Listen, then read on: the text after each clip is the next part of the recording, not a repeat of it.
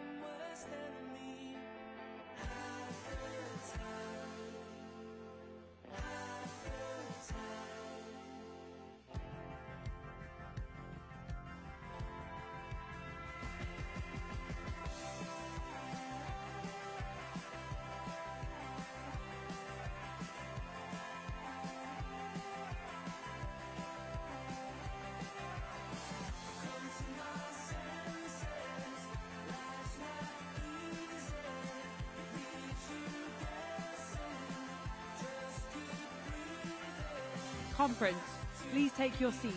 The session is about to begin.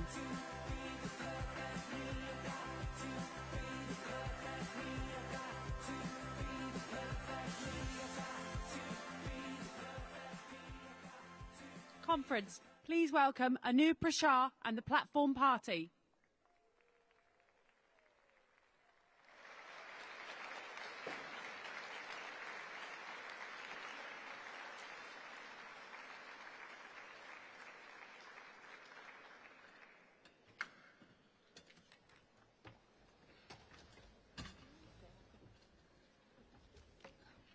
Good morning, Conference. I hope everyone had a chance to join one of the policy seminars this morning and put your questions to the ministers. There is another session for tomorrow after the Prime Minister's speech. I'm going to start with the results of yesterday's card votes. Card vote 1, 76.53% for, 23.47% against. This vote is carried.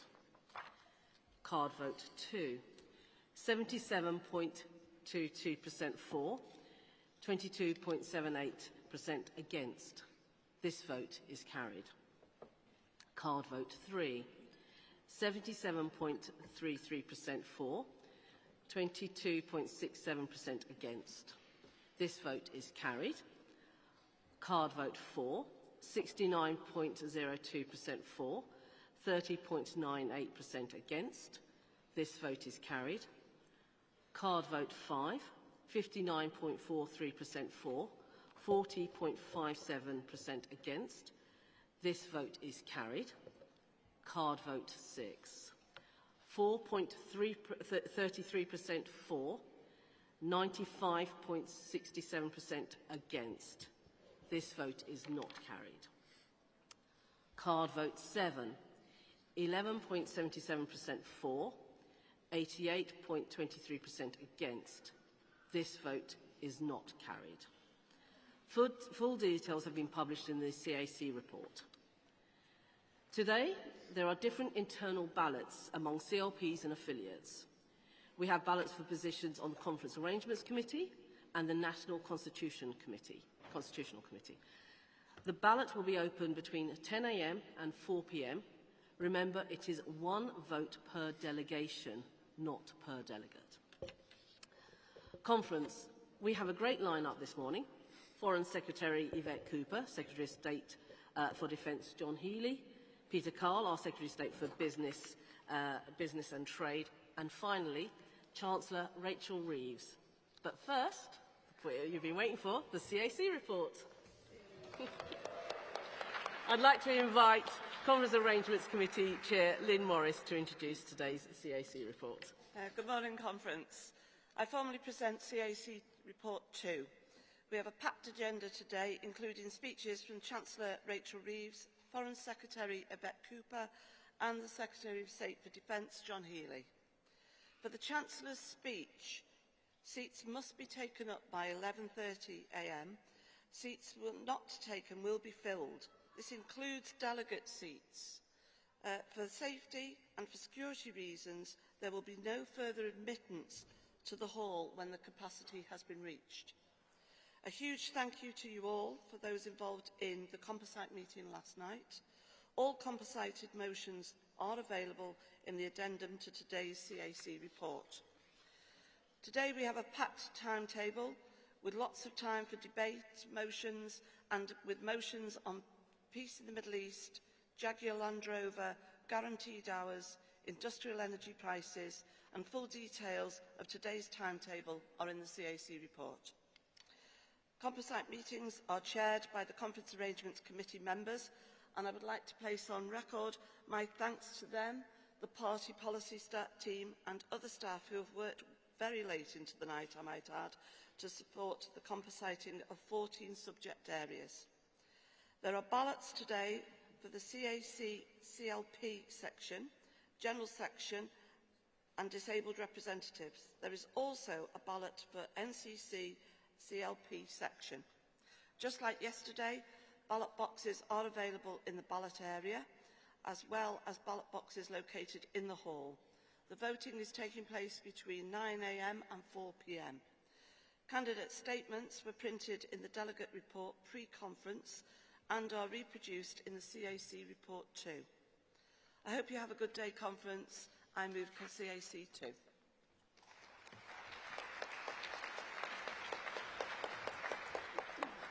Thank you, Ling. Does anyone wish to ask any questions or make any points on the Conference Arrangements Committee report? Please remember we want contributions about what Lynn has covered in the report, and please avoid repeating the points that have already been made. Any more general feedback can be picked up by the CAC outside of the hall, so that we maximise time we have available for debate. So, anybody? I'm looking keenly.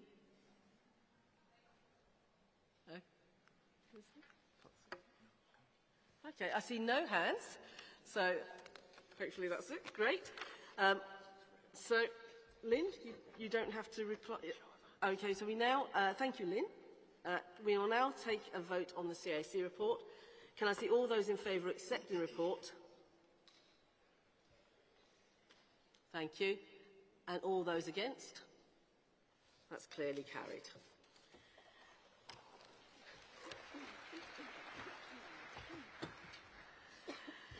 Yesterday, Conference voted in the priorities ballots. Delegates that then attended composite meetings to agree wording for motions.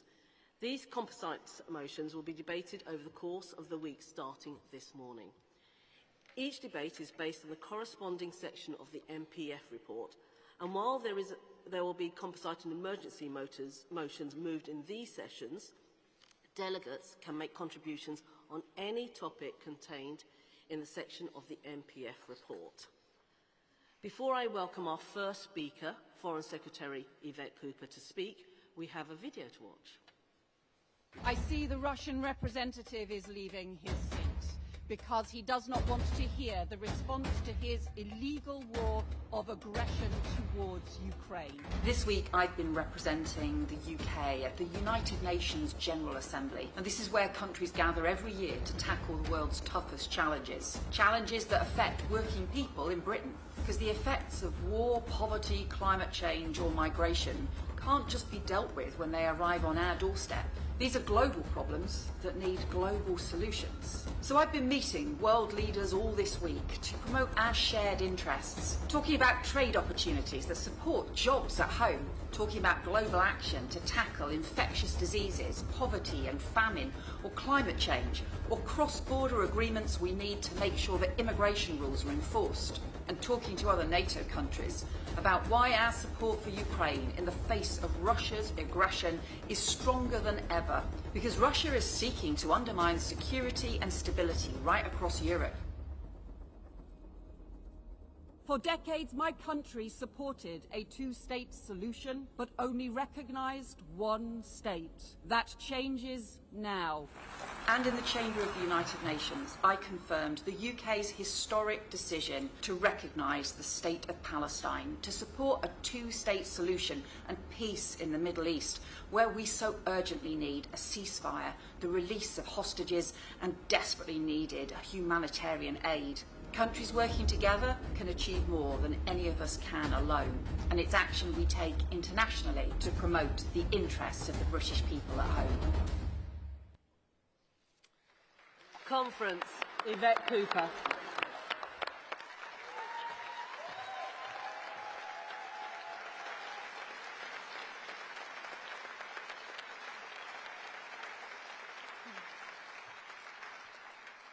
Thank you, Conference. It's an honour to be here this morning as Labour Foreign Secretary, just the second Labour woman Foreign Secretary, 18 years after the brilliant Margaret Beckett.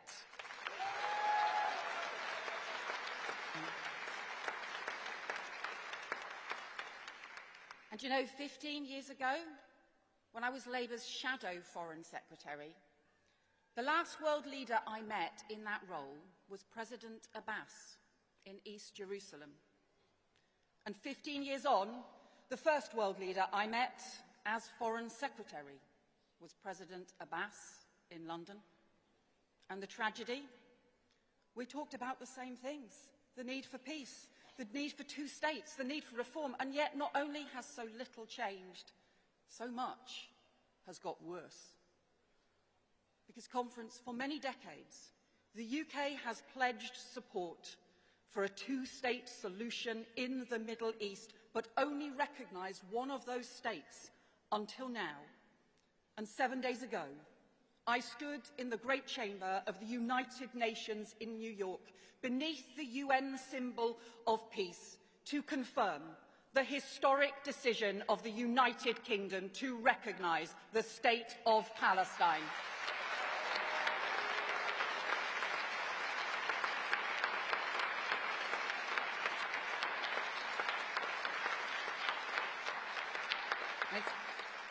Our manifesto promise, because statehood is the inalienable right of the Palestinian people, and recognition is the embodiment of our passionate belief that the only path to security and lasting peace for Israelis and Palestinians alike is two states living side by side. But let there be no doubt, there can and will be no role for Hamas terrorists in any future governance of Palestine.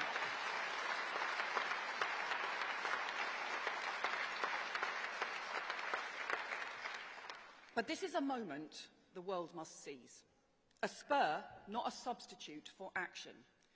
Because this summer's historic recognition decisions by the UK, France, Canada, Australia, Portugal and more, joining 150 states across the world, has been part of a crucial international process, where every state in the Arab League for the first time has now joined with the Palestinian Authority in the condemnation of Hamas for those barbaric attacks on October the 7th and the demand for them to relinquish all power in Gaza, and where Britain has joined with partners from across the globe, from the US to the Arab world, from Europe to the global south, working on practical frameworks and plans, not just for ceasefire, but for a just and lasting peace with two states at the heart. And at the United Nations last week, I saw a growing determination from countries across the globe, that this intolerable suffering must end for children facing starvation while Israeli forces block food at the border, for the hostages and their families in anguish, a Gaza without Hamas, a Gaza without hunger, a Gaza rebuilt for the Palestinian people.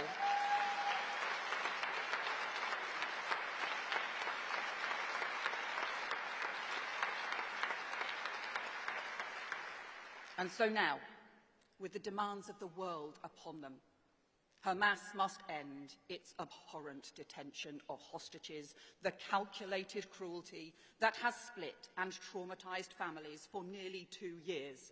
And the Israeli government must end the moral obscenity of this campaign that has seen food, water and medicine denied and an unconscionable loss of human life, because Palestinian civilians should not have to go another day in fear and hunger. The hostages should not have to live another day in the darkness of captivity. No family should endure another loss. Enough is enough. The moment cannot be lost. The time for peace is now.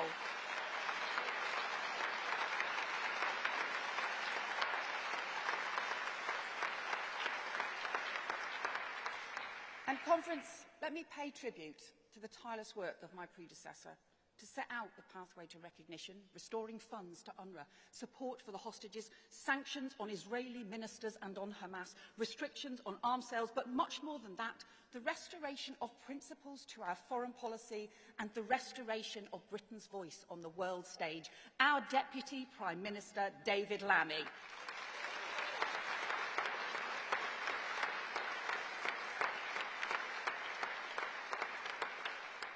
But you know, Conference, we spent 14 years in opposition, watching powerless as successive Tory governments trashed our reputation abroad, undermining investment and trade, shouting at friends and allies, and in 14 short months of Labour government, here's what we've worked to rebuild. 3 new trade deals with India, the US and the EU to boost jobs and investment here at home. A transformed relationship with Europe on security and defence. An ever stronger special relationship with the US. A new strategic approach on China. An unprecedented migration deal with France. Sanctions on Russian oligarchs.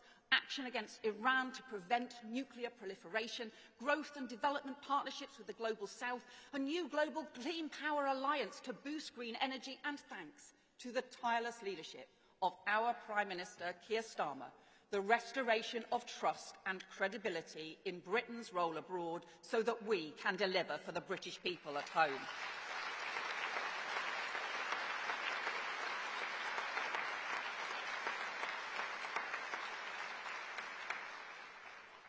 And Britain's engagement on the international stage matters now more than ever. The world faces sustained instability unlike anything we've seen for generations. The pace of technological change, climate change, migration, not seen in our lifetimes. Global uncertainty, new kinds of state and hybrid threats. And yet the institutions and laws that were supposed to protect order and sustain peace are now buckling under the strain. The very principles that underpin them under assault. The rule of law, respect for sovereignty and borders, respect for our common humanity, and for our shared obligation to fight poverty and persecution. All those values so precious to us now being undermined, but values that it falls to us to defend. Not just Labour values, core British values. Because our flag stands for something, and we know that global challenges won't be solved if we wait till they land on our own doorstep. From climate change to economic security, we need action worldwide to tackle our problems here at home. Nowhere is that more true than on migration. Where dangerous smuggling and trafficking gangs operate across borders, then governments need to cooperate across borders to bring them down. And when we fail to work internationally on the causes of migration or border controls, more people make perilous journeys and confidence in the whole system is lost. And that is why we will work globally on new returns agreements and returns hubs so that rules can be enforced. We will work with international partners to tackle the causes and manage support for refugees. And we've doubled support for Sudan, where millions are fleeing violence and famine. And we will provide new help for Rohingya refugees in Bangladesh who have fled persecution in Myanmar. And ahead of the 75th anniversary of the Refugee Convention, we will lead the international debate on reforming and ensuring that the global framework can respond to the changing crisis today. And conference. 30 years on from the horrific use of rape and sexual violence in the war in Kosovo, we must also ensure that there is much stronger protection for women and girls in Sudan, Myanmar and other conflicts today. So let me warn all those responsible for orchestrating sexual violence that a reckoning will come for them, no matter how long it takes, as we demand an end to the use of rape as a weapon of war.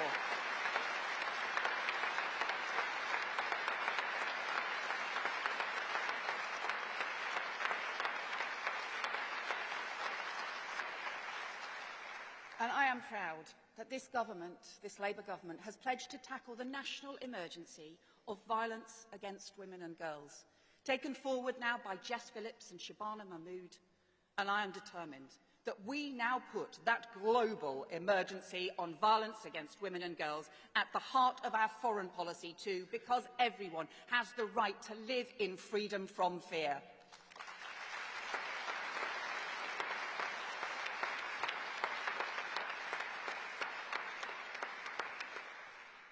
Conference, after the war in Kosovo and the Balkan crisis, we hoped we would not see war in Europe again. But 2 weeks ago, in the beautiful European city of Kyiv, I met up with 2 Ukrainian teenagers. They are brilliant ballroom dancers. They've won international prizes. And when Putin's troops first invaded their country, they escaped with their mums and came to live with us in Castleford. They practiced at the Airedale Methodist Hall. They even gave Ed a few post-Strictly tips. And last summer, they returned home. They train by day, but at night when the sirens go, like countless other families, they have to decide whether to sleep in the hallway or in the basement to hide from drones. This is a sovereign nation under unprovoked attack in Europe. Tens of thousands of Ukrainian children have been abducted, stolen from their parents. We've seen escalating attacks, including more than 600 drones and missiles targeting civilians this weekend alone. But Vladimir Putin should have learned by now, never underestimate the resilience of the Ukrainian people or the determination of their friends. Ukraine's security is our security. Ukraine's fight is our fight. As Ukraine stands firm against Russia, Britain stands firm with Ukraine.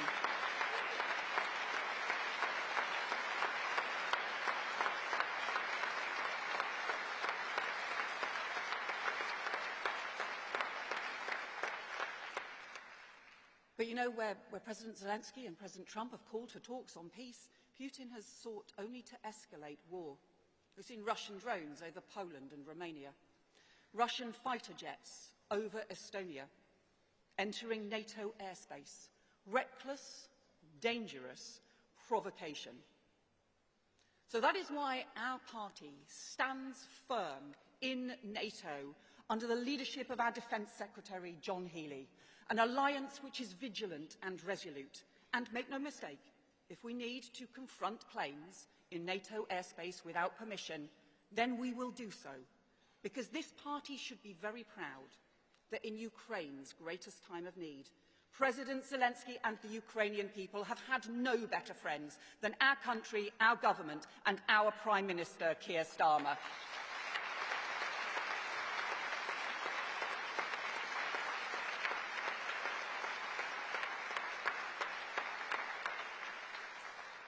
But there is a choice between a Labour foreign policy rooted in our belief that strength at home depends on our partnerships abroad and whatever chaotic right-wing ideology we end up facing at the next election, with politicians who are happy for us to surrender our national interests or slide into isolation.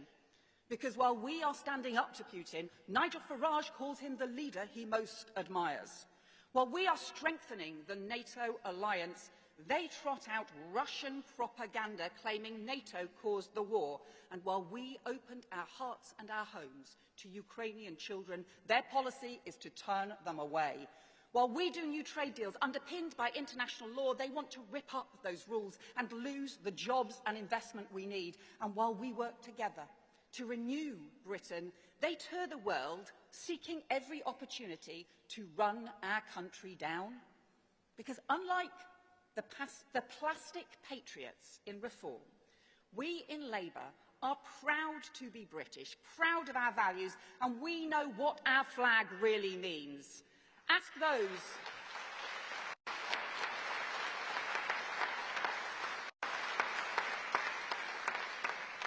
those overseas what it means to them when they see the Union Jack or the St George's Cross, and you'll hear people in every continent talk with admiration about our royal family and our parliament, our heritage and our culture, our armed forces and our universities, the literature, music, film and sport that we've given the world, the British inventions that have changed history. But even more than that, they will tell you that our flags stand for justice, for fairness, for tolerance and for decency.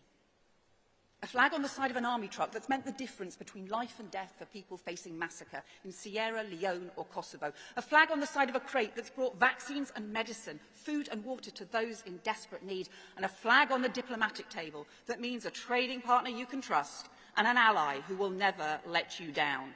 That is what our flag means to our friends around the world, the way our country comes together and not divided.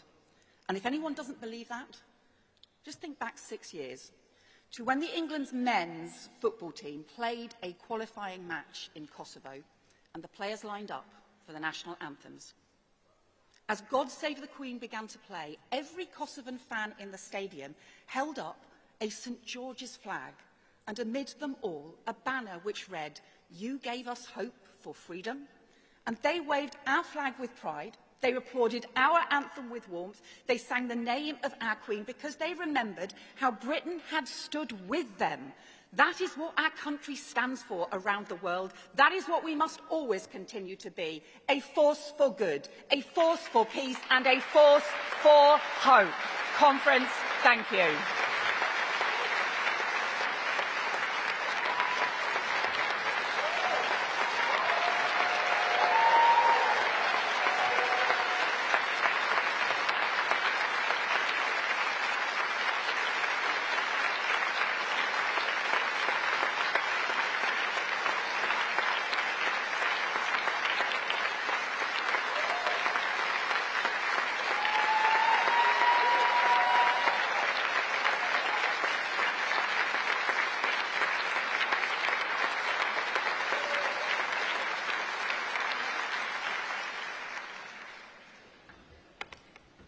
Thank you, Yvette Cooper. It's now time to hear from the floor. This is a debate that can cover a range of policy across foreign affairs and defence. As part of this, we're about to hear 2 emergency motions on peace in the Middle East. We recognise that delegates will feel very passionately on this matter, as I do myself. However, I ask all delegates to respect other delegates and their point of view, as well as respecting the law, so that we can have a good debate. We'll start with the 2 emergency motions. Oh. Thank you. We'll start with the 2 emergency motions. Our first motion is Peace in the Middle East, Motion 1, and will be moved by Hackney North and Stoke Newington CLP, and seconded by Chesham and Amersham CLP. Could the mover and seconder please make their way to the Speaker's desk?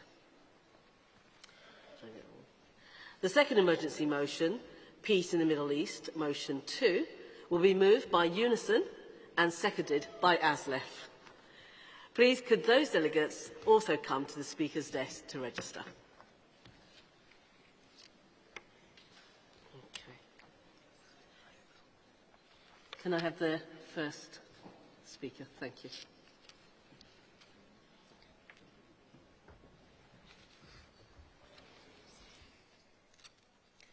Good morning, Conference.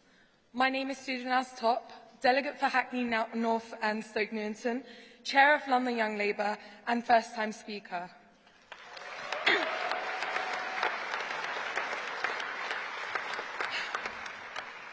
Conference, we meet here at a moment of human tragedy and moral urgency.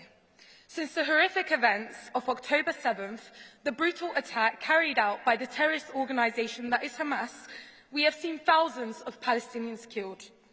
The people of Gaza have endured horrors that none of us can ignore. More than 65,000 Palestinians killed, including 20,000 children. Parents pulling their dead sons and daughters out of rubble, families starving because food is deliberately blocked, and doctors operating by candlelight with no medicine or sterility. And in the West Bank, mass displacement not seen since 1967. These are not just statistics, they are lives. They are children who should be in school, not in mass graves. They are mothers and fathers who want exactly what our families want: safety, dignity, and a future. Conference, I am proud of the historic step our Labour government took last week of recognising the state of Palestine. But recognition must mean action. 7th October was the deadliest day for Jewish people since the Holocaust. Israel has a right to defend itself, but that can't be in the manner that kills 20,000 children. The time for peace is now. That means fully suspending arms sale that could be used in this conflict. That means working with our allies to get aid into Gaza, not just via dangerous airdrops, but via land. And yes, it means pressing for a ceasefire, because every day without a ceasefire means more children buried, more families destroyed, and more hostages left in fear. Conference, the Labour government is already showing leadership on the world stage and taking steps with our international allies.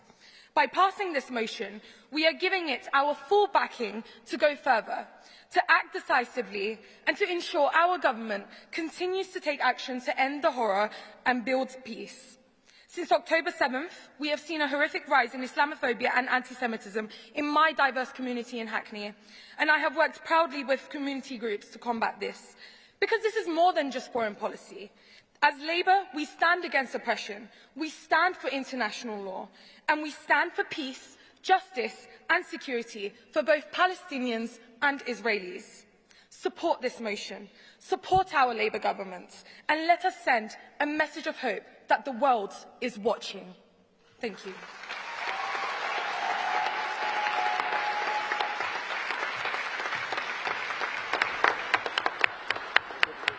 Thank you, Speaker. Can I have the Speaker second the motion, please?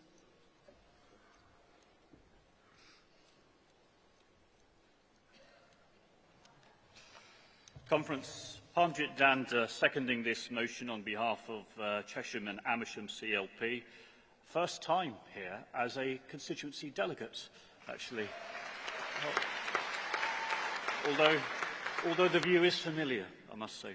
Now, Conference, this motion does remind us that Hamas perpetrated the worst massacre in Israel's history on October the 7th, 2023.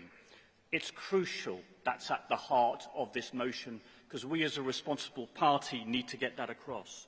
But crucially, as has already been said, this motion spells out that 65,000 Palestinians have been killed, 20,000 of them children.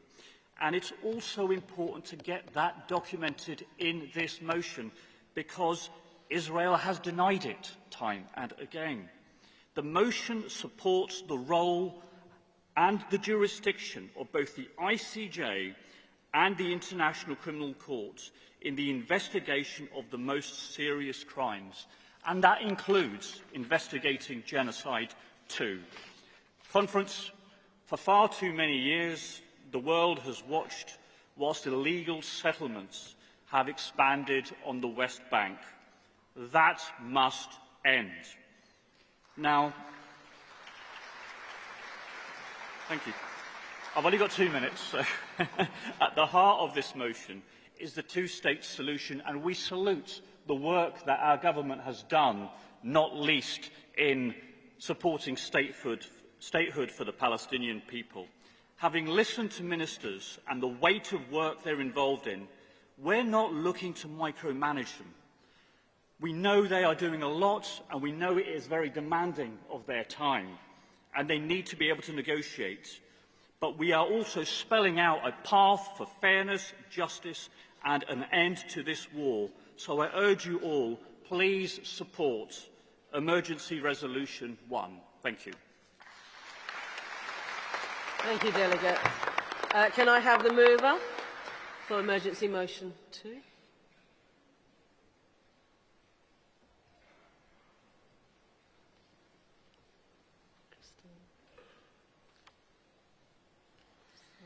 Morning, Conference. Christina McInerney from Unison. The momentous decision by the Government to recognise the State of Palestine is a critical contribution towards achieving peace in the Middle East. It confirms the UK's commitment to a two-state solution in deeds, not just words. But this motion is about what we do next. Of course, what happened on the 7th of October 2023 was horrific. And since then, as has been said, 65,000 Palestinians have died. And on the news every single night, we see the Palestinians of Gaza suffering famine, death and destruction. And yes, Conference, genocide. Let's not play with semantics. Let's use the word.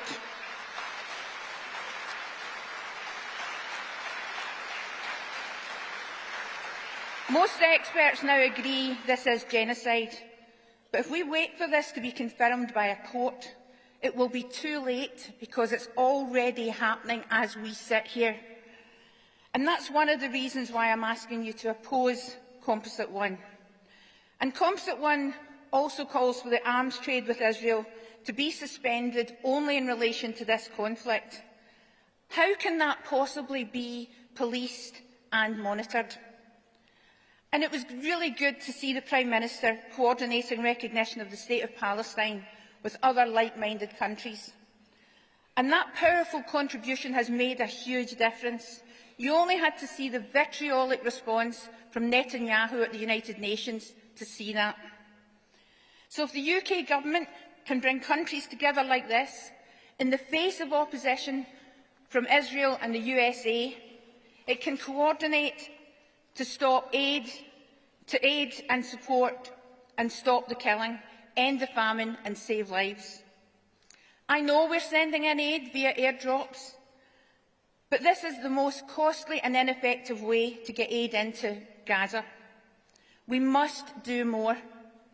Why can't we, along with those other countries that have recognised Palestine, like France, Australia, Canada, Italy and Norway, why can't we all send fleets in, loaded with aid and supplies, right to the shores of Gaza?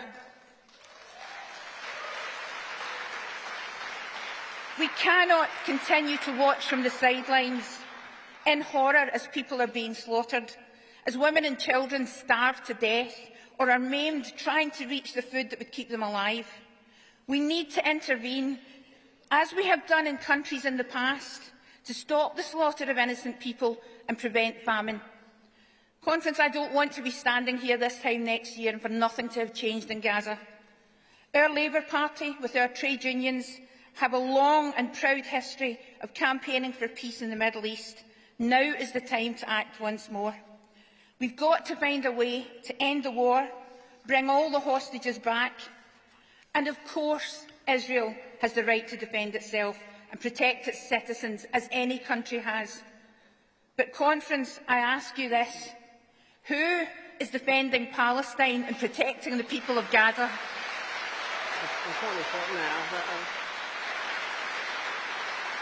The tide is turning, with one country after another recognising Palestine. We now need to get the borders open, ensure aid gets in, and the bombs stop falling. Conference, please support this composite, and I ask you to oppose Composite 1. Thank you. Thank you, Christina. Can I have the seconder for this motion, please?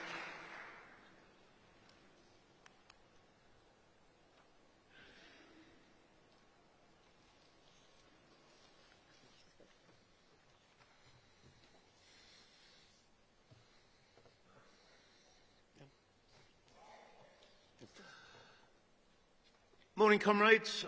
Miles Colombini from ASLEF, seconding this motion 2 on peace in the Middle East. I'm a bit of a loss, really. 2 minutes is not enough to do this very complex issue justice.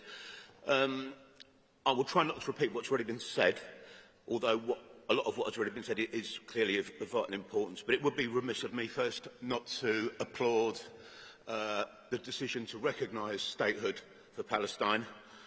And also, it would be remiss of me not to mention the appalling, horrific genocide that is quite clearly taking place against the people of Palestine at the hands of the Israeli government.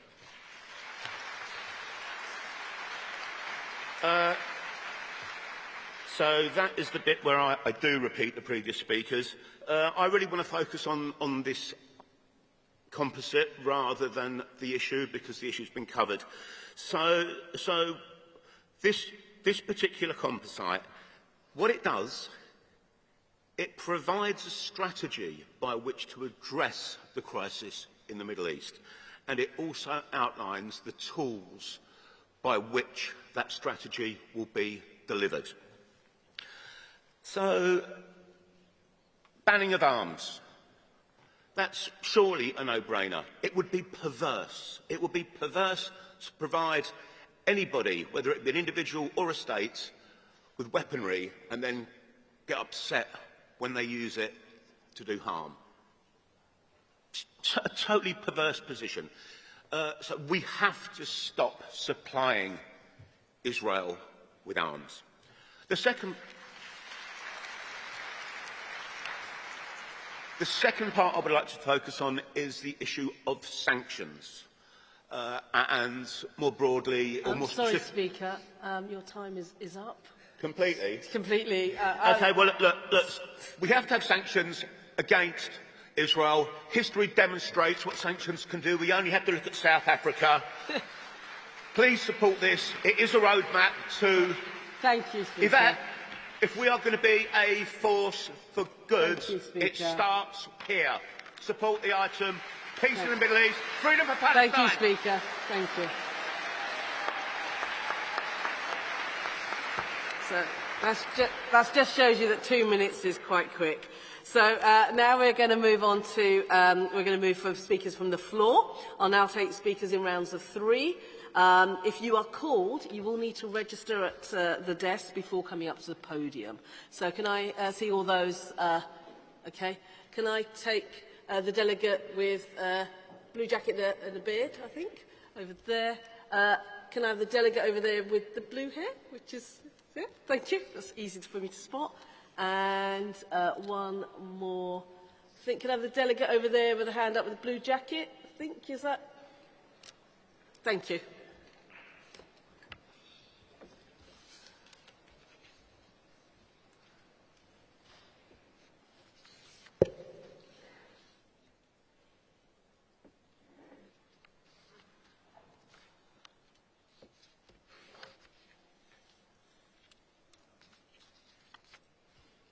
Thank you, Delegate. Joshua Garfield, Labour Councillor and Jewish Labour Movement. Conference. For nearly 2 years, we've watched horror unfold. The worst terror attack in Israel's history. The deadliest day for Jews since the Holocaust. A war that has devastated Gaza, killed tens of thousands, and with 48 hostages still in Hamas tunnels.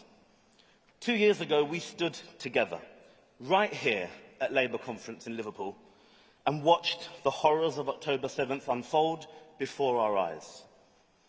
We held a minute's silence in this hall for the men slaughtered, the women raped and murdered, and the children's lives so cruelly ended by violent terror.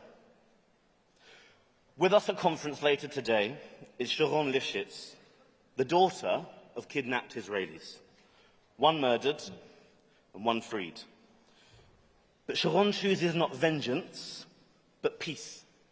The peace that her murdered father Oded believed in, from a kibbutz that escorted Palestinians to life-saving surgery. Her mother Yocheved, who lost everything, yet still calls for reconciliation.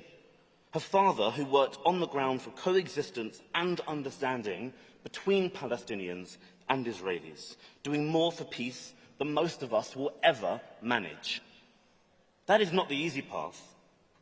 It's the hardest path. But it's necessary. We would dishonour Sharon's family, her ransacked community and thousands of war victims if we pass a motion that ignores Hamas entirely. Does not even say the word Hamas.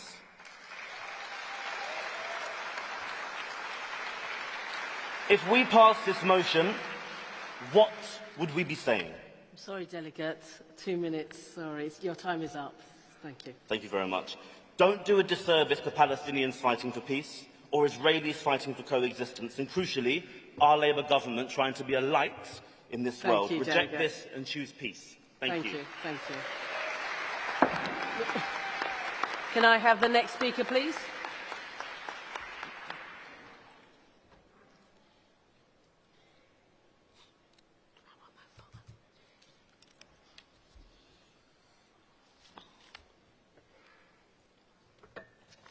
Thank you. I'm the Secretary of Lincoln CLP, so Hamish Falconer is our local MP, as well as the Minister for Middle East, Gaza and Afghanistan and Pakistan. So I'm speaking in support of Emergency Motion 1.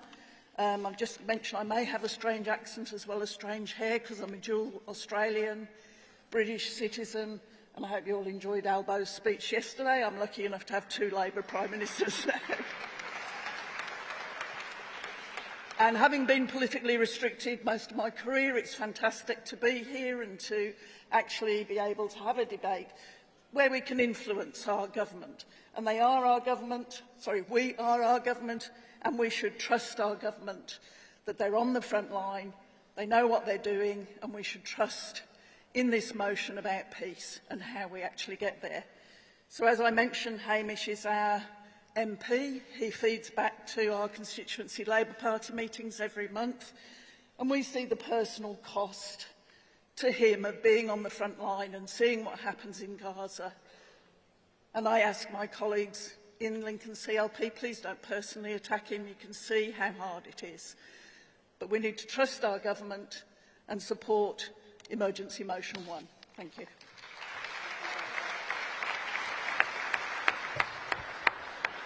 Can I have the next delegate, please?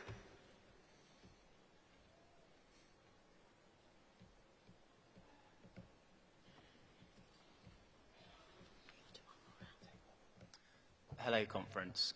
My name is Josh Lissler-Jennings, and I'm a first-time delegate and first-time speaker. Thank you. Conference, I urge you to support Motion 1 and vote against Motion 2. I know that everyone in this room and in this government is utterly outraged by what we have seen unfold in Gaza across the last 2 years. The only way to solve this conflict is through supporting the government's diplomacy with international allies to deliver a two-state solution. We must stay unified and support the government. I urge you to vote against the second motion because it does not mention October 7th and Hamas, which fundamentally undermines this government's position. It is absolutely critical that we unify and support the government on this matter. As the Prime Minister has said across the last 2 days, we are utterly in the fight of our lives against reform. If we do not unify on this issue, Conference, we must ask ourselves, what would a reform government do about Gaza and Palestine? They wouldn't have recognised Palestine, and they wouldn't be working night and day to secure a lasting peace. That is why it is so important we remain unified on this issue, and that is why, Conference, I urge you to support Motion 1 and vote against Motion 2. Thank you. Thank you, delegates. We've only got time for one more round, so if you could put your hands up in the air and I'll be able to... I think delegate there with the white jumper, is that? Yeah.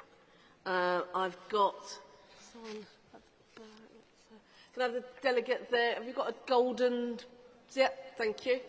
And I think, is there a delegate...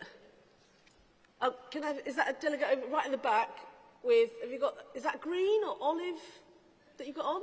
Yeah, that's you. Yeah, thank you. And I'm sorry, that is going to be our last round. As you know, this is a time debate, so my apologies. Thank you.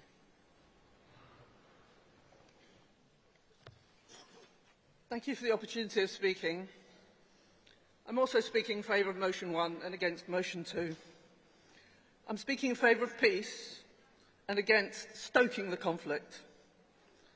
We do have to recognise the hurt and damage on all sides, and not to recognise the atrocities of October the 7th is appalling. Israel is at war. Rockets are being fired into the country on a regular basis. Fires are being set in fields of crops. People are being attacked in the street. But none of this is reported. My 8-year-old cousin spends regular time in his bomb shelter with his family. Doesn't get mentioned on the BBC. There's a lot of discussion today and in the conference generally about language, about misinformation, about the words we use from people like Trump and Reform. But we need to be really careful about the extraordinary use of language that has happened around this debate. And when I was asked about hostages recently, somebody argued about, what about the Palestinian hostages? You can't be so loose about these terms. October the 7th was an extraordinary event and should never be repeated. We have to acknowledge that the leadership on both sides is destructive and undesirable, and we've been there with governments we don't like. I've believed in this two-state solution all my life, and it's never seemed further away. Please don't stoke the conflict. Please recognise the hurt on all sides, and please vote for motion 1.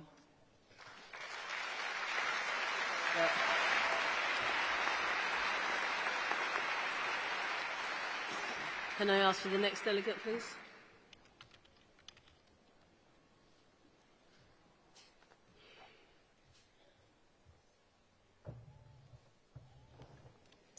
Hello, Conference. Councillor Situl Punja from Ruislip, Northwood and Pinner.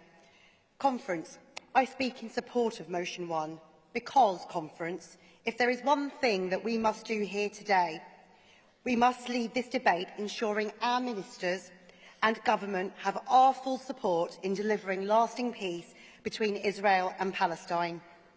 Ambitions over a two-state solution have been part of foreign policy in the Middle East for decades.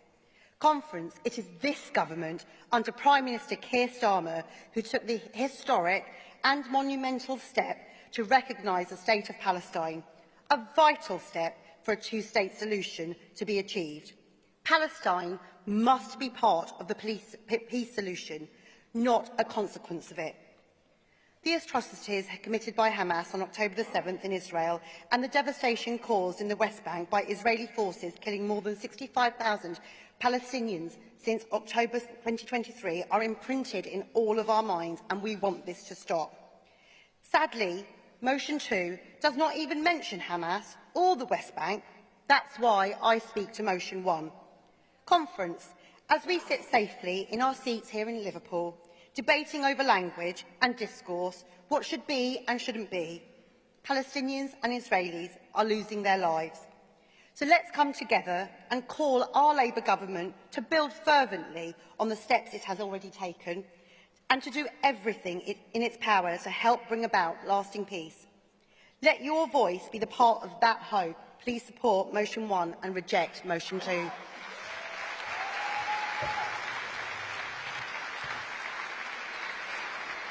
And next speaker, please.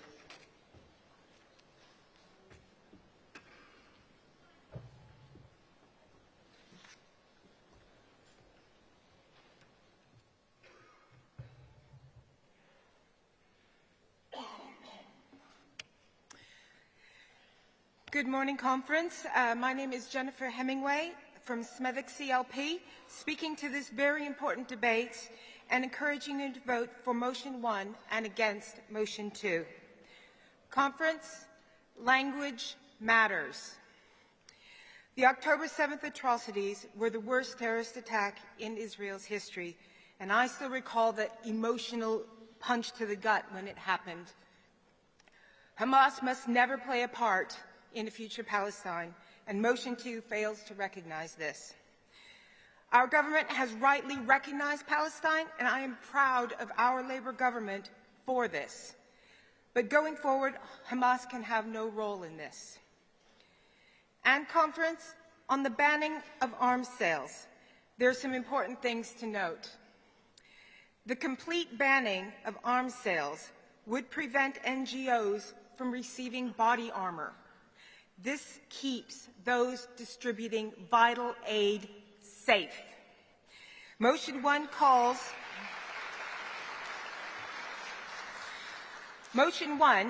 on the banning for arms sales that would be used in the conflict, a minor but very important detail. Conference, the horrors in the Middle East break my heart. I'm sure this is true for many others in this hall. And our government is working to try and bring peace to the Middle East. Let's not make their job harder by supporting a motion with clumsy language. Please support motion 1. Thank you.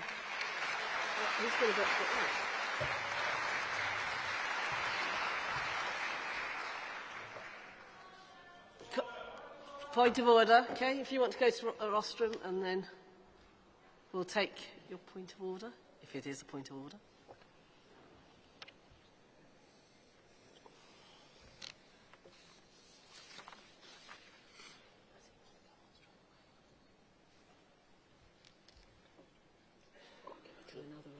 Shall we do another round? Or shall we do another round?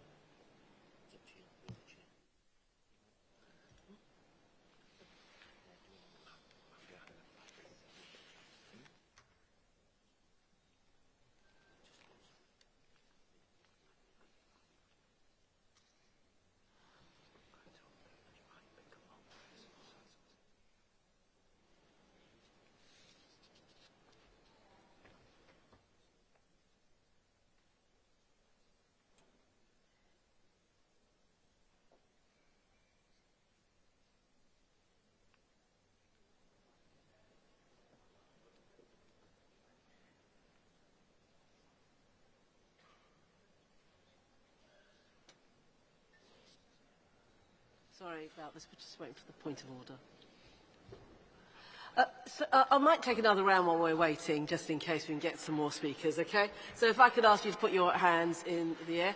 Straight in front of me, a delegate with the glasses, blue shirt. Let's have a look. Sort of delegate over the back there with yeah, that's you, yeah, you. And sort of, a delegate there with, just on the corner, yeah, you, yeah, with the, yeah, thank you. That's all.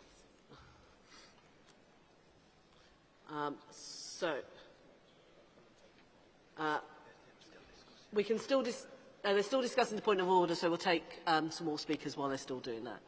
Okay. Thank you.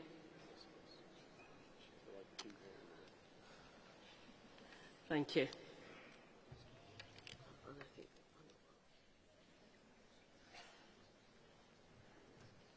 Morning Conference, Richard Howitt, Cambridge CLP, National Policy Forum representative. And nearly 10 years ago, when I stood down from the European Parliament, I said I was making my last speech to this conference, How Times Change. But I was proud to propose the resolution in the European Parliament that successfully won recognition from that body for the state of Palestine. And I want to say how proud I am of our government that you have done the same for our country.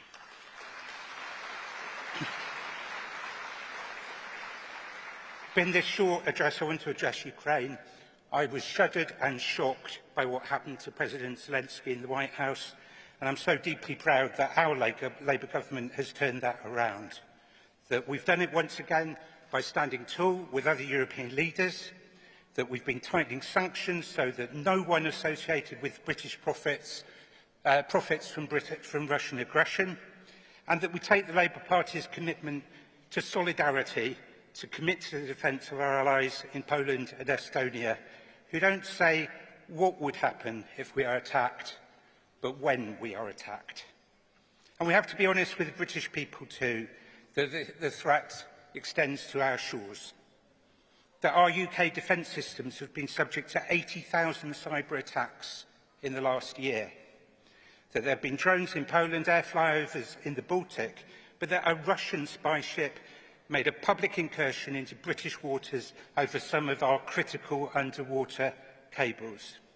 Chair, no one in this party wants war or conflict. Our commitment to a strong defence is precisely to deter, to stop war. We've seen what results from appeasement to totalitarianism. That's the importance of our support for Ukraine today. And our country, our Labour government's actions now are essential to stopping the slide to war now. Thank you. Thank you, Delegate. Next Delegate.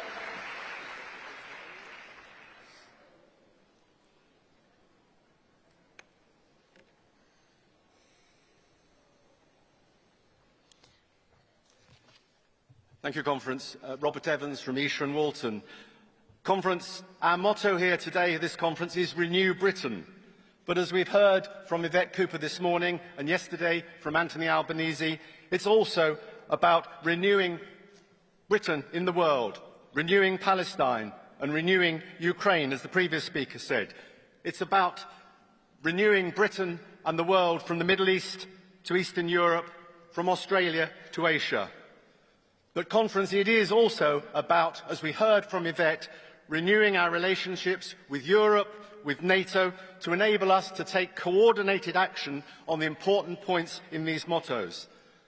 As an MEP for 15 years, I sat round tables with like-minded people, colleagues from other European states, and sometimes people whose minds I didn't really like, but working together for common European approaches to address important issues: migration, asylum, as Yvette said, joint European policies to support disabled people and allow students to travel to other European countries. I'm delighted that Yvette is taking a strong, powerful message to the UN, following in David Lame's footsteps, and rebuilding our important relations with the EU, relations that were so badly damaged by Brexit, a self-inflicted wound brought about by the Conservatives, with, let's not forget, Lib Dem support. And, Conference, I'm proud, really proud, of the way that Keir Starmer is standing tall on the European stage to support the points in these motions. A global statesman in a way that Rishi Sunak, Boris Johnson or even Liz Truss could never have been. Working with President Macron of France, working with Chancellor Merz of Germany and other leaders to not just renew Britain, but renew important ties, restore important values, and renew a common sense of global decency. Please support. Thank you. Thank you, Delegate. And the final delegate speaking on this. Okay, if you want to go to the rostrum control, that would be great. Thank you.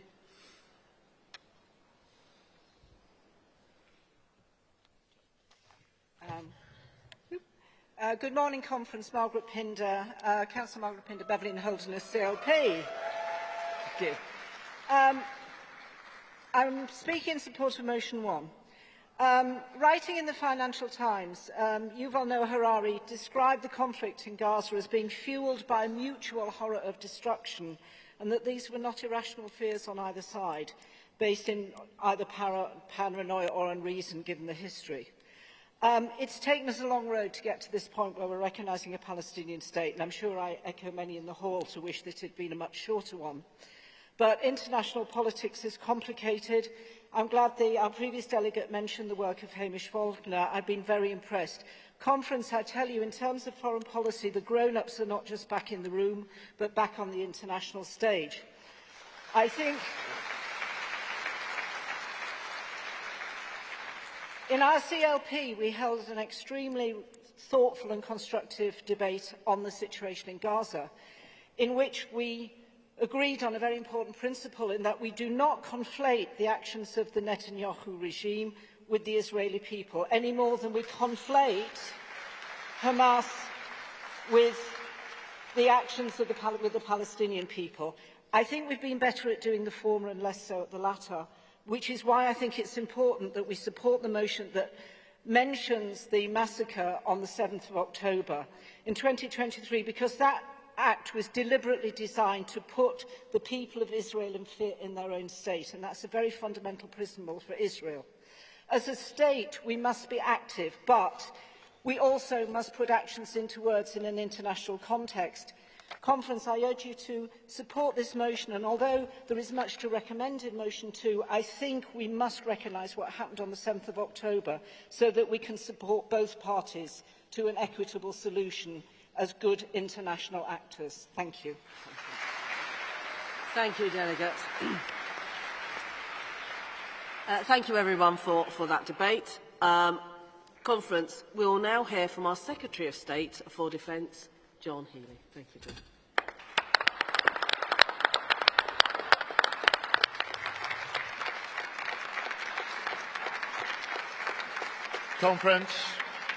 Conference, it's an honour to speak in this international debate, a debate dominated by the agonies of the Palestinians in Gaza, a debate in which we redouble our determination to work for the end of the Israeli offensive, the release of all hostages, the flood of aid that's so badly needed, and the two-state solution, which is the only hope of a lasting peace.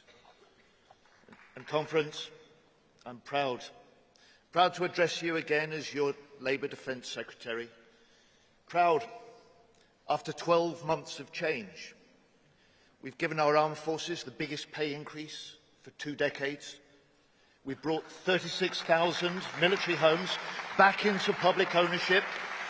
We've announced record levels of support for veterans. We've won the £10 billion warship deal with Norway, which will secure 4,000 good unionised jobs for the next 15 years. And we've made the biggest increase in defence spending since the end of the Cold War. This is Labour, delivering for defence, delivering for Britain.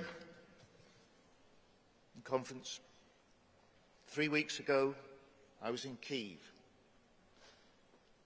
I saw homes bombed, buildings destroyed. I met Ukrainian troops and drone factory workers. And I tell you, they are defiant. They are determined, fighting back Putin's brutal invasion. And their freedom is our freedom. A secure Europe needs a strong, sovereign Ukraine. And that's why we've stepped up UK leadership on Ukraine. That's why we're providing the highest ever level of military aid to Ukraine this year. And that's why we're leading over 30 nations in the coalition of the willing, ready to provide the security guarantees for when peace comes. And 1,313 days into this war, I'm proud that Labour, proud that Britain remains united for Ukraine. And Conference, our message to Moscow from Liverpool today is this. President Putin, you will not win. Stop the killing, start the talks, agree a peace. We will stand with Ukraine for as long as it takes.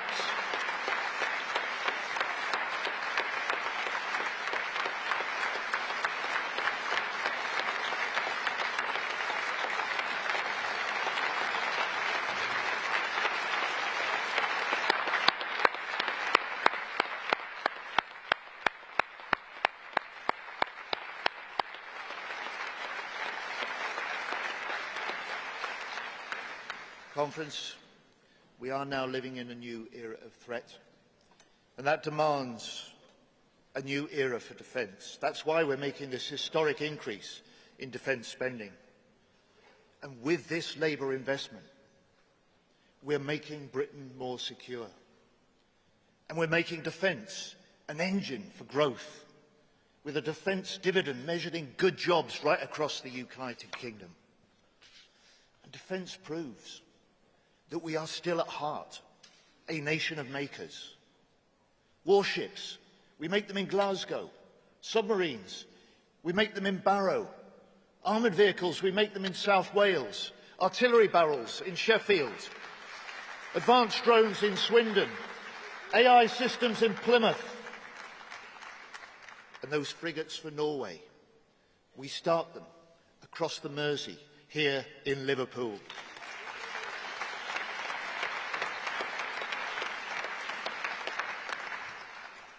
Conference, with Labour's defence spending, I want to make Britain the best place in the world to invest and to grow a defence business. We will make more in Britain.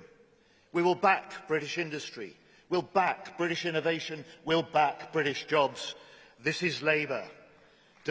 Delivering for defence, delivering for Britain. But you know, Conference, who won't back defence jobs? The Scottish nationalists. They refused to fund a new advanced welding centre in Glasgow. So I can announce today that the Labour government now will step in and provide the funding needed. They won't, we will.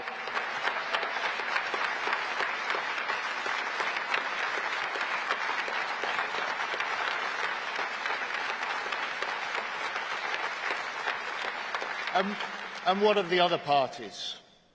Are they any better on defence? The Tories. They left our armed forces hollowed out and underfunded. The Lib Dems, they cut the size of the British Army to its smallest since Napoleon. And Reform. They praise Putin and they put down NATO. Conference, we are the party that created NATO in that great Attlee government after the war. Now we are the party growing jobs and growing the army, the party facing down Russia and strengthening NATO. Conference, Labour is again the party of Britain's defence.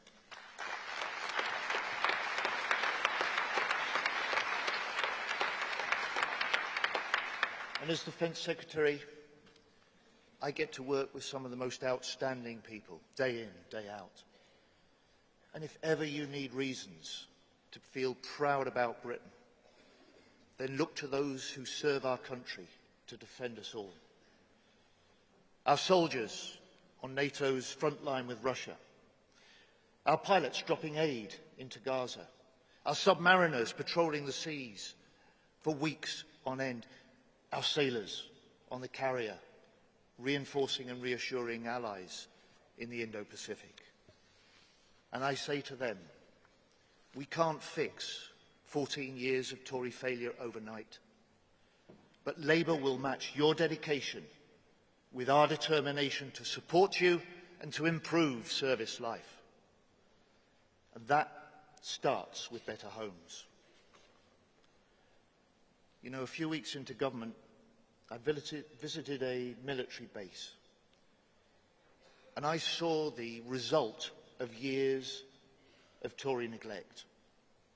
Damp, mould, pests, a hole in the wall of a bedroom of one of the children.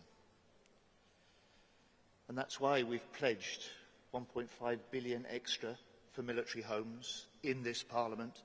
That's why we've introduced a new consumer charter to drive housing standards higher. And today we go further, a new approach, forces first.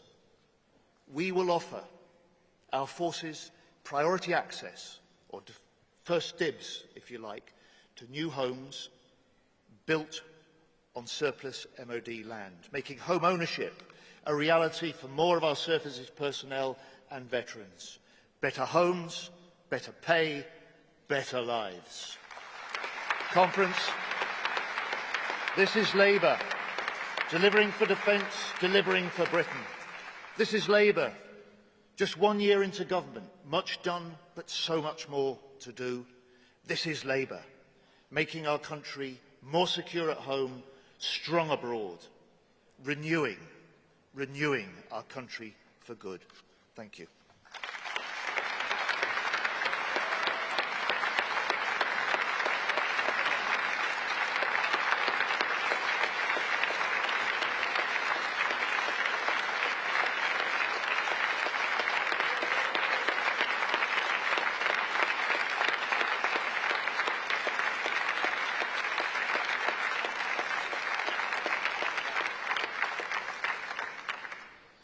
Thank you, John.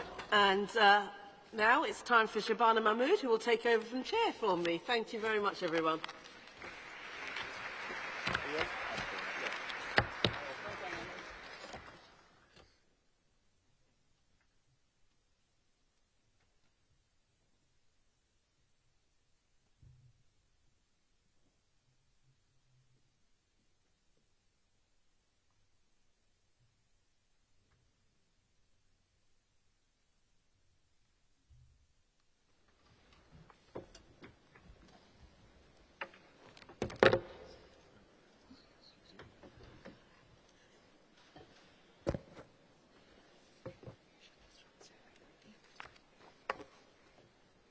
Right, hello conference.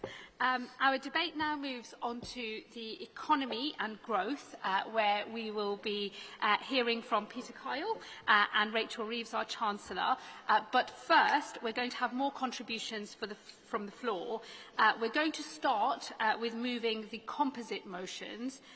Composite 8 is on guaranteed hours and will be moved by USDOR and seconded by GMB. So could I ask the mover and the seconder to make their way over to the Speaker's desk, please? After that, we're going to have the emergency motion, which is on emergency support for automotive supply chain workers following the JLR cyber attack, and that will be moved by Unite. So could I also ask the delegate, please, to get themselves registered at the Speaker's desk? And then we will have Composite 12, which is on industrial energy prices, and will be moved by GMB and seconded by ASLEF. And again, could the mover and the seconder get themselves into position at the Speaker's desk? After we have moved and seconded those three motions, we will then take delegates from the floor in the usual way before we hear from the main acts. Right, so can I first have the USDO delegate then, please, for Composite 8 on guaranteed hours? You've got 3 minutes, delegate. Thank you.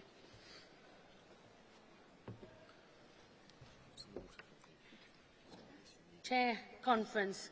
Joanne Thomas, USDO General Secretary, moving the motion on guaranteed hours.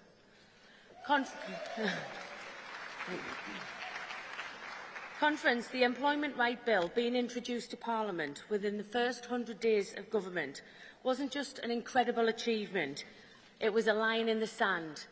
A line between the despair brought by 14 years of Tory rule and hope brought by this Labour government, and we drew that line together.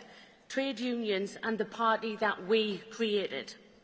And it all marked a new beginning for employment rights, new protections at work, a stronger voice at work, and crucially, more security at work. Conference, the members that I represent in retail and distribution are hard-working people. They save their communities and their jobs matter. And yet too often they are treated like they don't matter. From one week to the next, their hours can change at the whim of their employer. They can be working 10 or 20 hours over their contracted hours every single week, but those hours can be taken away without any notice. And those hours count for nothing when people are trying to get a mortgage or take out a loan. They can't plan their finances, their childcare or their lives, and they are constantly worried about whether they'll be able to pay their bills. Conference, we all know that is no way to live. The Employment Rights Bill will bring in the right to a contract that guarantees the number of hours that you regularly work, and we've campaigned really hard for this and are delighted that it's now to become law. But as always, the devil is in the detail, and the secondary legislation will decide exactly who benefits from this right. We have no doubt whatsoever about who it should be applied to, because it was written down in black and white in the plan to make work pay. Labour promised it would apply to everyone, and we campaigned on that promise. But now there is a risk that this promise will be diluted. The right could be limited to only cover workers who are contracted on a low number of hours, meaning millions of workers will miss out. This is causing unintended consequences, because if the right only covers a select group of workers, who do you think the employer will offer the overtime to? They'll offer it to the people who aren't entitled to get it guaranteed in their contract. Of course they will. And it means that the people on the lowest hour contracts, the lowest paid workers, and by the way, more likely to be women, more likely to be disabled workers, more likely to be black workers, will miss hours on their need to live on. This won't just undermine the new right, it would actually make some of the most vulnerable workers even worse off than they are now. And Conference, this might sound complicated, but to the government I say the solution is a simple one. Just do what we said we were going to do.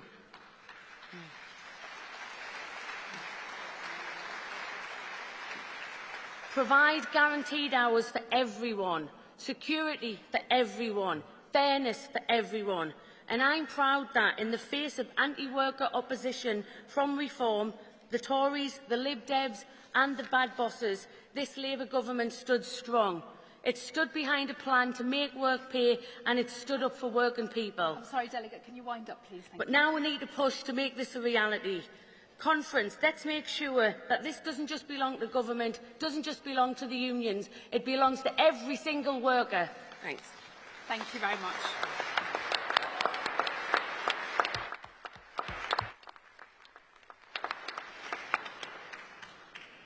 And then we have our speaker from the GMB, please. Thank you.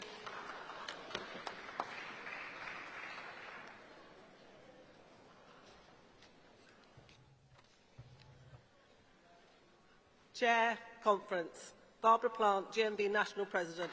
Proud to second Usdor's motion on guaranteed hours. Workers that I speak to up and down the country say to me that Labour's manifesto must be delivered in full, the rights that have been denied for far too long. It was never going to be easy. There was always going to be hostility from bad bosses. But we must remember who we promised change to at last year's general election. The millions of working people who put their hopes in Labour's manifesto. A year on, our members still hold out hope that this change will come, and it cannot come soon enough. Over 1 million workers are still exploited on zero-hour contracts. Employers using zero-hour contracts often say it provides workers flexibility, but 2/3 of workers on 0 hours have been on them for more than 12 months, and nearly half for 2 years or more. That's years with no guarantee that you have the money to make ends meet, that you can plan your life or be there for your loved ones. There's nothing flexible about that. It's no wonder that the polling by the TUC has found that 8 in 10 zero-hour contract workers want regular hours. Conference, it was bad bosses who fought against the national minimum wage and the Health and Safety Act at work. Both Labour achievements that apply to all workers today. But why should a right to guaranteed hours be any different? Let's get on with making work pay and delivering the right to guaranteed hours in full. I second.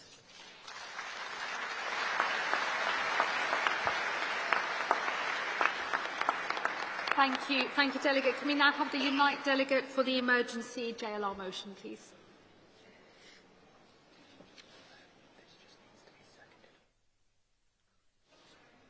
But she's got 3 minutes and seconded from the floor,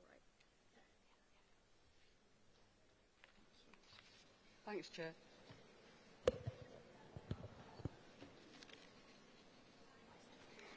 Maggie Ryan, moving this emergency motion for Unite the Union. Conference. Jaguar Land Rover has been hit by the most disruptive cyber attack in our country's industrial history. Production has stopped until at least October, but could be delayed further. That doesn't just mean disruption for our car plants and the 30,000 workers employed across JLR. It also means disruption for over 100,000 workers across the components and logistics supply chain. Our union's frontline reps and officers have been working night and day to secure emergency bank hours and layoff agreements to protect jobs and wages. But as days are lost and factories are idle, anxiety grows, as does the risk of workers going unpaid or losing their jobs. This motion is calling for emergency support for wage and job protection for all impacted workers. The precedent has been set. Earlier this month in Scotland, Unite and GMB succeeded in negotiating a rescue package for electric bus builder Alexander Dennis to prevent closure. That included a wage protection scheme for workers covering 100% of wages between the government and the company, and is the first of its kind since the pandemic. Conference, in recent weeks, our General Secretary has been in talks with the new Business Secretary and his predecessor, fighting to secure the future of JLR and its supply chain. Unite welcomes the recent announcement that the government is preparing to offer financial assistance worth £1.5 billion to JLR in order to do that. This is an important first step. It shows the government has listened to the concerns raised by Unite.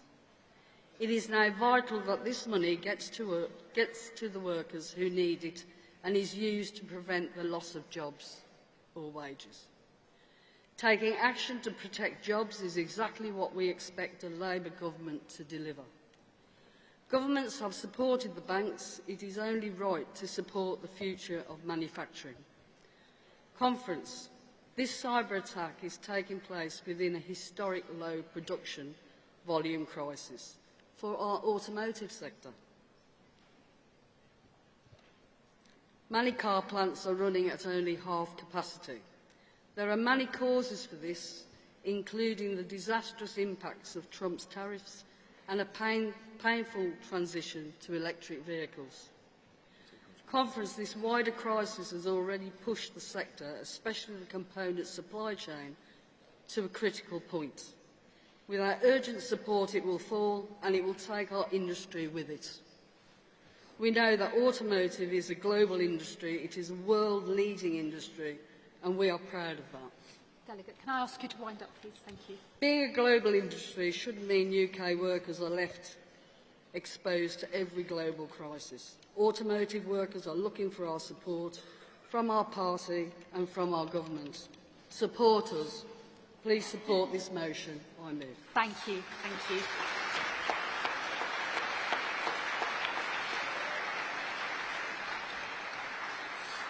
Now, on the emergency motion, can I just have somebody second that from the floor, please? Thank you very much. Great. And then can we move on to Composite 12 on industrial energy prices with our GMB delegate first up? Thank you.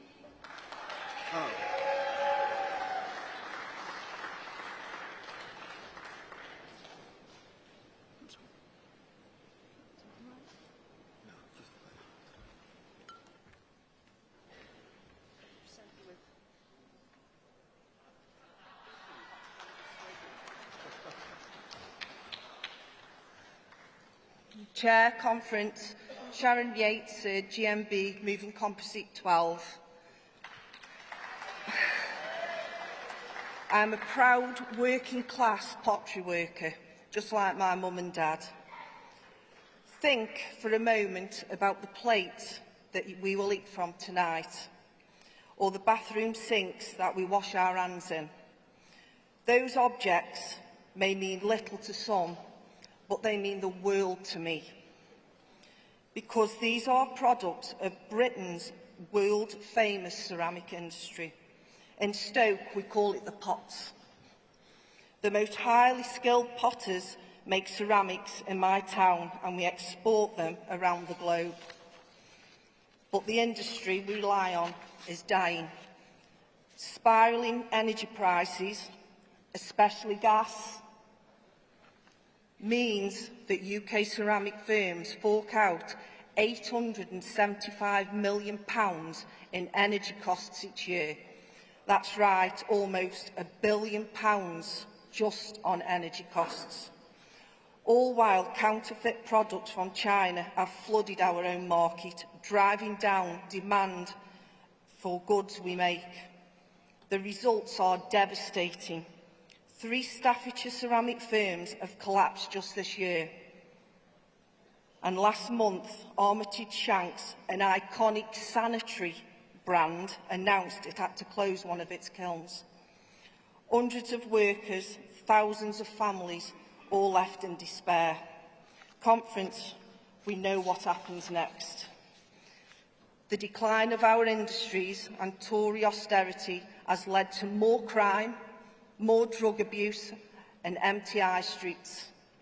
My famous 6 towns are shadows of their former selves. Is that what country we want?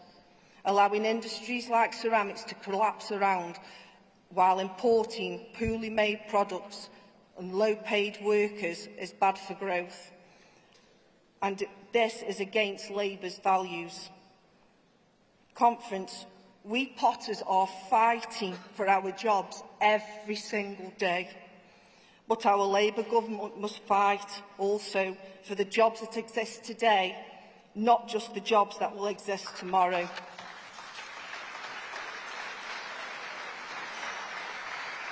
The government has helped our industry with electric costs, but we rely on gas. If we don't get the help the industries like ceramics within energy costs now and invest in our cleaner future, we will keep losing decent unionised jobs.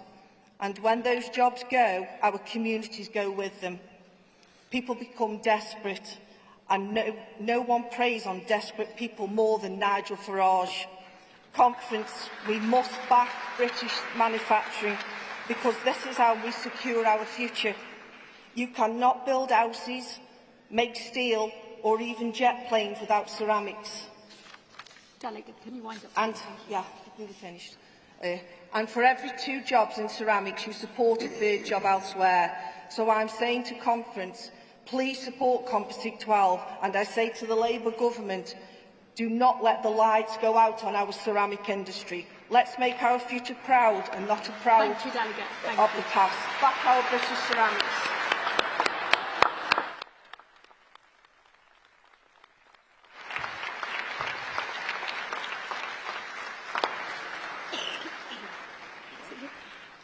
And now we have our delegate from Aslef to second the motion. Hi, Mick.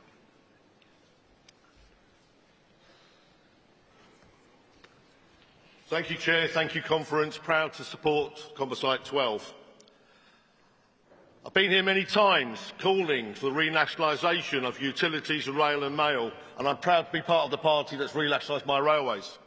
But it doesn't mean we haven't inherited a legacy under the previous privatisation that's hindered manufacturing, that's hindered growth, that's hindered jobs, that's hindered prosperity. And we find ourselves in this ridiculous situation in the railway. Well, I haven't said we're the greener and more better alternative, where we are mothballing electric engines in the freight sector because of the high cost of electricity. And we are bringing out archaic diesel engines. And I'm not against heritage traction. I quite like railways. But at that same time, they are not the greener option. They're not where we need to be and not where we need to go. And also, if we want to grow manufacturing, we have to be part of that real-time delivery process, that green agenda that gets our goods from A to B where they should be. And the Tories spectacularly failed in 14 years to continue that rolling programme of electrification that we've supported and that we need to make our railways better, but also to offer our customers in the freight sector the transport they require, to allow our manufacturers to grow, to allow us to get to where we need to be. So part of this is calling for that rolling programme of electrification to come back. But I think just 1 or 2 little things. Wouldn't it be nice if British Steel was the rails of our railway and manufactured in the UK? Wouldn't it be nice if all the manufacturers in the UK could use that green integrated transport system to get their goods from A to B? Wouldn't it be nice that we could undo the problems of the Tories and create that fairer energy system I think that we all aspire to? So it is about what we want for future generations. It is about completing those supply chains. It is about growth. It is about future jobs. It is about prosperity. It is about apprenticeships. So please support. Thank you. Thank you, Nick.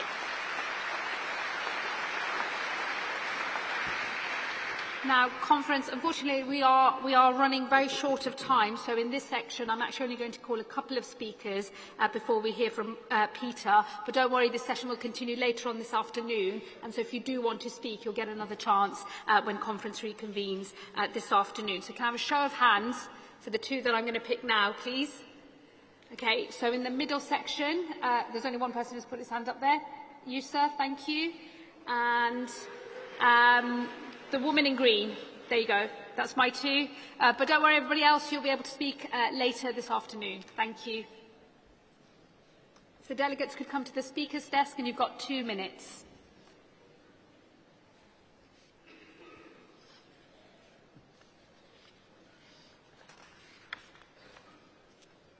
Conference and Chair, I'm Kerry Cassidy, here as a delegate for ASLEF, the Train Drivers Union. We should have been seconding the emergency support for automotive supply chain workers, but it was seconded from the floor. ASLEF stands in solidarity with Unite the Union and all workers affected by the situation at Jaguar Land Rover. This data breach has shown a weakness in the safeguards that support our core industries. We must do more to protect these sectors and the workers in them.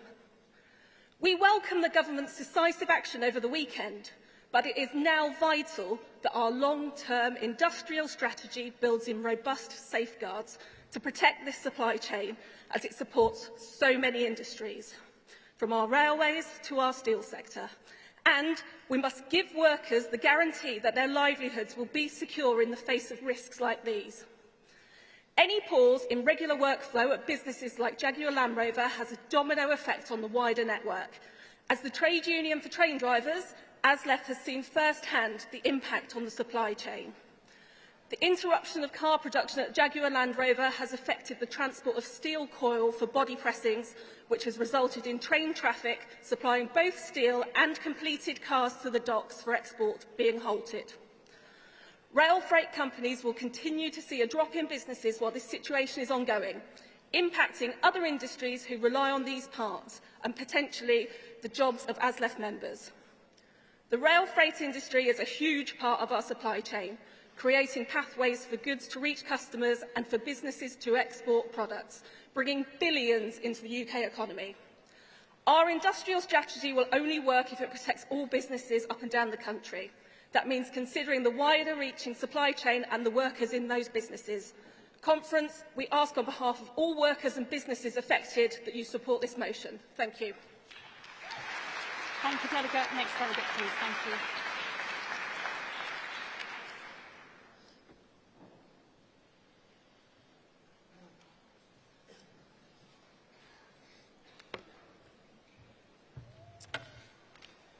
Cliff Bowen speaking on behalf of Unite the Union. Conference, my union fully supports this crucial composite.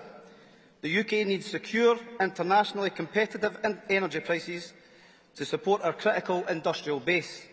That includes steel, chemicals, textiles, refineries, pharma, glass, railways and our oil and gas sector. We need the government to have a clear industrial strategy to support the key sectors and their skilled workforces as they face the twin challenges of global instability and climate change. Conference, I speak from experience. I represent over 35,000 oil and gas workers in the North Sea, where we are losing 1,000 jobs a month. 1,000 jobs a month. Death by 1,000 cuts, and it cannot continue. We need a genuine workers' just transition to low-carbon technologies with sustainable, high-skilled jobs. A real just transition for energy workers with like-for-like job replacements, reskilling and proper protections to any job that is at risk. Grangemouth showed us what failure looks like. 100 years of refining ended. 2,000 jobs lost. A broken £200 million government promise and a community devastated. Empty promises of a just transition ringing in the workers' ears. And we are still waiting on that £200 million. We cannot repeat this. Now our members at the Lindsay Oil Refinery face similar threats, putting over 1,000 jobs at risk, plus many more in the supply chain. A disgraceful situation that needs government intervention and to be resolved. Conference, the transition to a low-carbon economy cannot be left to the market. There can be no ban without a plan.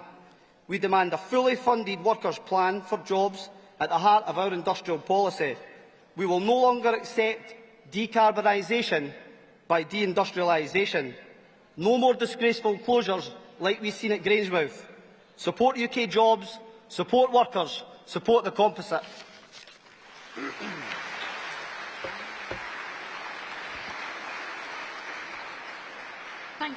Thank you very much, Delegate. And again, if there are others who want to speak, you'll have another chance later this afternoon in the same debate. So, conference now. Please welcome the Secretary of State for Business and Trade, Peter Kyle.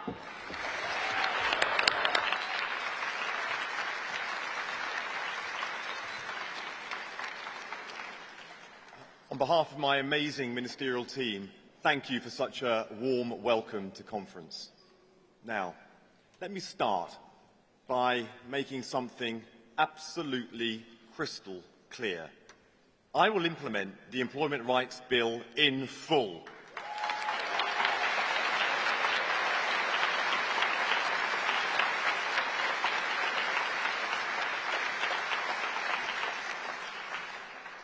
And conference, let me pay tribute also to the extraordinary work of Angela Rayner, not just on this bill, but for so much more too. We are eternally grateful to all that she has given to our movement. Now, I believe in public services. It's what brought me into this movement in the first place. And I also believe in the success of British businesses too.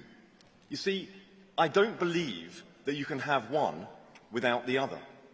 And Britain only succeeds when it gets the best from both. Businesses and workers, public and private, manufacturing and services, traditional and new.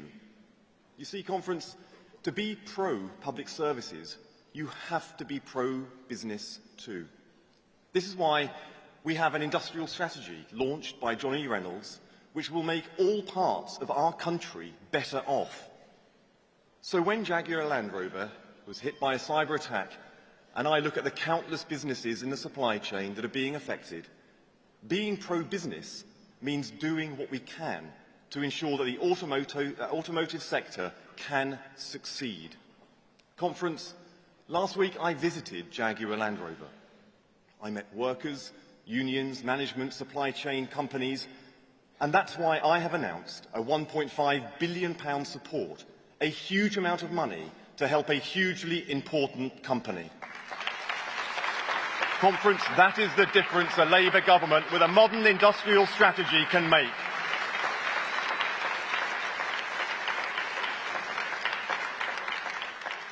So, my dad grew up just 2 miles away from here in Wavertree. He left school at 14. He was in the Navy at 16, where he said that he learnt discipline. He worked as a door-to-door salesman and then went on to run his own business. So I understand. I know what it takes. I've seen the hard work it takes to run a business.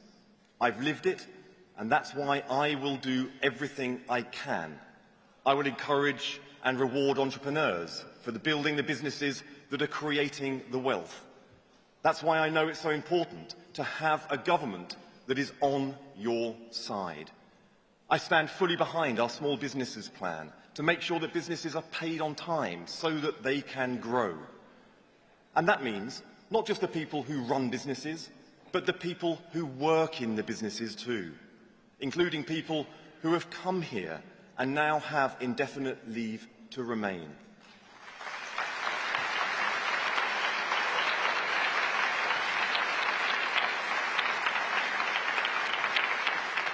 So, on your behalf, let me say something directly to them.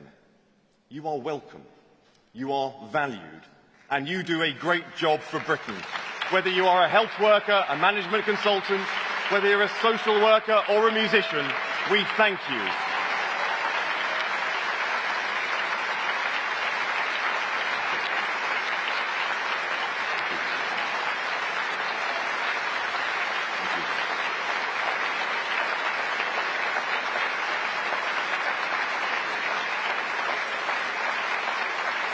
Thank you.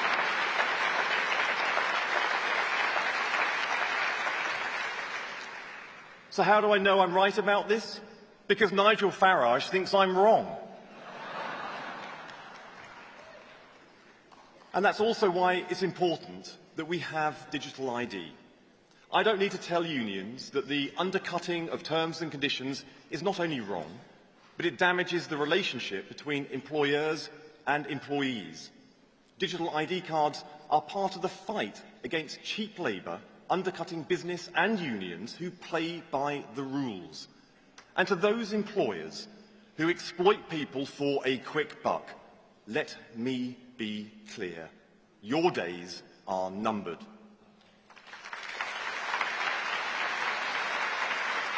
This movement is for fair pay and fair work. Conference, no one said that government would be easy. And I know that sometimes we've made it look unnecessarily hard. But governing is hard.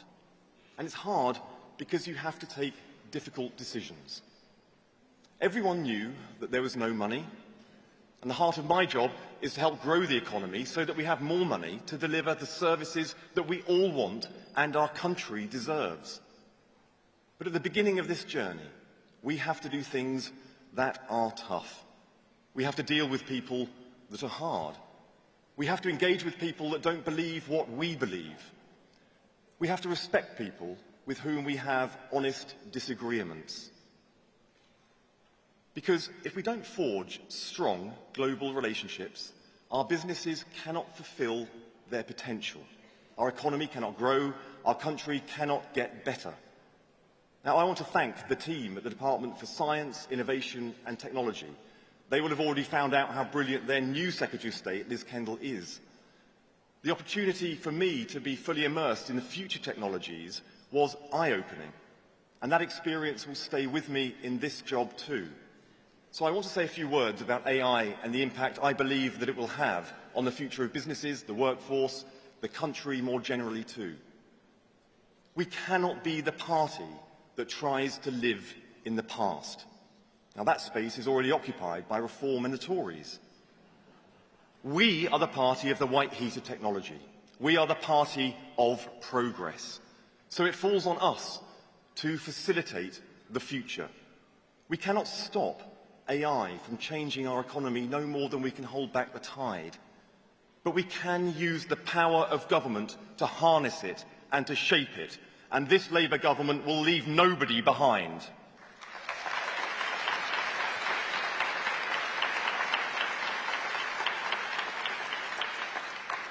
When we came into office, we were the sick state of Europe, fashioned on a messy Brexit, based on the promises of better deals for farmers, better deals for businesses, better deals for workers, promises of trade deals galore, and the golden prize of a US trade deal.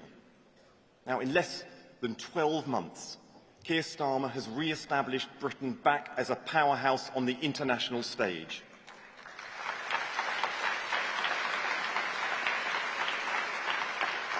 And why is that important, Conference?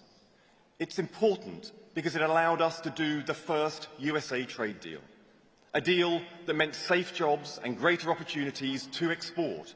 It allowed us to do new trade deals with Europe to begin to correct the terrible damage done by the Conservatives. We have much more to do, but it is a good start. It allowed us to do a new deal with India, opening up new, exciting export markets and opportunities. And Conference, it has meant that companies who would not look at this country 15 months ago are now investing in our future, our jobs, our people. So we welcome the investments of Microsoft, £22 billion investment, their largest ever into the UK, Google, £5 billion, CoreWeave, £1.5 billion, Salesforce, £1.4 billion into our country. And why are they coming here? They're coming here because of a Labour government.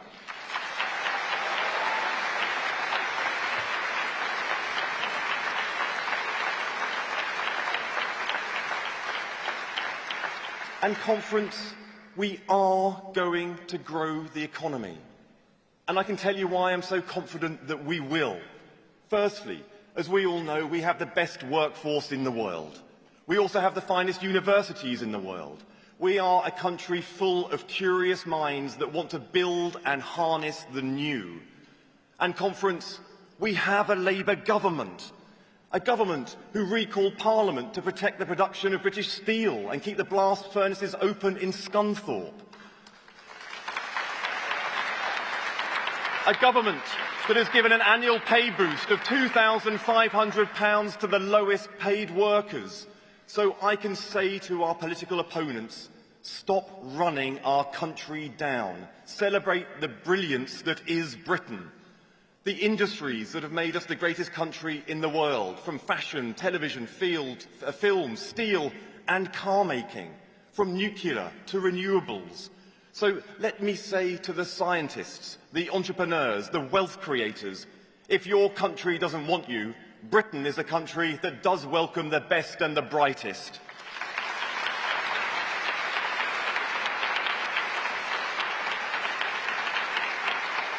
Britain is on the march forwards once again.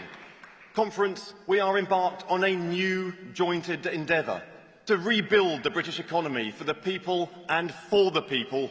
Thank you so much. Thank you. Thank you. Thank you. Thank you. Thank you.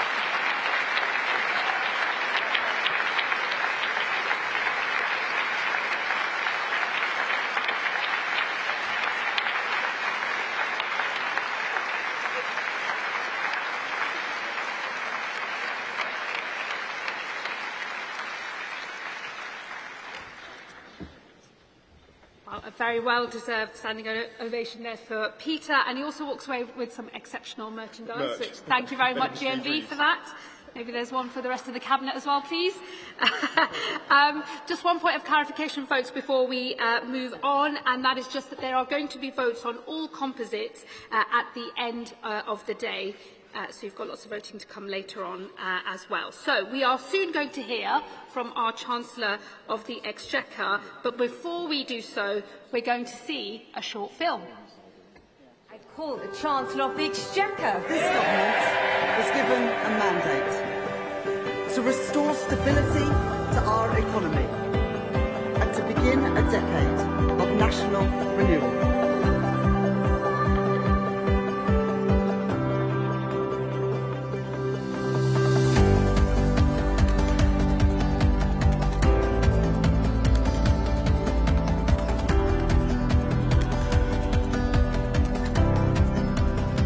Girls and young women everywhere, I say, let there be no ceiling on your ambition, your hopes and your dreams.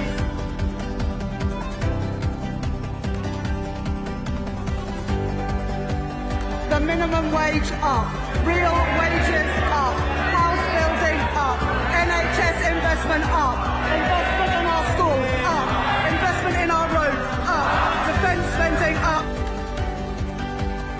Fixing the foundations of our economy, investing in our future, delivering change, rebuilding Britain.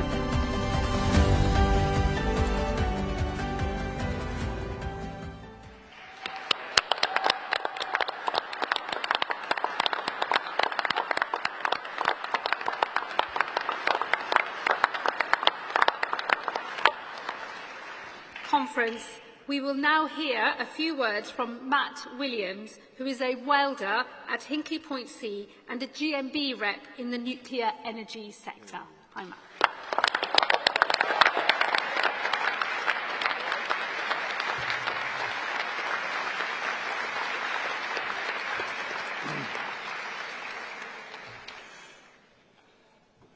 Conference, I must admit I forgot my suit. But what an honour it is to stand here today to address you.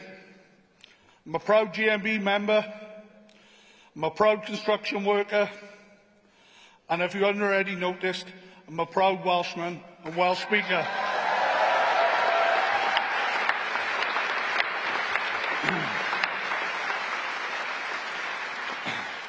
I met Rachel at GMB Congress, where she made the announcement government were going to build Sizewell C nuclear power plant, investing in the biggest nuclear building programme in a generation, and investing in us.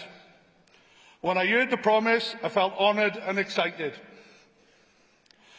Delighted that our union voices have been heard alongside the rest of industry. This Labour government have shown the public something the Conservatives never did. That is committed to investing in the sectors of the future that will benefit households and families in years to come.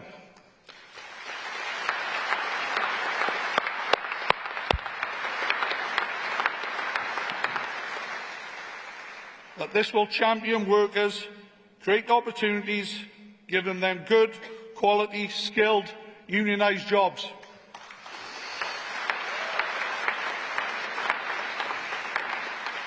Allowing not just me, but every worker in every sector to have their life changed for the better. Building Sizewell C and committing £14.2 billion of investment, members across my union felt like they were pride in our industry again.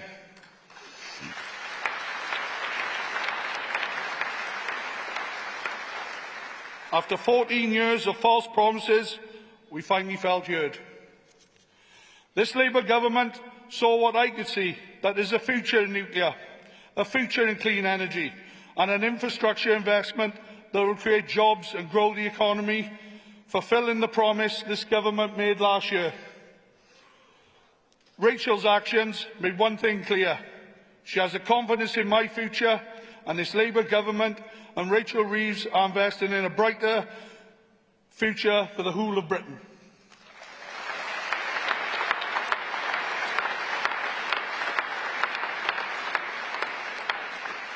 This is the difference with a Labour government. And on behalf of all of us working in the sector, thank you.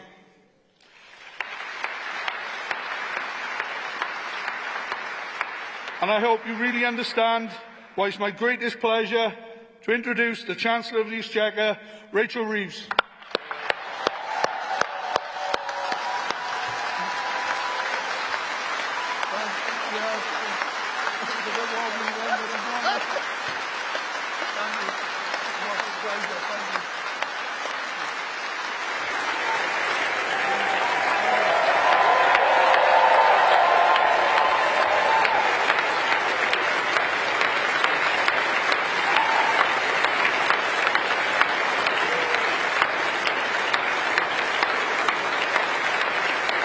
Thank you.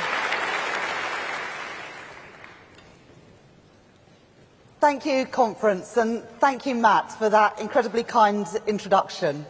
Your enthusiasm alone could power half the country for many years to come.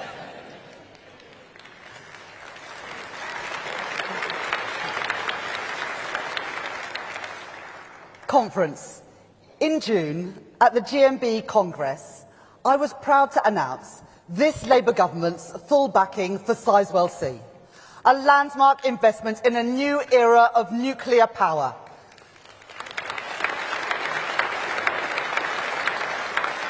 That plant will employ 10,000 people, create thousands more jobs in its supply chains, and produce the energy to power 6 million homes.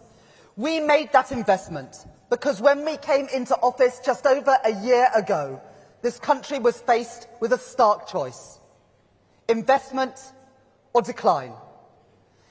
To invest in Britain's renewal, or to carry on with the same Tory economics and the same results. So for jobs and for pay, for energy independence and for our national security, we chose investment. The Tories wouldn't invest when they were in power. The Tories now oppose that choice from opposition.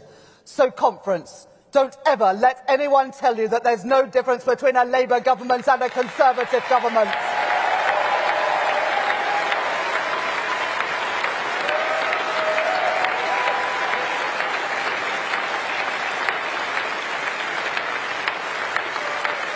I promised you we would run the economy differently.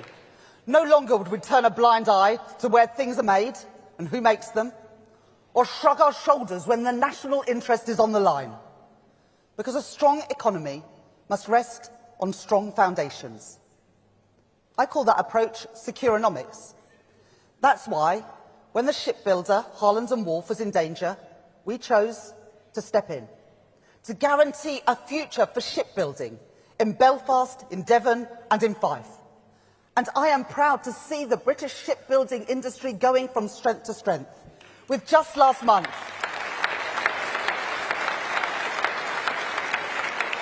a record £10 billion export order from Norway for Scottish-built frigates.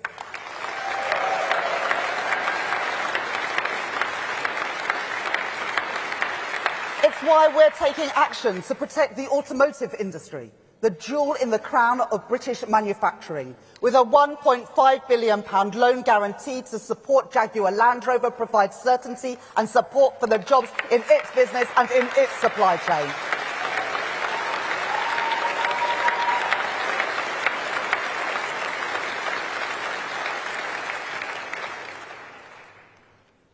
And in April, when the foreign owners of British Steel rejected our offers of support, redirected essential materials overseas, and prepared that company to close, we faced another choice. We could do what the Tories did and stand idly by while jobs and industrial capacity were lost, or we could choose a different path, to take control of that company in the national interest. That was not just an economic choice, but a test of our conviction, our patriotism and our Labour values. This government was not willing. This government was not willing, I was not willing, to tolerate a situation in Britain's steel capacity was fundamentally undermined. And nor was I willing to see yet another working class community lose its pride, lose the prosperity, lose the dignity that industry provides. So we chose to intervene, to save British steel and the jobs that go with it. The Tories would not back British steel, and they wouldn't back Britain's steel workers. But this Labour government is unequivocal. There must be a future, there will be a future for steel forged here on British soil.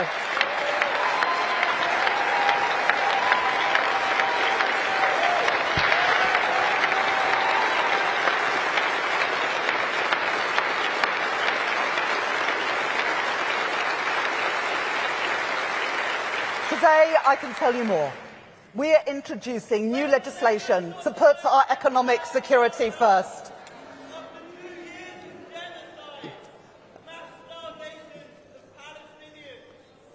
We understand your cause, and we are recognising a Palestinian state, but we are now a party in government, not a party of protest.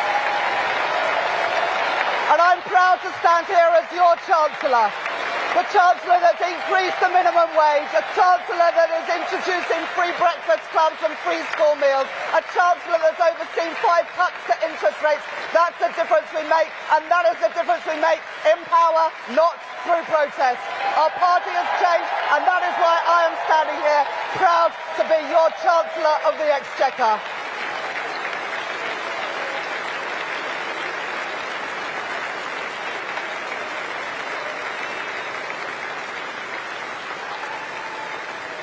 We're putting Britain first, empowering us to prioritise British-built ships and British-forged steel, strengthening our national economic security, and creating good manufacturing jobs here in Britain. Because where things are made and who makes them does matter. And as we build those new railways and new roads, the new power stations and new runways for this generation and the next, we want the security and the good unionised jobs that come from making things here in Britain. I promised you we'd run the economy differently. The Tories didn't do it and they still don't get it, but Labour does. So don't let anyone ever tell you that there's no difference between a Labour government and a Conservative government.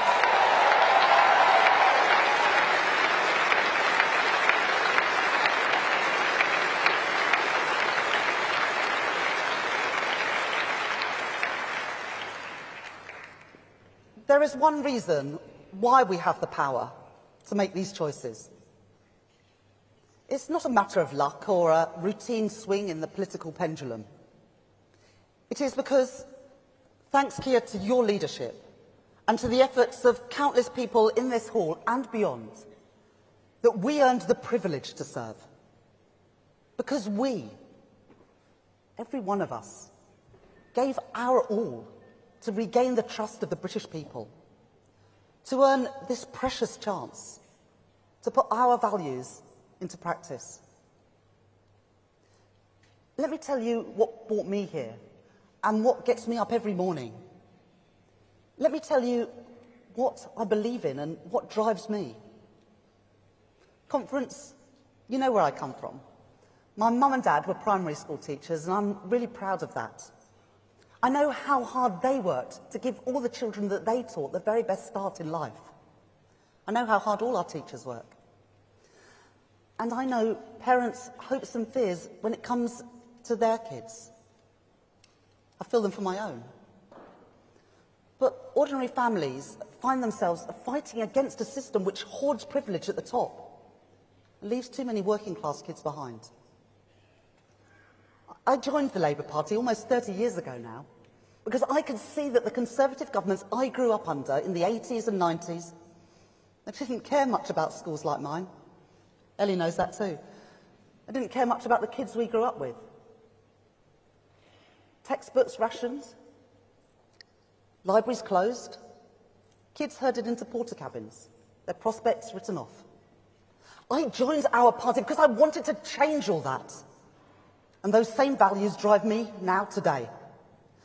Conference, I believe in a Britain founded on contribution, where we do our duty for each other and where hard work is matched by fair reward.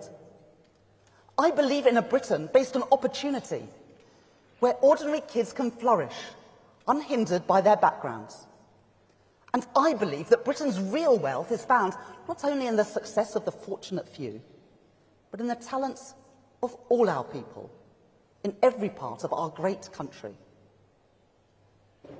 But, Conference, we all know that our shared values can only achieve things for ordinary people if we have the power to act on them and a credible plan to put them into effect. A plan fit for an uncertain world in which we find ourselves, not for the world that we wish it might be. A plan to build a stronger, more resilient economy, able to navigate this age of insecurity. No one said it was going to be easy, but take pride in what we are achieving together. Not just the pride in winning, but pride too in the choices we are making and the lives we are changing. Remember that in every single one of the 451 days that we have been in office, we have achieved more than in the more than 5,000 days that we spent powerless in opposition.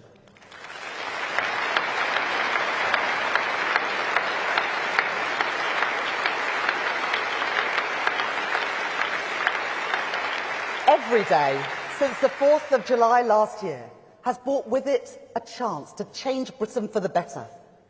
Creating Britain's first genuine living wage, getting spades in the ground on new road and rail projects, backing our communities to strengthen pride in place, including here in Merseyside with the reopening of Southport Pier, investing in homegrown British energy, freezing fuel duty, capping bus fares, recruiting new neighbourhood police, opening school breakfast clubs, expanding free school meals, lifting 100,000 children out of poverty as we do it, and delivering a pay rise, a deserved pay rise, to our nurses, our teachers, our police and our armed forces.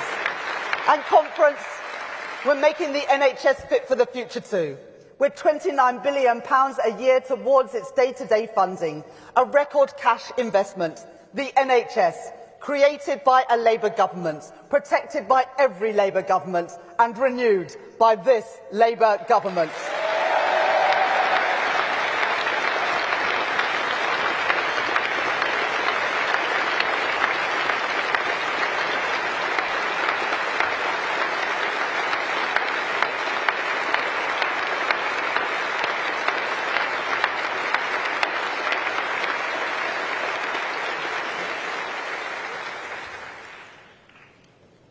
Let me tell you something else we will do. I remember as a kid that my school library was turned into a classroom because there were more students than there was space. Think about the message that that sends about a government's priorities. How little value is placed on opportunities for kids to learn and to grow, to explore their interests independently, or to find a quiet place to study that isn't always on offer at home.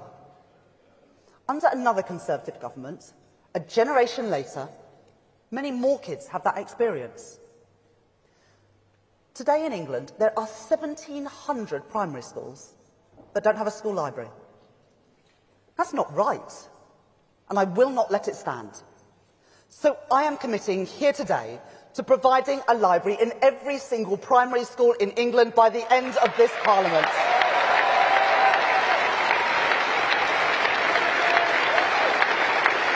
That is a statement of my values. That is a statement of the value that this government places on all our children's futures. So, Conference, the Tories don't make those choices. Reform would never make those choices. So take pride. Take pride in our values put into action. And Conference, don't ever let anyone tell you that there's no difference between a Labour government and a Conservative government.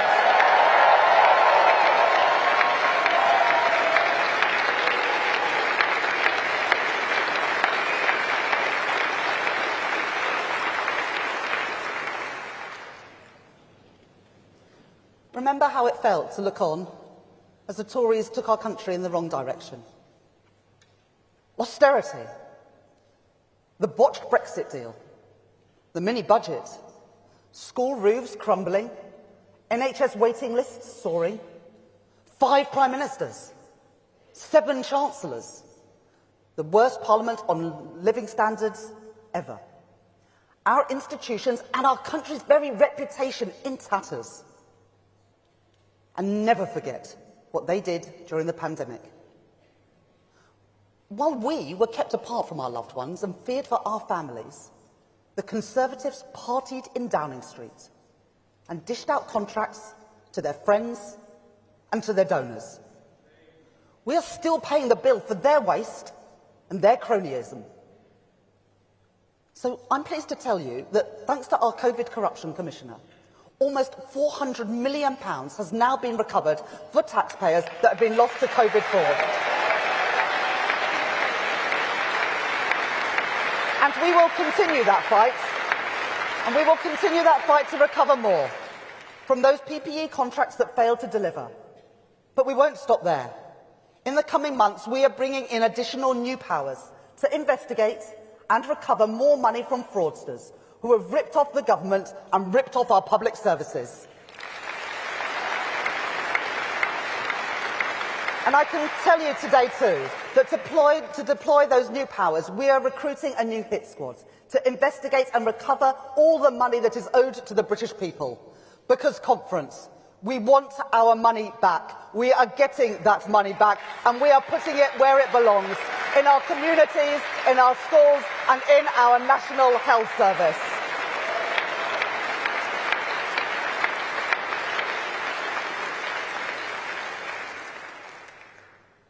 But the most enduring consequences of the Conservatives' time in office come from their economic failure.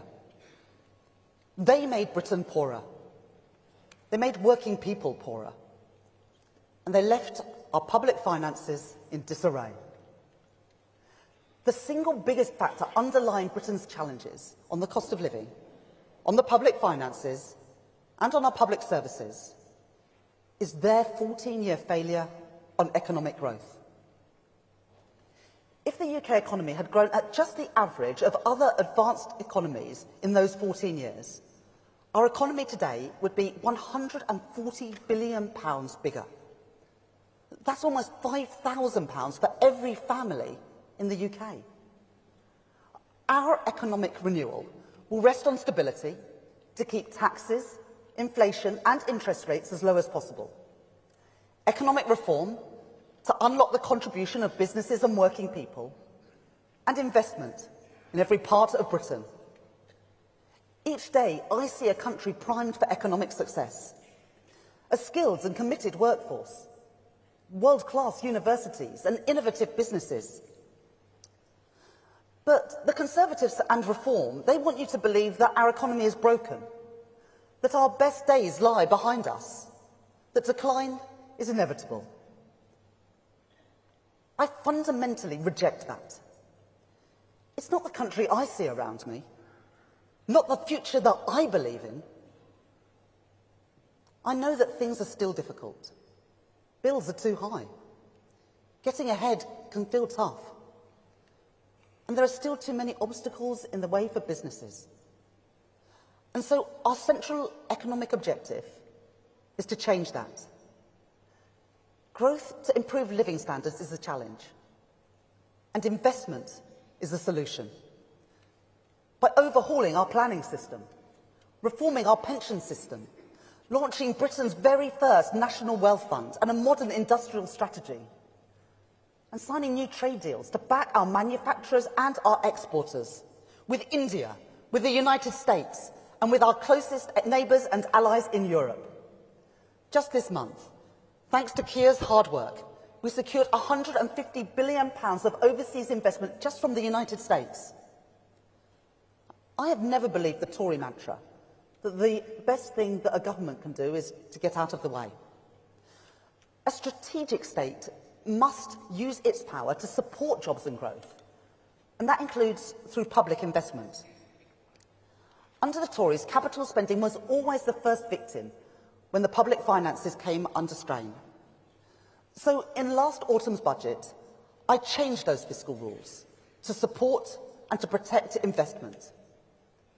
And alongside that, because I know that too often our regions outside London and the South East have not had their fair share of spending decisions, I rewrote those rules to support investment in every part of Britain. In place of decline, we have chosen investment. Investment in defence and the good jobs that come with that. In Plymouth and in Barrow, in Aldermaston and Lincoln, on the Clyde and in Rosyth. Investment in energy, in nuclear power, yes, and in carbon capture and storage too. On the Humber and on Teesside, in Aberdeenshire and right here on Merseyside. Investment in transport, including the biggest ever investment in our city regions. We're investing here in Merseyside, with new links in St Helens and major investment in Merseyrail, including a new station at Liverpool Baltic. We're investing in Greater Manchester, with new tram stops in Bury, North Manchester, Oldham and Stockport. And we're investing in West Yorkshire to power ahead with a mass transit system, linking Bradford and Leeds, the largest city in Western Europe without a light rail or metro system, but not for much longer.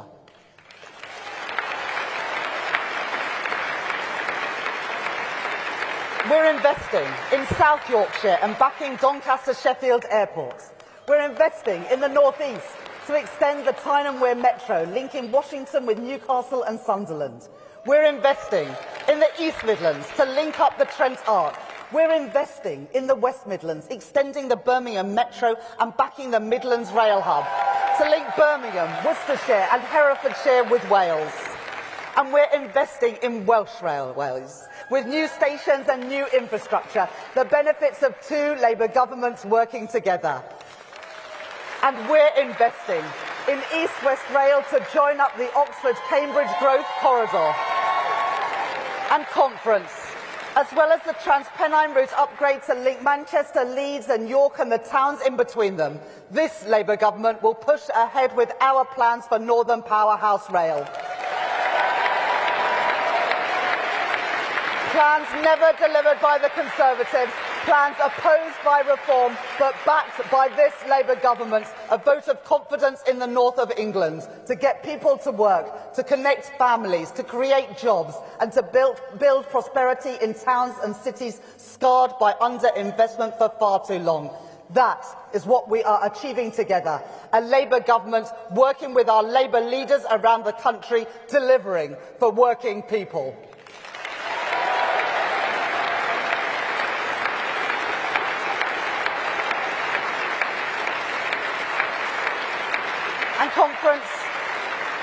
We're not just investing in defence and energy and transport. The housing crisis is one of the greatest challenges that we face. Every family deserves the security, safety and the joy of a good home. That is why we are powering ahead with our commitment to build 1.5 million homes in this Parliament. And any plan to match the scale of that housing crisis must involve a major role for social housing, which is why I allocated £40 billion in the spending review just a few months ago. The biggest cash investment into council, social and affordable housing in a generation. So, Conference, don't ever let anyone tell you that there's no difference between a Labour government and a Conservative government.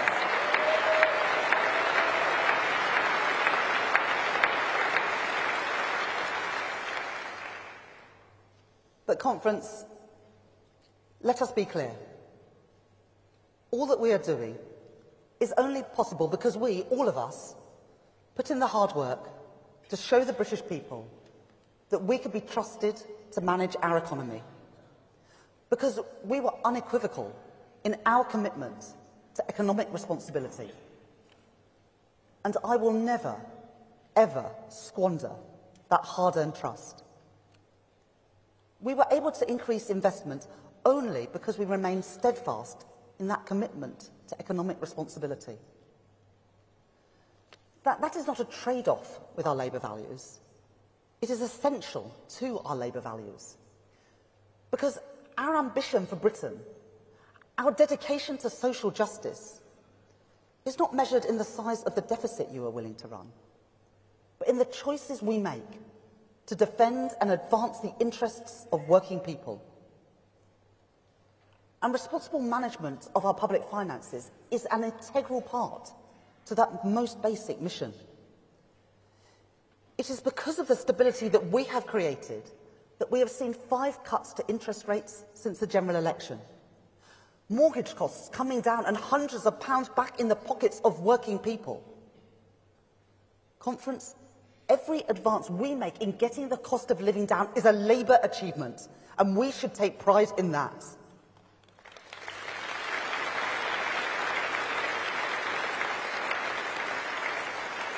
When I said that we must not and will not take risks with Britain's economic stability, that argument was not just for an election. Even now, with the global uncertainty that we have seen ripple through financial markets, there are still critics out there who would too readily forget the consequences of reckless economic choices.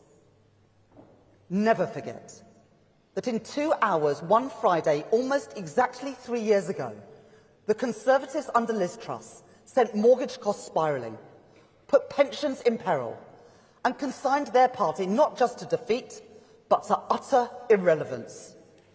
That was a warning. And the British people will not forgive any party that forgets it. Conference, let us reaffirm our commitment that we will never ever do what the Conservatives did to ordinary working people in this country.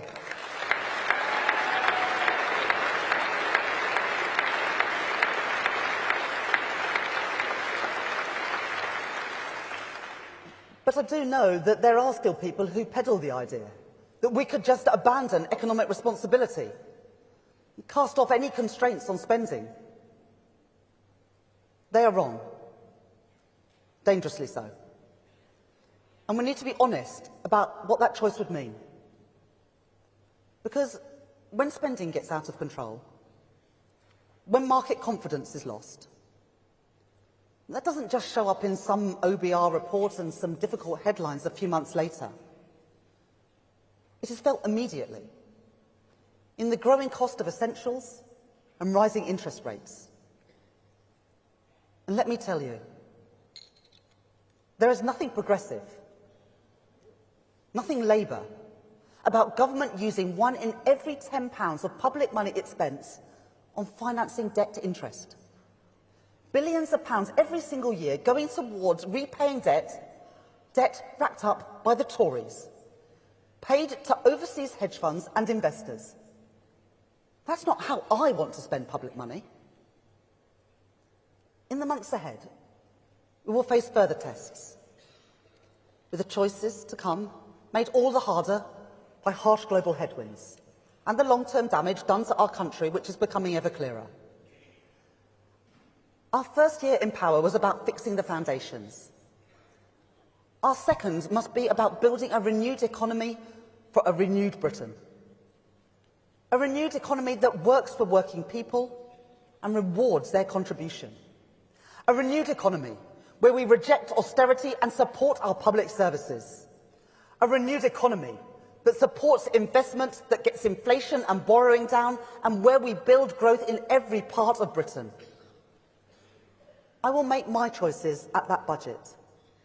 They will be choices to take our country forward.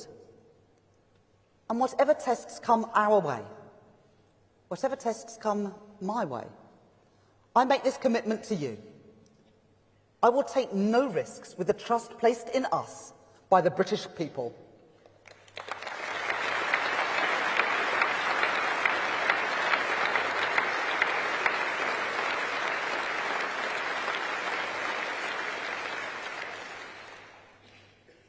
Remember everything that is at stake here. The single greatest threat to our way of life and to the living standards of working people is the agenda of Nigel Farage and the Reform Party. Whatever falsehoods they push, whatever easy answers they peddle, however willing they are to tear communities and families apart, they are not on the side of working people.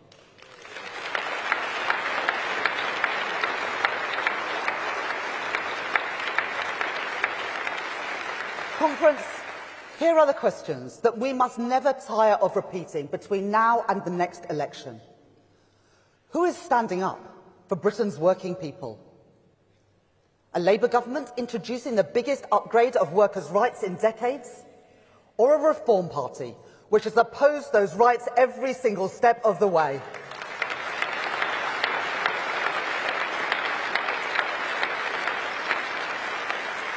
Who is standing up for Britain's interests?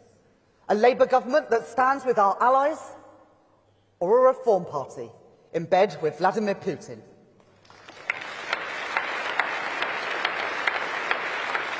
Who is standing up for Britain's economic stability? A Labour government resolute in getting prices and interest rates down, or a Reform Party that cheered on the mini-budget of Liz Truss?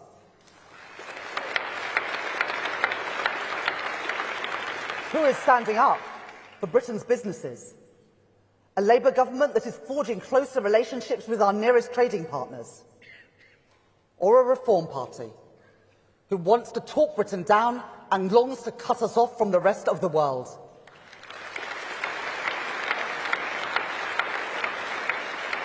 And who is standing up for Britain's National Health Service? A Labour government investing record amounts in our NHS, or a Reform Party opposed to the very principle of a publicly funded healthcare system free at the point of use? Every time, on every issue, it is Labour that is standing up for working people and standing up for our national interest.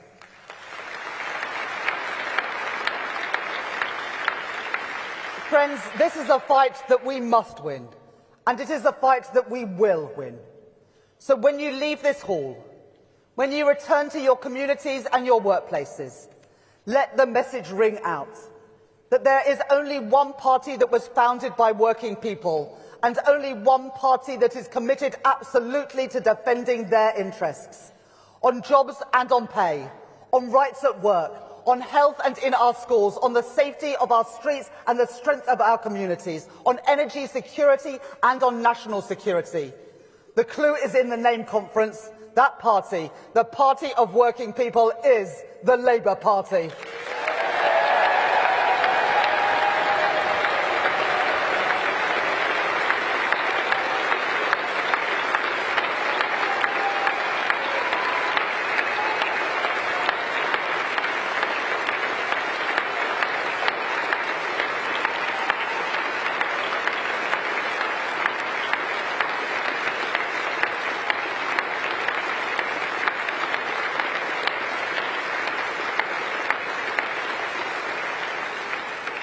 I'll tell you about my patriotism.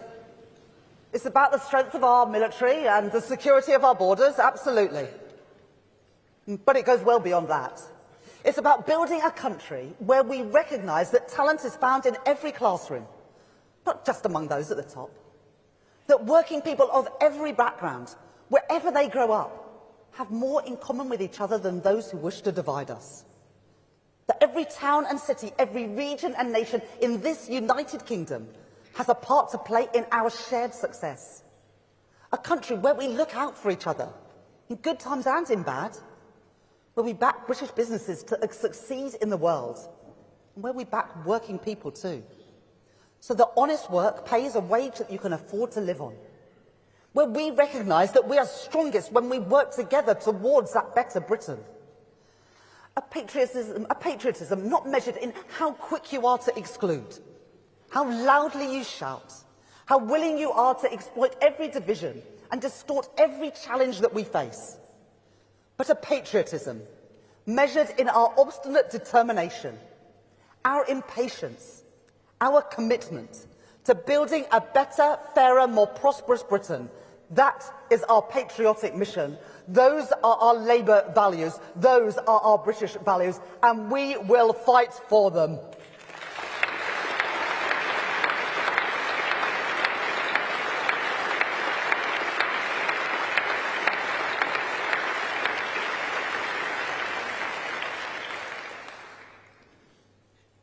Conference, never forget who we do this for. Before the summer, I was at a breakfast club in the north of England. It was 8:30 in the morning, and there was a little boy sitting on the floor playing with his Lego. He showed me what he was building. He was really proud of his project, and he wanted to tell me all about it. I enjoyed sitting with him and listening to him talk. Afterwards, one of the teachers said something that stayed with me. She said, "You know that boy, when he started coming to breakfast here, he didn't speak at all. He was completely silent." I was shocked, but maybe I shouldn't have been. Because stories like that are too common in Britain. And I thought about the money that we're putting into breakfast clubs. What does that pay for? Some toast and cereal, maybe some juice, an extra hour of a teacher's time to keep an eye on the kids. But what does it actually buy? For that little boy sitting on the floor absorbed in his Lego, it bought him more than food. It bought him an opportunity. The opportunity of time spent at school in a more intimate environment, where he could play and feel at ease. The opportunity to start the school day ready to learn. The opportunity of a better start in life, and with it perhaps the opportunity of a better future. Conference, that's what we all fight for. That's who I fight for. That's who this party is for. Kids like him. Families like his. I know that there is much more to do, and I promise you we will do it. But we should take pride in the lives already being changed by the choices that we have made. And let me tell you, there is no greater champion for working class kids than my friend and my colleague, our Education Secretary, Bridget Phillipson.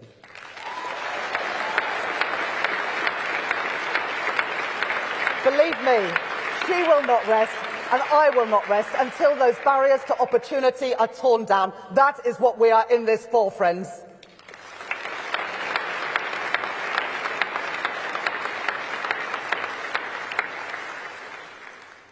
But those barriers don't just vanish the day a young person leaves school. The last Labour government supported hundreds of thousands of young people into work with its New Deal. But once again, under the Conservatives, too many young people found themselves trapped, frozen out of employment, education or training.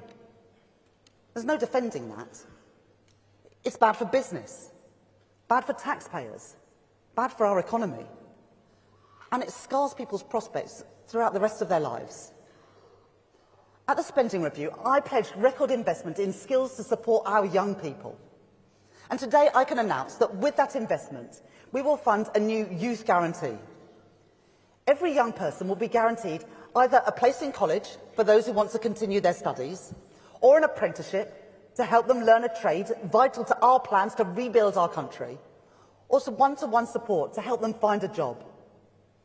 But more than that, our guarantee means that any young person out of work, education or training for more than 18 months will be given a paid work placement.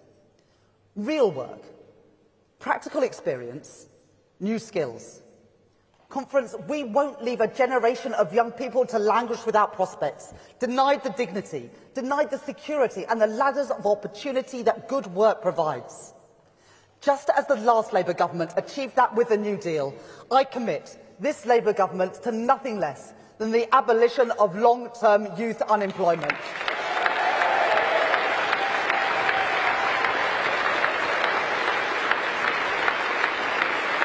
We've done it before, Conference, and we will do it again, and that is the difference that this Labour government is making.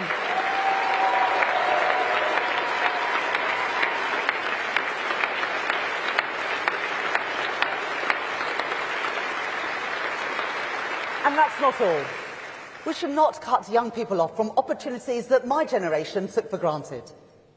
And that means rejecting the politics of isolation and division, for which our young people pay the gravest price.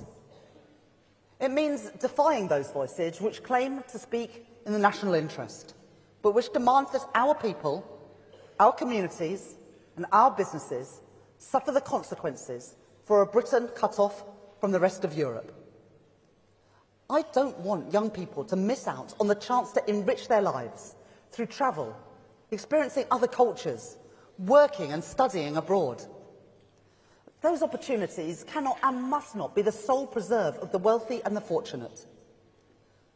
So, as well as making it easier to trade with Europe, as well as making it easier to travel in Europe, I can tell you today that we are working with the European Union to secure for young people in Britain the maximum economic and cultural opportunities available through an ambitious agreement on youth mobility.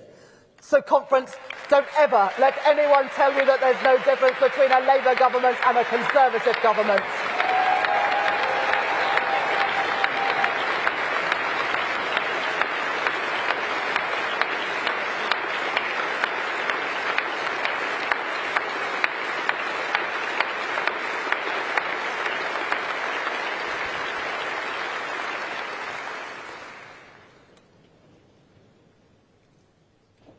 This year has brought its fair share of challenges for our party and our country. They won't be the last. We've turned our backs on the path of decline, and we've chosen investment. But there is further to go. So yes, I'm proud that under our watch, Britain has been the fastest growing economy in the G7. But is there more to do if we want prosperity in every part of Britain? Absolutely. I'm proud to have overseen wages rising by more in the first 10 months of this Labour government than in the first 10 years of the previous Conservative government. But is there more to do if we want to make working people better off? Absolutely. And I'm proud that we've recruited 2,000 new GPs, delivered 5,000 extra appointments and cut NHS waiting lists by more than 200,000. But is there more to do if we want an NHS truly fit for the future? Absolutely. And Conference, we are just getting started.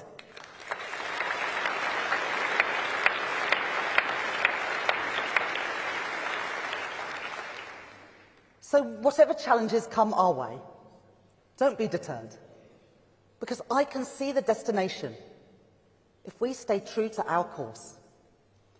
A Britain where every child can flourish, no matter their background or their parents' jobs or where they grow up. And never let anyone tell you that there's no difference between a Labour government and a Conservative government.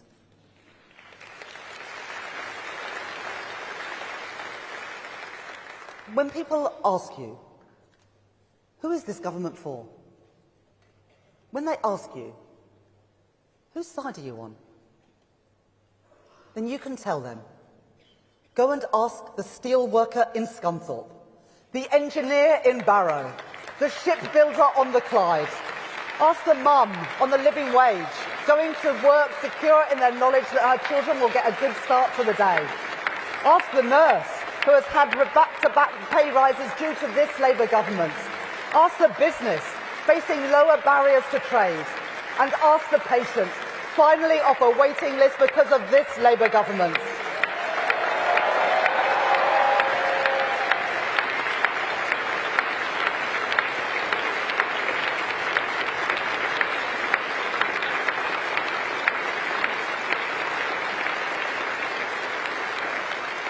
There is further to go. But whatever tests confront us, have faith. Because our party and our country have overcome greater challenges than these. Have faith. Because the opportunity to serve is what we came into this for. Have faith, knowing that this Labour government will not rest. I will not rest until our patriotic cause is realised. In a Britain that prizes contribution, that unlocks opportunity, that silences the nagging voices of decline. And never let anyone tell you that there's no difference between a Labour government and a Conservative government.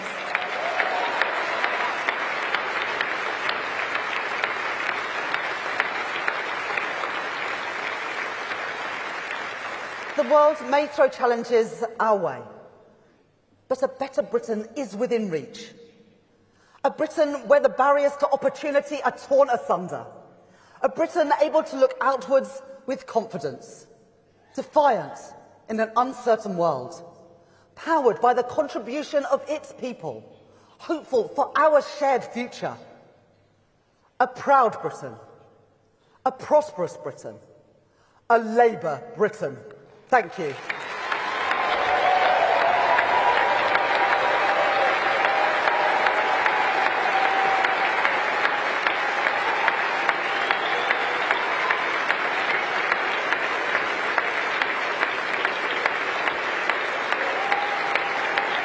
Thank you, conference.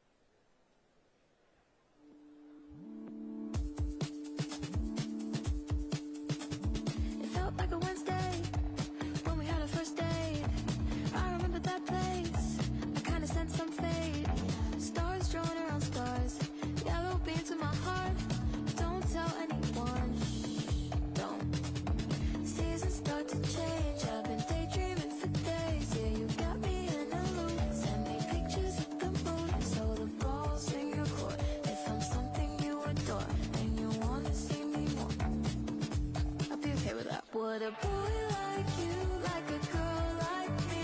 Doesn't matter if we don't know where this leads. Would a boy like you, like a girl like me? Like a girl like me, like a girl like me.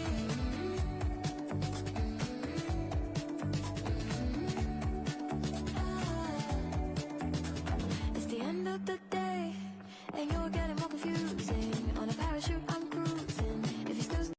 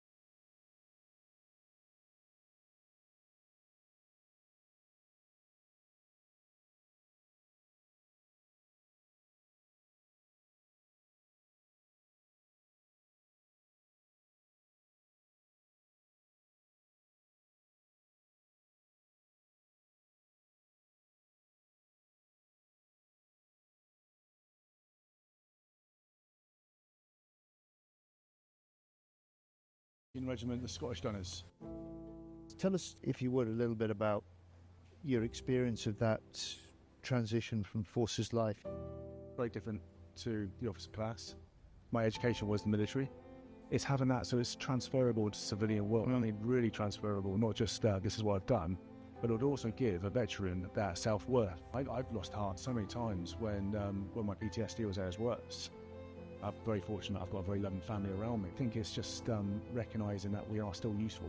One of the biggest things I think we can do as a government is help with that year-long transition period. I think that would be a phenomenal step forward. That's super important because the thing that goes, and you touched on it there, is the community.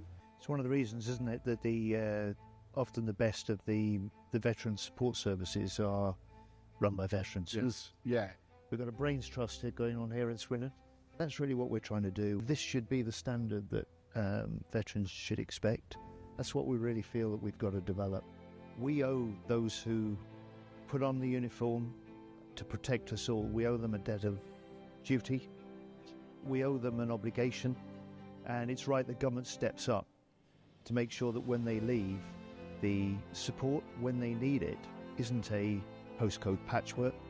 That's why we're putting in place a new UK support service for veterans, backed by one of the biggest programmes of funding that veterans have seen. Coordinate what's there already, but make sure we can fill the gaps for the future.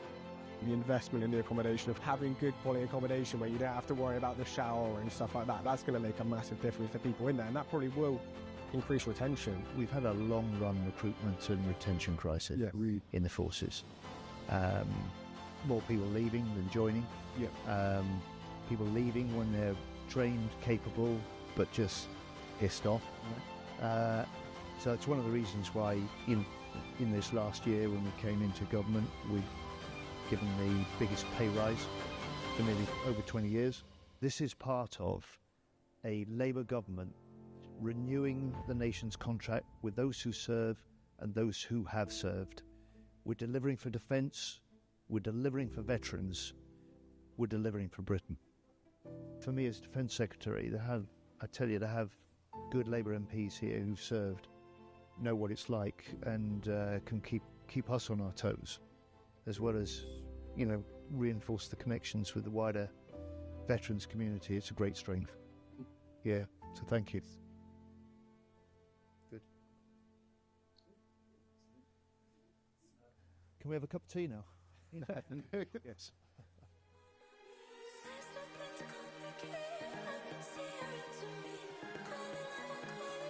I wanna feel your body here.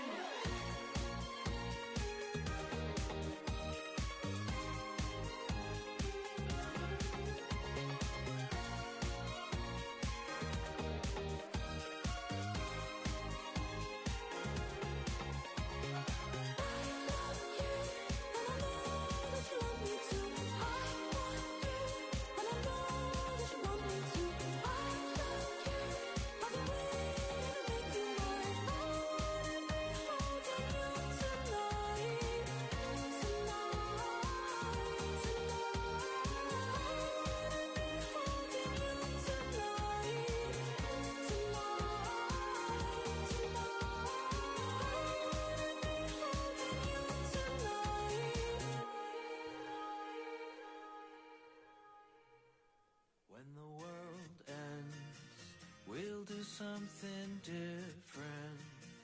Comfortably living, passengers and company. It takes practice, the method is in the madness. Spark enough and something catches.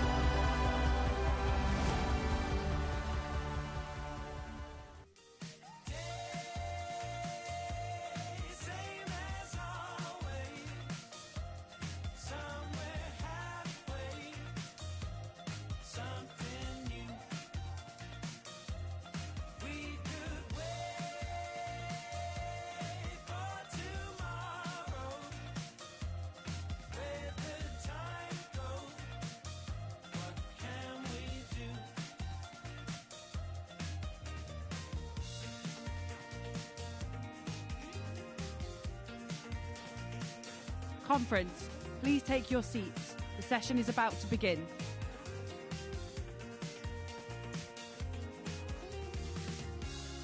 All the possibilities,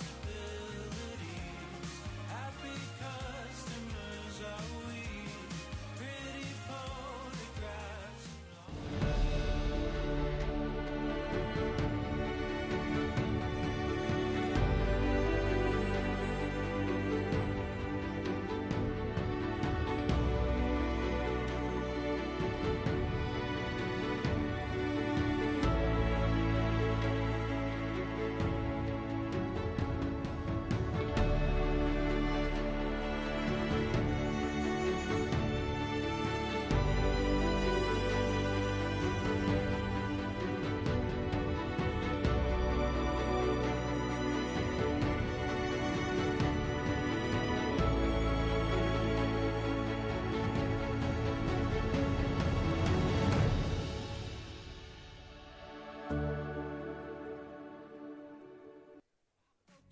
Before I even saw your face, no it ain't the bubbles, it's your wave, sugar, coated, triple glazed. Down there below, I see heaven miles away. Ain't scared of heights, no gravity in outer space. On another level, elevate higher, Timmy Taylor.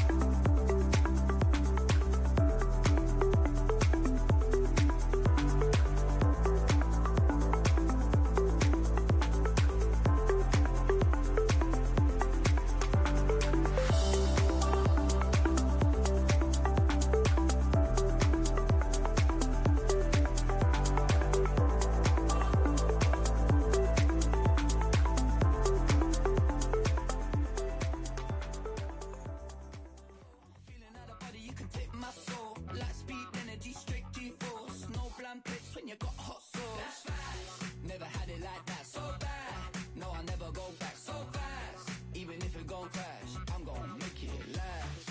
Stimulated when the tempo changing. Oh, I can't explain it. Tell me what's this feeling? It's taking me high. Oh, it's taking me high. We can get high. But we keep going up, going up, going up, going up, going up. I keep going. Going up, going up, going up, going up, going up. Conference, please welcome Peter Mason and the Platform Party.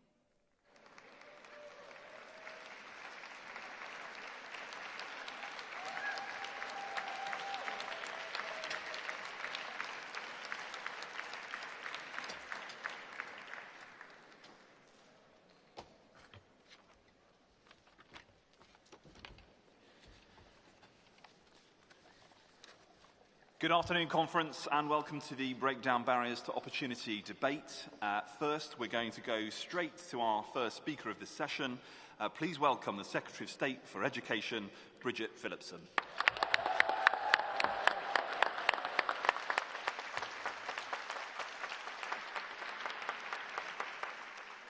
Thank you, Conference. Sometimes people tell me, as I'm sure they tell you, that there's not enough hope in our story. Not enough ambition, not enough vision. So let me start with a story about Alan, an FE teacher I met back at home in Sunderland. Alan had taught for over 30 years. The lads that came through his classes hadn't come from much. For many, Alan was the first father figure they had ever known. For many, their background dictated their destiny. No one had given those lads a chance. Now, so many of you know that story. For so many of us, that is our story. But Alan was different. Alan gave them a chance. He didn't just teach them a trade. He taught them to believe in themselves when they had given up. He taught them the power of opportunity, of education, to give them the freedom to choose their own path in life. And one day in the supermarket, Alan told me he got a tap on the shoulder. It was one of those students, one of those lost boys that Alan had nurtured, one of the many he had given the chance to train on a building project started by the last Labour government. The years had passed by, but the path Alan set him on had brought him success. He'd worked his way up through a local firm, and Alan's guiding hand meant he could start his own business, take on jobs not just in the North East, but further afield. It meant that he could buy his first house for him and for his wife. Without Alan, he said, he just wouldn't have made it. He would have ended up, like too many young people in our country, denied the freedom to choose their own path. And that story is the story of education, of opportunity, of the change Labour brings, of government not as something to be feared, but to be welcomed, not something to be cleared out of our lives, but as a force for good, for each of us and for all of us. And our Labour government is our chance to show that our country, with its proud history, has a bright future too.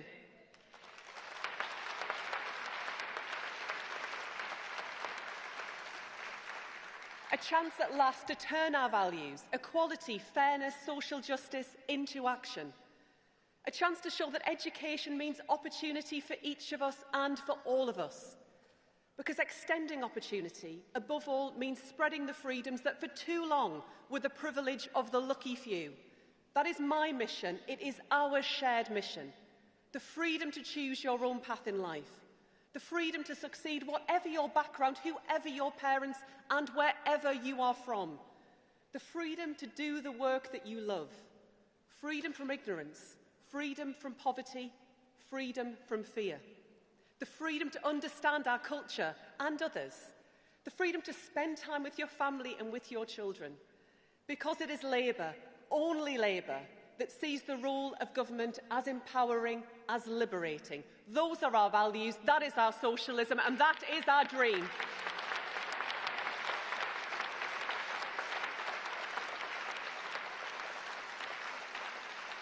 And conference, something else. It is only Labour that sees education, sees those opportunities as about the people of tomorrow, not just the workers of tomorrow. The artists and the scientists, the teachers and campaigners, the match goers and the museum goers, carers and parents, the activists, the volunteers, the voters. The Britain that we are building is a Britain rich for them, rich in every way and rich for their families. That is our vision and that is our dream.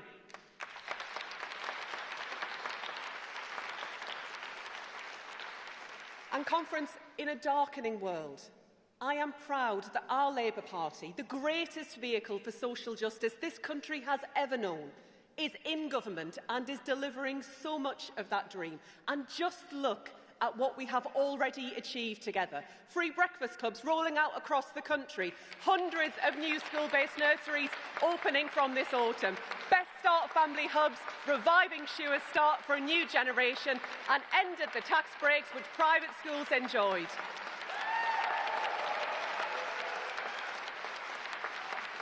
New technical excellence colleges open for learning, 30 hours free childcare for working parents, tackling top-up fees in our nurseries, thousands of new teachers recruited, the largest ever uplift in the early years pupil premium, turning the tide on school absence with 5 million more days at school last year, opening up access to tens of thousands more apprenticeships. Proper pay rises for our teachers, 2 years running. Promises made, promises kept, our values in action.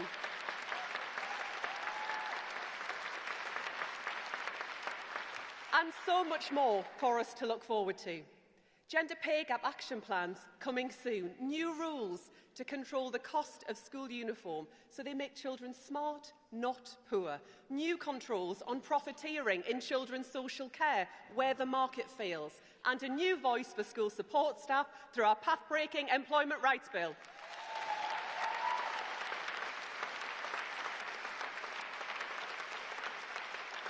And free school meals for another 500,000 children. The change that we are bringing so our children have a brighter future. Conference, this is what we have already done together, fixing the foundations, clearing up the mess that the Tories left behind. And we are moving to tackle the generational challenges in our system, supporting children with SEND to succeed, with fresh investment and new facilities, supporting their parents, their families, doing all that they can to get their best for their children with additional needs, while Reform tell them that their children are just badly behaved, that their parenting is poor. Turning the tide on how working-class children do at school, because no one should be left behind because of their background.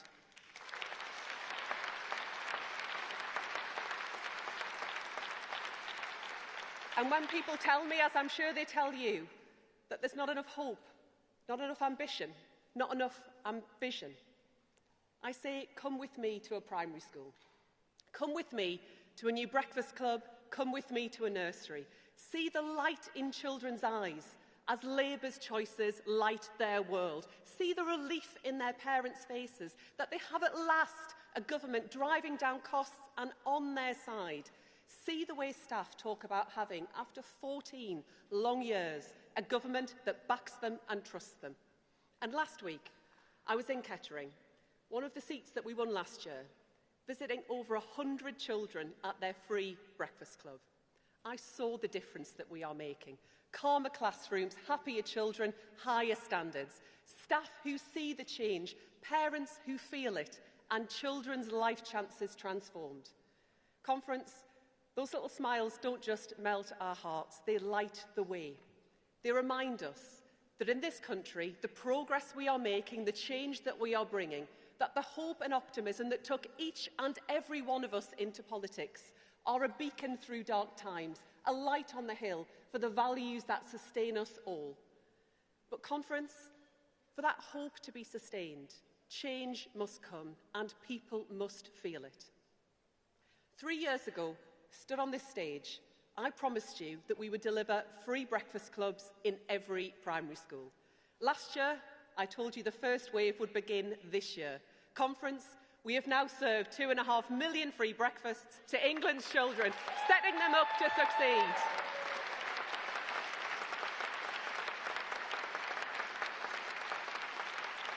Giving their parents work choices and our children life chances. And this year, I am proud to tell you the full national rollout of our free breakfast clubs will begin from April, with more schools joining then and even more from September.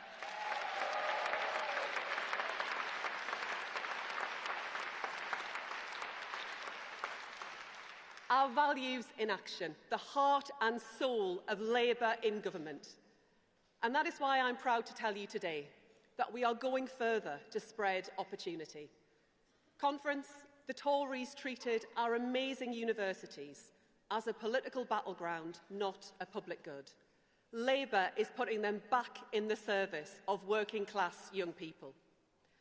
Last year, I took the decisive steps we needed on university finances. So opportunity is there tomorrow for all who want it. But I know, you know, that we must do more. So that is why today I'm announcing that this Labour government will introduce new targeted maintenance grants for students who need them most.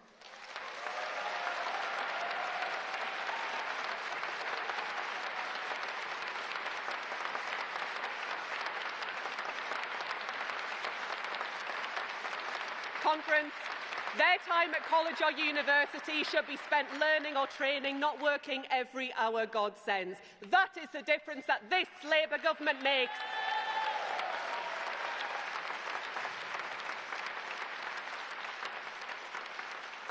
Conference, all of these changes, all this delivery, we do these things not simply to win elections. We do them because they are right, because we believe in them, because time and again we turn our values into action.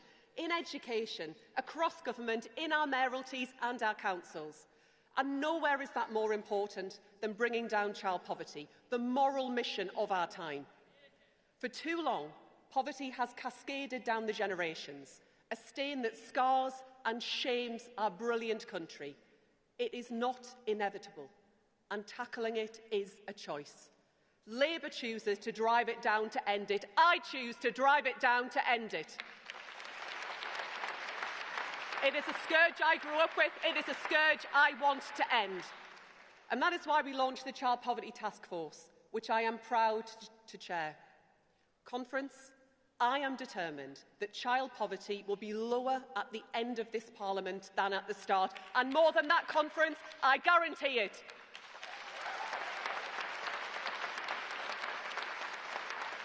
By giving every child the best start in life, my focus in government, my lodestar, and the driving moral purpose of our party. Conference, their dream, their better tomorrow. That is Labour's dream and their future, ours to win. Thank you, Conference.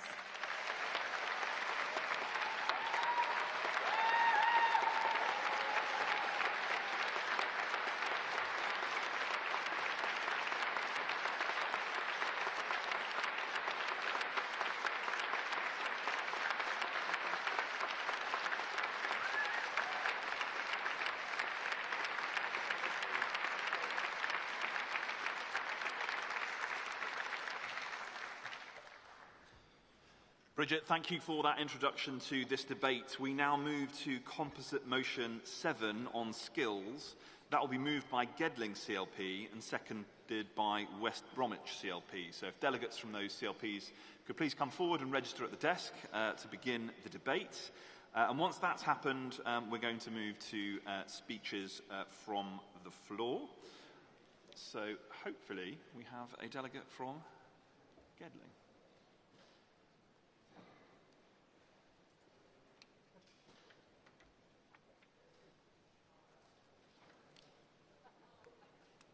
Just as a reminder, Conference, if you are called to speak, please do go to the desk to register.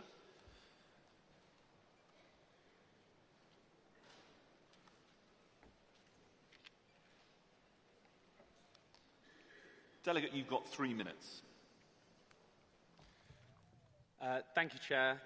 Conference, my name is Richard Fletcher. I'm a second-time delegate and first-time speaker.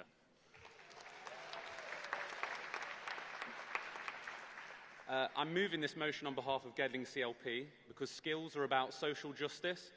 For too long, working-class young people have been denied opportunities that should be theirs by birthright.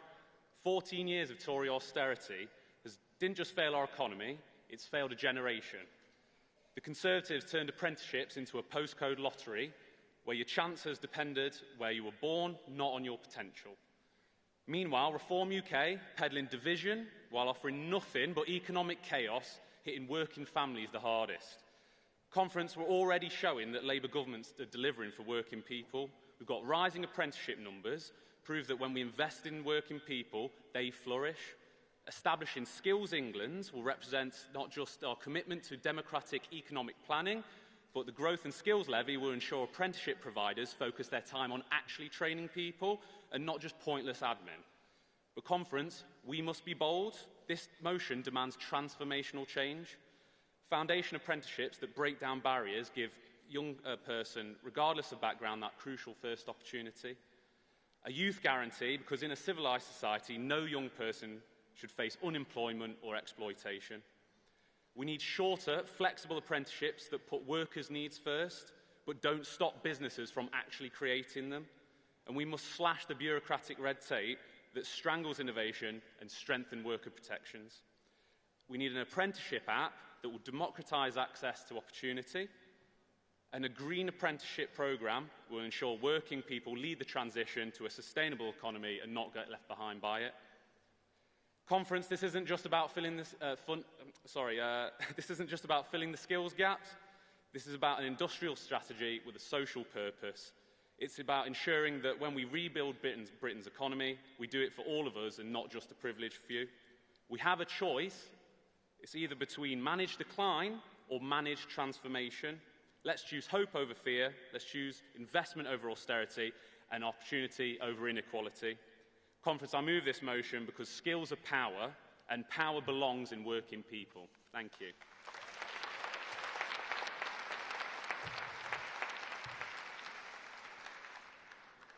And to second the motion, West Bromwich.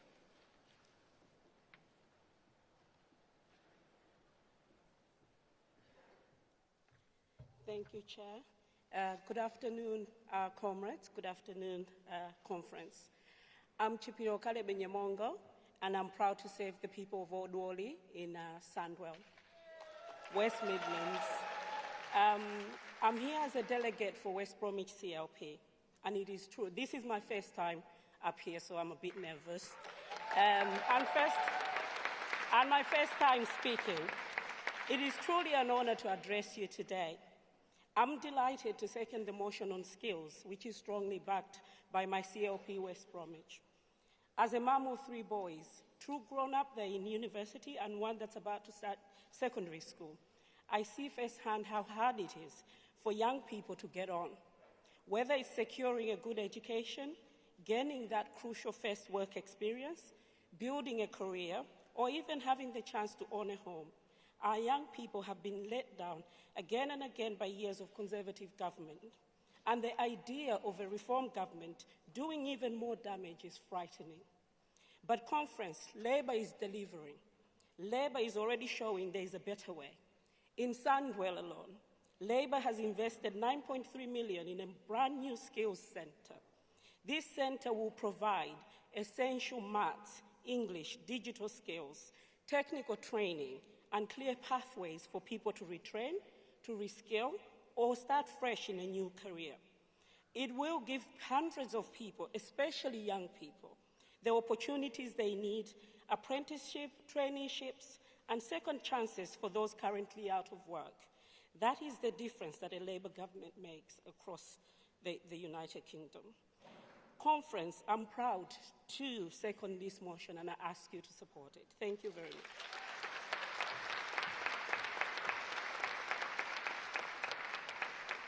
Thank you, Delegate. We will now move to speeches from the floor. I'll ask delegates to indicate, and we'll take them in rounds of 3. I see, let's go for a delegate. I should see a delegate there.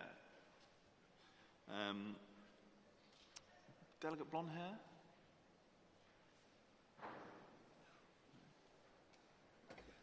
He had his hand up. No? Okay.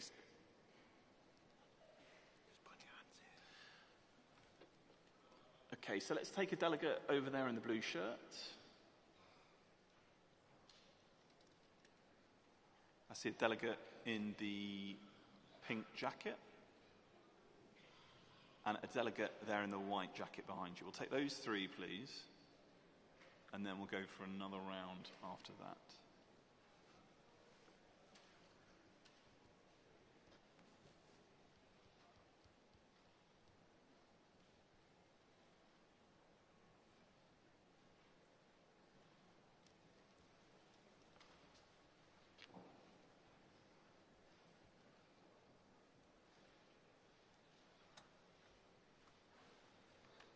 Go ahead, Delegate. Good afternoon, conference. My name is James Diamond. This is my first time at conference and definitely my first time speaking.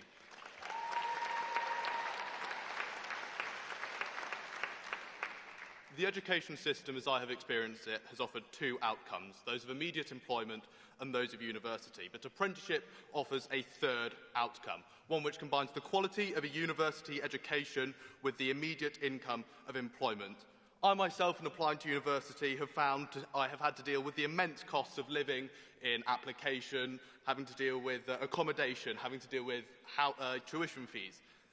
Apprenticeships can circumvent these costs completely, and an expanded system of apprenticeships can give people like me, who had dismissed the opportunity almost completely, an opportunity to find an apprenticeship they are interested in an area they want to work in. The Labour Party is the party of inclusivity, and that especially means economic inclusivity. And that is what apprenticeships represent. They are a strong break from the traditional dichotomy of work or education. They offer a stable path to high-quality work for many of the most disadvantaged people in our population. I have seen many people in my age who would much rather be working with their hands than learning about the Battle of Hastings. Apprenticeships give people who are disinterested in a traditional education a chance to do an education which is useful and interesting to them. Fundamentally, these boost productivity as they give gainful employment. However, they are currently highly competitive and sought after, especially for young people barely out of school. It is an underexplored opportunity, and that is why it is the responsibility of this Labour government to ease the path to apprenticeship. We must rebuild the social ladder, which has been kicked out from under the feet of working people by the Conservative Party, who wish for the only path to success to be through a university education. As for Farage, he did immediately go into work, and that was work in commodities trading in the City of London. That is not a man who has the educational interests of working class people at the core of his message. However, this Labour Party does have those interests at the core of its message, and this is what a motion which supports apprenticeships does. So I call upon you, Conference, to rebuild the bottom rungs of that ladder so that people today can have the hope of a better future and a better life than their parents who came before them. Thank you.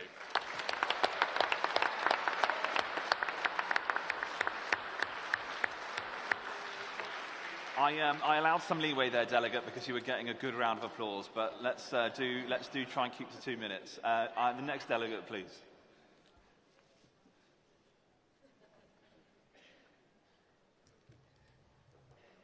Good afternoon, Conference. I'm Philippa Roll from North West Hampshire CLP. I'm second-time delegate, first-time speaker. Thank you. I'm a director of an IT change and digital training company. Apprenticeships are an important and growing part of our service portfolio, and I'm so excited to see that they are at the heart of this Labour government's Break Down Barriers to Opportunity initiative. As a mentor of business analyst apprentices, I've seen firsthand how well-designed, practical, work-based learning programmes, which are supported by employers, can unlock young people's potential. They grow not only in knowledge and skills, but in confidence and self-belief. And from my experience, they blossom. But apprenticeships must not be seen as a quick fix to a short-term skills shortage. They mustn't be seen as a source of cheap labour, as they were under the Tories, particularly for unscrupulous employers. They must be a catalyst for a talent pipeline, which will help our country's industries meet their current and future skills needs. As importantly, they must offer our young people from working class backgrounds truly life-changing opportunities. We need to seize this opportunity to move further and faster, to increase flexibility, reduce the barriers to entry, and slash that red tape, which does create an unnecessary admin overhead for training providers and apprentice employers.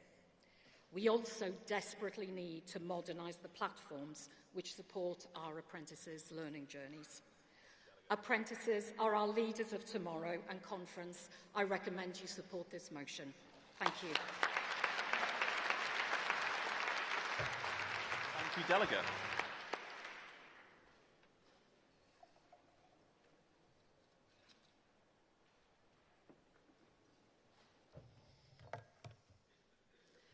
Good afternoon, Conference.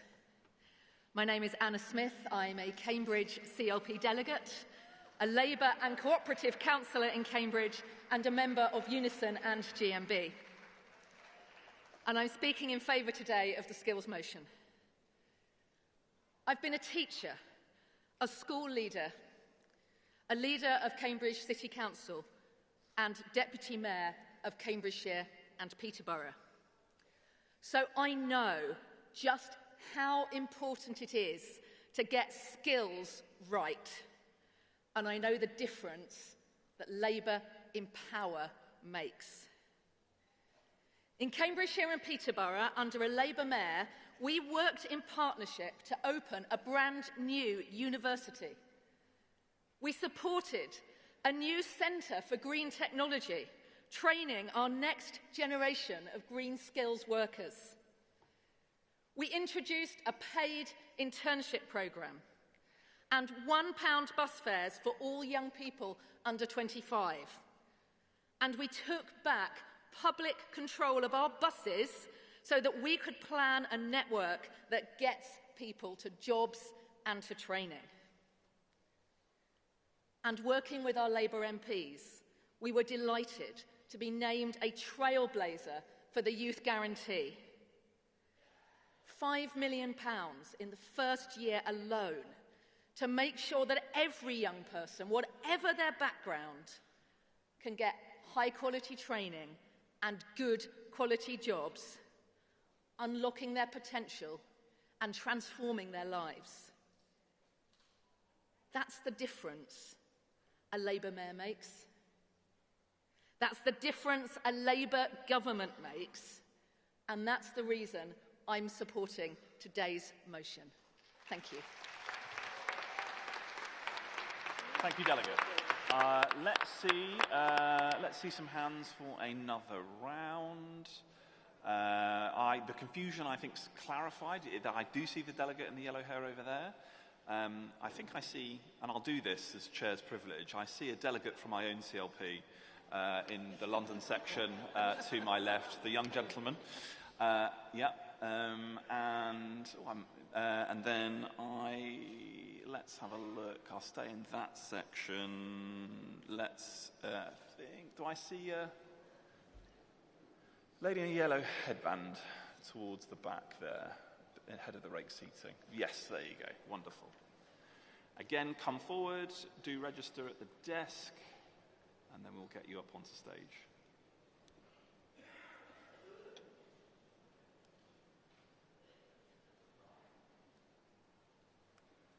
Thank you, Delegate. You've got 2 minutes.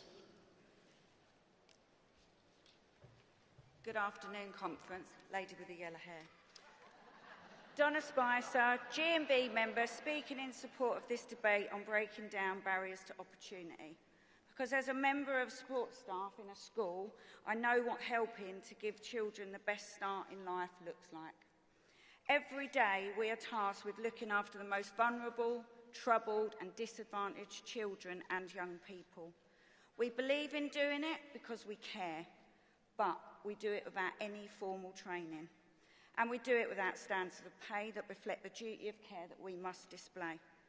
This has a detrimental effect on the mental health of many of our members.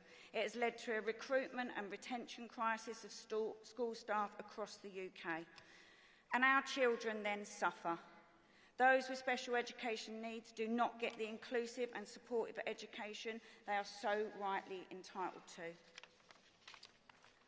We need Labour's reinstated school support staff negotiating body, the SSSMB, to set fully funded and nationally agreed fair rates of pay, conditions and training standards for all school staff.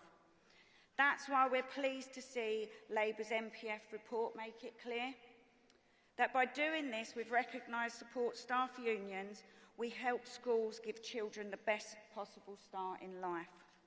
Because when the government reforms special educational needs provisions in schools, they cannot do without school support staff. Congress, the SSSMB, cannot come soon enough. We must get on with it and we must get it right. Thank you, conference.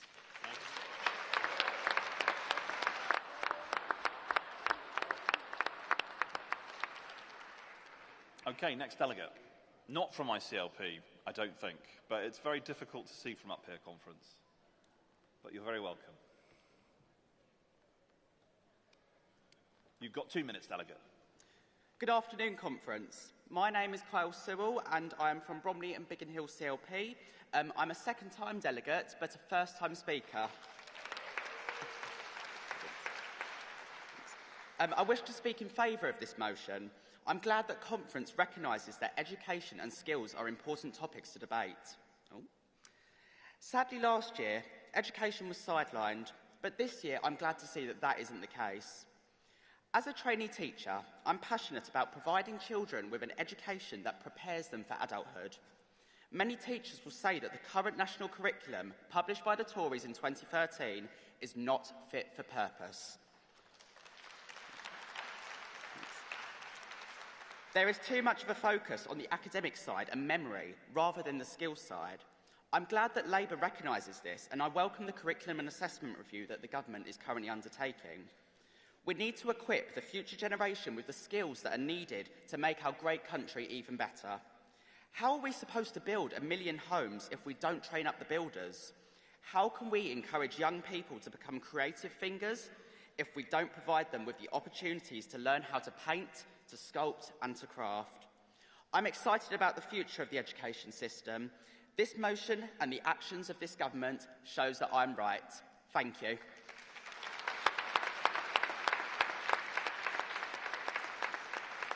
Thank you, Delegate.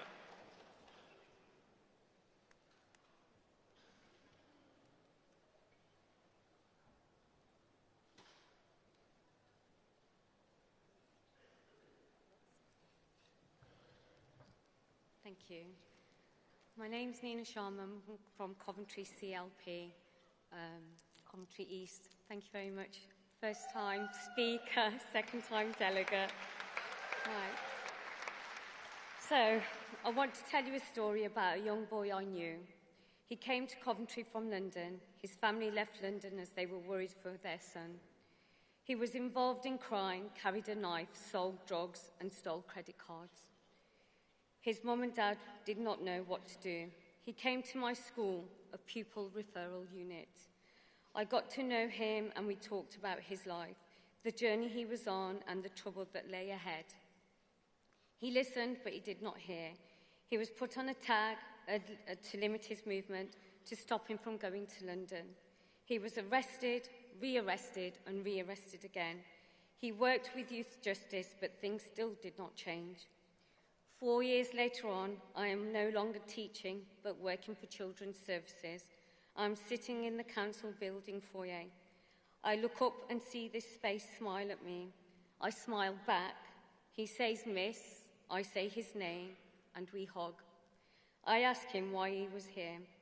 Now, this is why the story has meaning.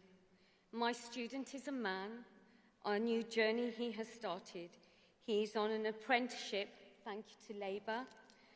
He's got an apprenticeship, the first one in the country. He's now working with Coventry Youth Justice. They saw his ability. They saw his ability, his skill and knowledge. They gave him a future, direction and a place to belong.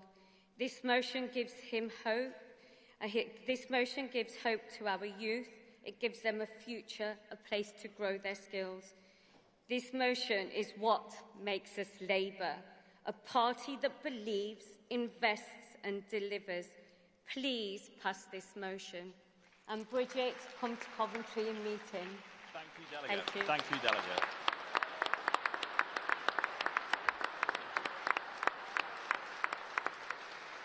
Conference will take one more round in this debate. I see the young gentleman in the red tie just in front of me there.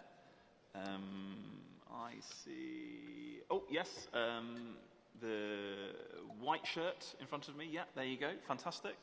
And let's look back across the room. Yes, I'll take you at the back there. Great. Okay, do come forward. And 2 minutes. Thank you very much, Delegate.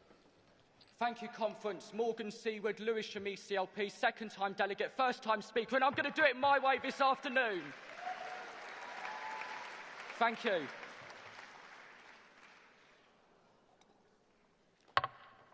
So, Conference, I want to talk about Composite Motion 7.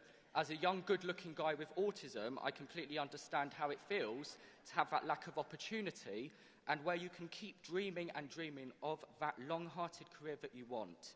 I'm really glad that Labour in government, particularly as they're going to take this amazing community-wide approach that we all deserve, which will not only improve inclusivity and expertise in mainstream schools, but also ensuring that people like us could be able to have those brilliant dreams that become that reality. With Labour in charge, change for the said community is coming. With Labour in charge, Change for mental health services is coming, and yes, more importantly, with Labour in charge, change for all of us is coming. So conference, please support composite motion number 7, and together we can stand tall, we can face it all, and we can do it our way, Labour's way. Thank you. Good night.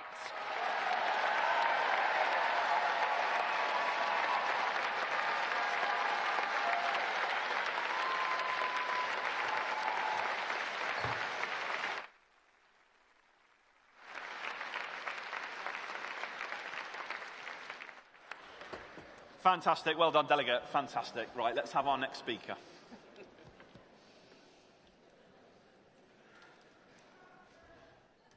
Hello, Conference. My name is Esther Smith, Shrewsbury CLP. I'm a first-time speaker and first-time delegate. This is such an important motion. 14 years of neglect means that our young children and people have been left an economy that leaves people low-skilled and in low pay. This is worse for the deaf community. And Conference, I would like to use this opportunity to highlight the real barriers that deaf people are facing daily. Annual reports since 2011 have consistently shown that the attainment gap between deaf and hearing pupils is not narrowing. I express my gratitude to the very skilled BSL interpreters signing this conference. They are working hard.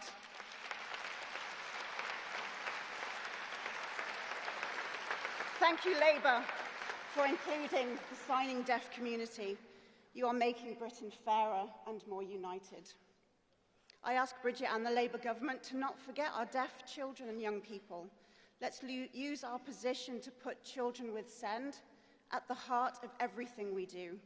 So, Conference, please support the motion, but also call on the government to do more for our deaf children and young people.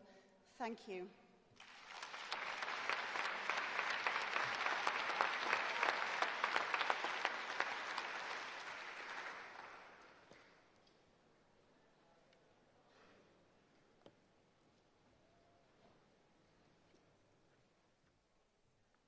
Good afternoon, Conference. My name is Chancellor Damilola Ojiri from Northwest Leicestershire, currently the selected Mayor of Ashby-de-la-Zouch 2025 and 26. Second-time delegate, second-time speaker. I'm speaking to support Motion 7. We are entering an AI-driven economy where tools and platforms are changing as fast as ever. In this world, learning by doing is essential, and apprenticeships are the best way to keep skills relevant. Recently, I was at a fair in Northwest Leicestershire, and I noticed something worrying. While there were many opportunities on display, there was no mention about AI pathways. At a time where artificial intelligence is reshaping every industry, this gap is what we're not fully preparing for. We're not preparing our young people for the jobs in the future. If we do nothing, we risk three things. Our children will be left behind, businesses will turn abroad and bring in people for skill gaps, and there will be growing frustration among young people, and they will feel shut out of the economy and opportunities. However, the solution is clear. We create apprenticeships that train young people to work with artificial intelligence and not against artificial intelligence. We prioritize British students for roles in technology, healthcare, and finance, and we make apprenticeship accessible and visible so that every child sees that it's a first-choice route to success. This is not just about jobs. It's about fairness, stability, British competitiveness, and by investing now, we can give our children the skills and the confidence to thrive in an AI-powered future. Thank you very much.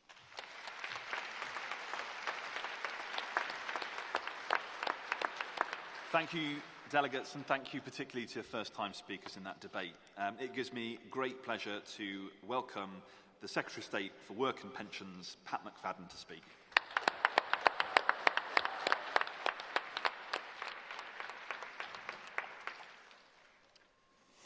Thank you, Conference. And as you know, I've been around a time or two. And a long time ago, back at the start of the 1980s, yes, not far back, as a teenager, I went to the People's March for Jobs rally in Queen's Park in Glasgow, near where I grew up. It was a time of high unemployment, factories closing everywhere, hope was in short supply. But in the midst of all of that, people organised themselves to march, to say that they wanted the pride and purpose that came with having a job. Now, that march and that aim were in line with Labour's history. It is a long time ago, but now, many years on, the task for me and for this Labour government is to once again put work at the heart of our mission for the country. Because Labour's mission has always been to match the good society with a strong economy, to give people a chance, not a grievance. And we who steward that mission today stand on the shoulders of those who made change before us. People who built the NHS, created the welfare state, lifted millions out of poverty. The twin goals of opportunity and security have run through every Labour government. 100 years ago, the very first Labour government, in office for only a matter of months, made the rules fairer for the unemployed. Attlee's government created not just the NHS, but the modern welfare state and national insurance, the principle that people pay in when they can and benefit when they need. Wilson's government, comprehensive education and expanded state pensions, a recognition that opportunity must start in the classroom and security must extend into old age. And in more recent times, Tony Blair and Gordon Brown reformed the welfare state, brought in tax credits, and created the New Deal to take people from welfare into work. And with the national minimum wage, they created the greatest anti-poverty measure in modern times, something we should always be proud of.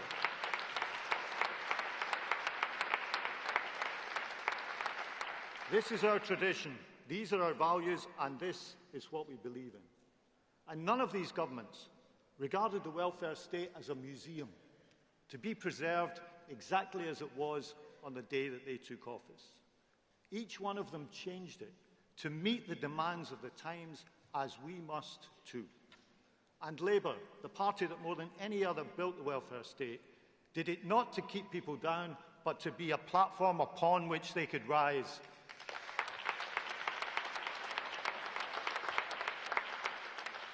We built the NHS not as a charity, but as a right. Auto-enrolment, because we wanted security in retirement for all workers. And now, in this Labour government, we will rebuild work as the foundation for dignity, independence and pride. Because let's face the truth, the Tories left us a welfare state that was broken, battered, shamed. They talked about welfare reform, but what did they actually do? They promised to make work pay and then trapped families in poverty. They spoke of compassion and sent children to school hungry. They talked about responsibility and left millions on benefits. That's not responsibility. It's not a hand up, and it's not a system that should just be left as it is.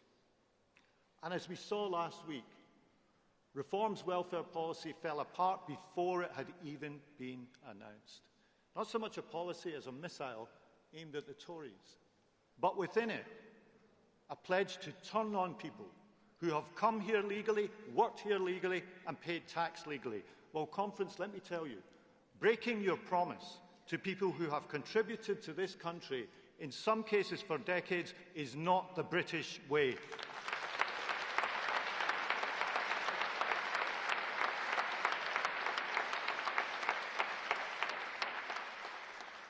So the right can wage war on one another. Our job is different. Our job is to wage war on the hopelessness and the lack of belief that they left behind. Because we believe in a system which has work at its heart and support when times are tough. A Britain which gives security in retirement.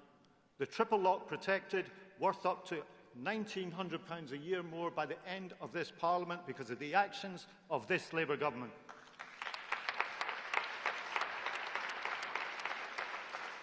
A Britain where no child should go without food, no disabled person should live without dignity, and no worker should labour without decency. And it's that which drives us to extend free school meals, to provide new pathways to work, and to guarantee a decent living wage. So here's our mission. We will turn this Department of Work and Pensions into something new. Not a system that counts the cost of failure, but one that invests in success and protects those who need it most. And we will give this mission a name. Not a dependency welfare state, but the opportunity welfare state.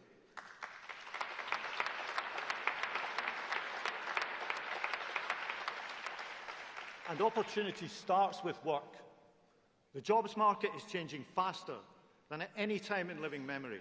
Many of the jobs in it today didn't even exist 20 years ago, and that pace is only going to increase as AI both creates jobs and replaces old ones. And if we just stand back and let that unfold, we will be failing in our duty to give people hope in a changing world, because the task of leadership is to prepare for the world that's coming, not just the one that we have today. And that is why skills is at the heart of our economic plan.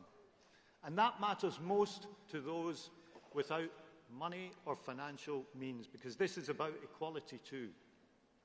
Conference, fighting for opportunity is an act of rebellion against people's fate being decided by their circumstances.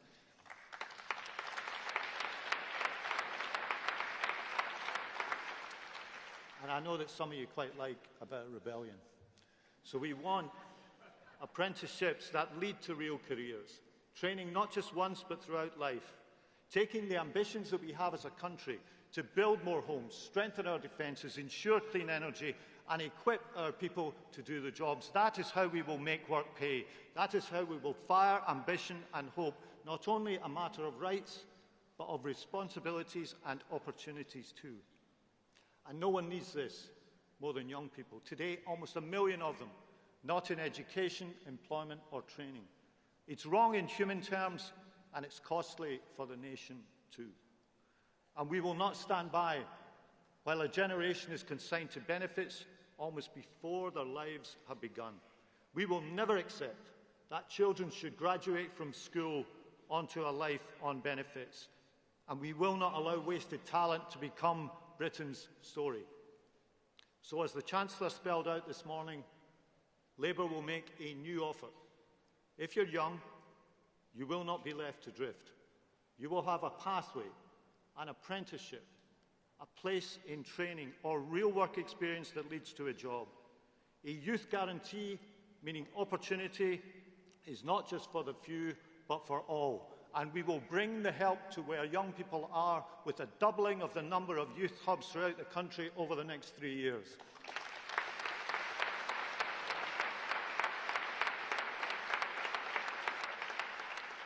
And with that opportunity comes responsibility too, to take up the training, the apprenticeship or the work that is offered. And the Youth Guarantee is how we will offer every young person a chance to get up and get on. And of course, every person who's in work, who's no longer on benefits, not only has a better life for themselves, but it's better for the public purse too. Our pledge is to pay for better chances in life, rather than just paying people to survive. Because when young people succeed, Britain succeeds. When working people thrive, Britain thrives. And when work is fair, secure and properly rewarded, then Britain is stronger too. This is our tradition, and our task now is to recast it anew. Because let me tell you, Conference, this battle between opportunity and grievance is with us. It is the fight of our times and the fight that we will wage in the coming years. So let us be ambitious. Let's offer hope to those who feel forgotten or who can't see a clear path to the future. Renew the bond between work and the welfare state. Make work the pathway to dignity, security and pride. And in doing that, Conference, together let us build that opportunity welfare state. Thank you very much.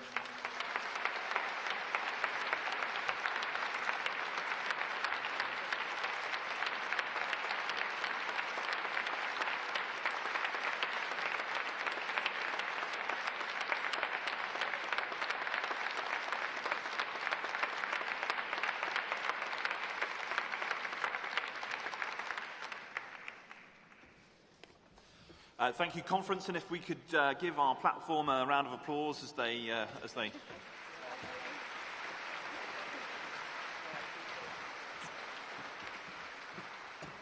And now we begin the Safe Streets debate, and we're going to welcome immediately to the stage our Deputy Prime Minister and the Secretary of State for Justice, David Lammy.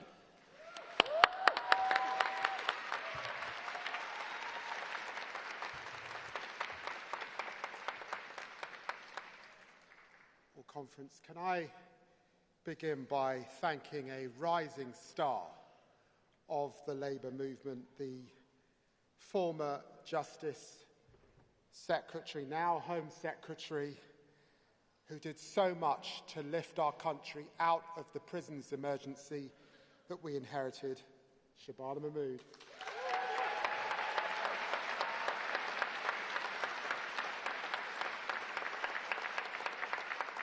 And also my wonderful ministerial team, Sarah Sackman, James Timpson, Alex Davies-Jones, Jake Richards and Alison Levitt. Thank you so much. Thank you.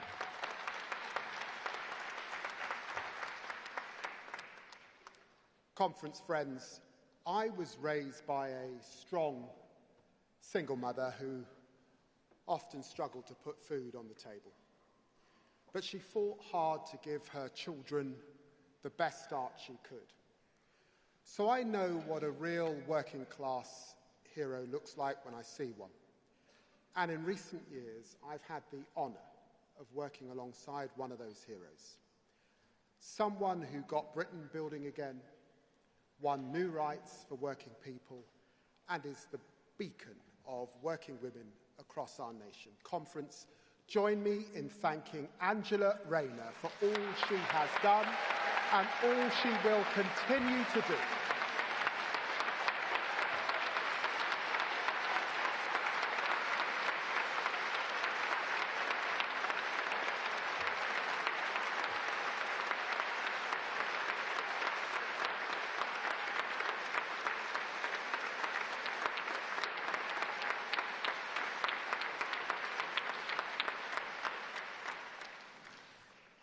And let us pay tribute to another working-class hero, a titan of our party. He helped deliver the Kyoto Climate Change Agreement.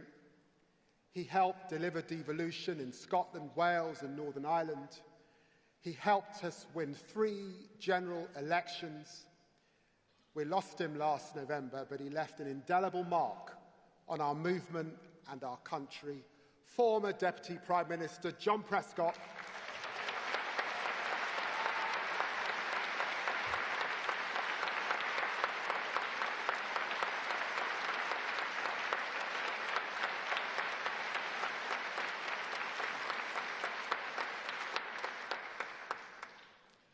And now I want to tell you a story about the difference that the Labour government makes.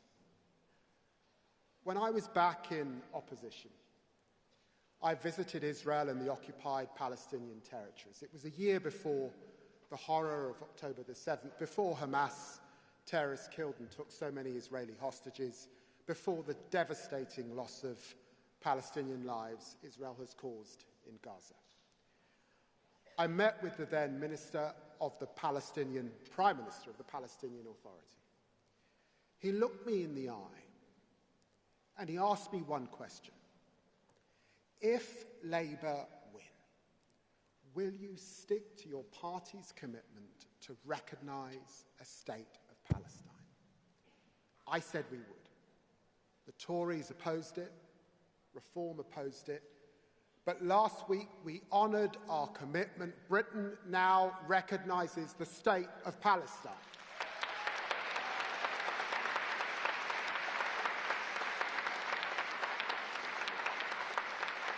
This is the difference. A Labour government wakes. This horrific war must end. The hostages must be released. We need a two-state solution because the Palestinian cause is a just cause. Israelis and Palestinians must be able to live side by side in peace with equal rights, equal dignity, equal freedom.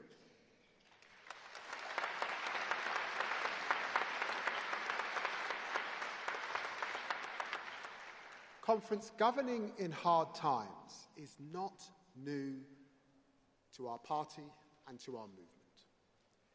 In 1947, as Attlee's Labour governed out of the ashes of the Second World War, rationing continued to bite and the public was growing weary. But did Attlee, Bevin, Morrison wring their hands? No, they built the National Health Service, new towns and the welfare state. In 1967, Harold Wilson's Labour faced devaluation, and the very next year, the ugly rise of Enoch Powell. Did Wilson retreat? No. He championed the white heat of technology, the open university, the Equal Pay Act. And back in 2000, when I entered Parliament, Tony Blair's Labour at that point was facing fuel protests. And you might remember the Women's Institute booed Tony at a conference street. Did we give up? No.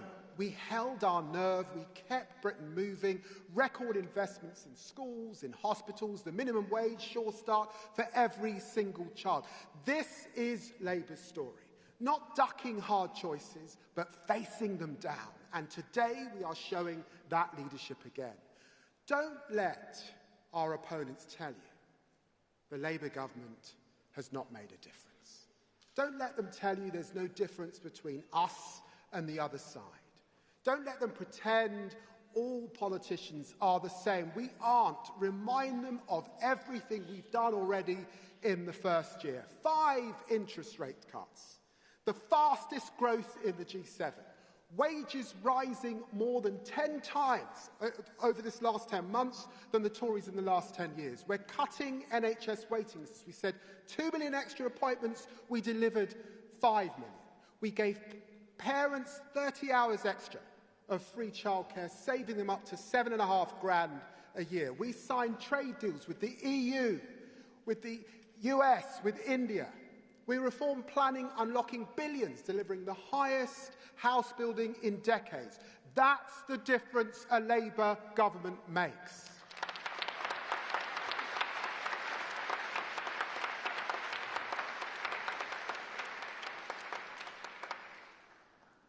And Conference, I know that you know, after my friend Khadija Say died on the 9th floor of Grenfell Tower along with 71 others, I was the first to call for an inquiry.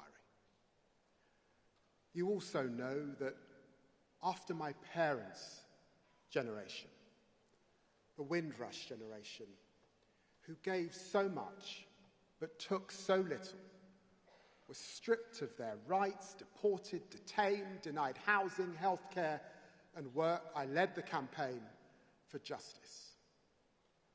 So it was the honour of my life in my first weeks as Deputy Prime Minister and Justice Secretary to meet with the Hillsborough families and bring the Hillsborough law to Parliament. So here in Liverpool, I say working people seeking justice will never walk alone again. That is the difference a Labour government makes.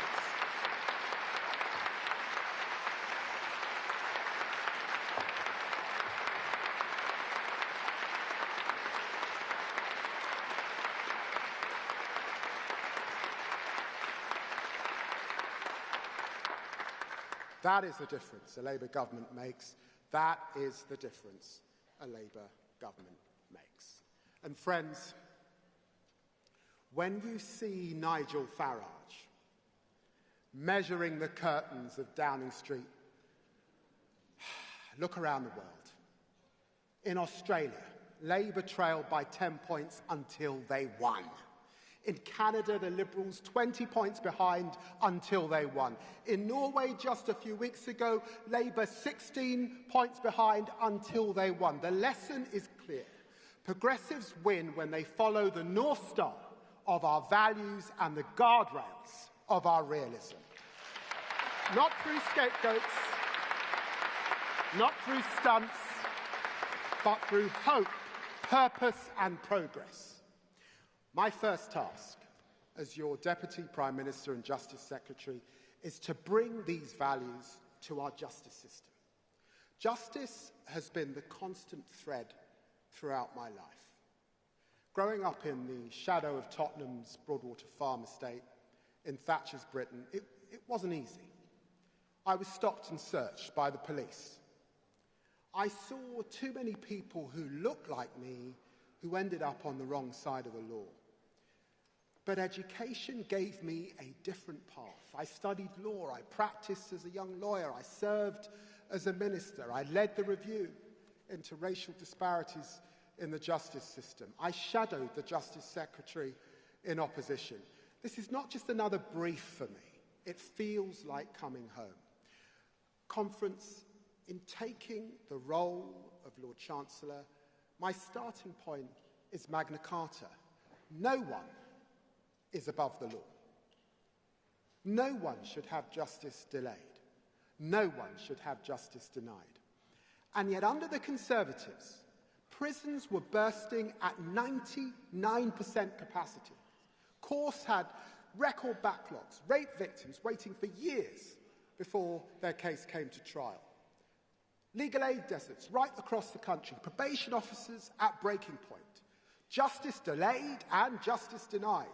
That is the Tory legacy we have been left to fix. So, Conference, this is how we're going about putting it right. First, we've got to rebuild trust, because justice is not a slogan. It means the victim heard, not silenced. The woman fleeing violence safe, not turned away.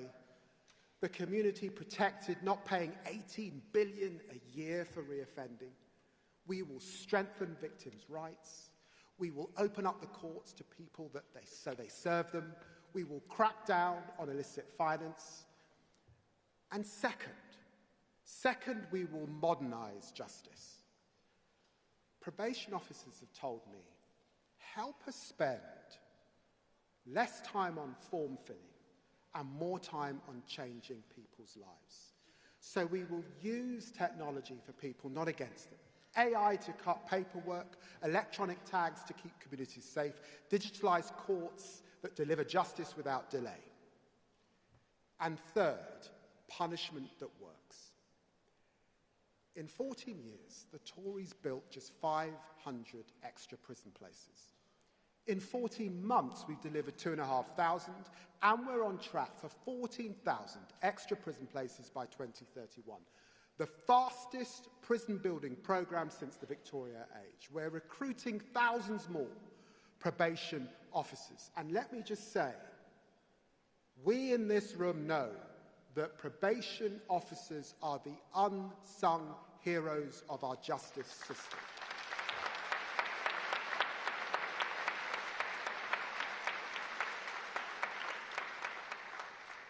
We're reforming sentencing, so justice is not just about locking people up, but turning lives around. If you go to prison addicted, we will help you clean up. If you go into prison without skills, we will help you train up. And if you go into prison without a chance, we will give you an opportunity. Our Labour Party will never give up on the power of redemption. Working hand in glove with the National Health Service, the DWP, with businesses and industry, with Alcoholics Anonymous and Narcotics Anonymous, because justice is not the work of one minister. It is the project of a nation united in its pursuit of fairness. While others divide, we will build coalitions that work.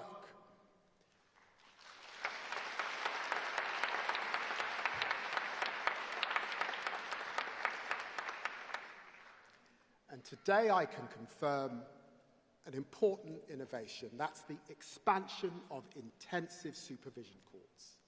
For too long, our criminal justice system has been stuck in a cycle. Short sentences that change nothing.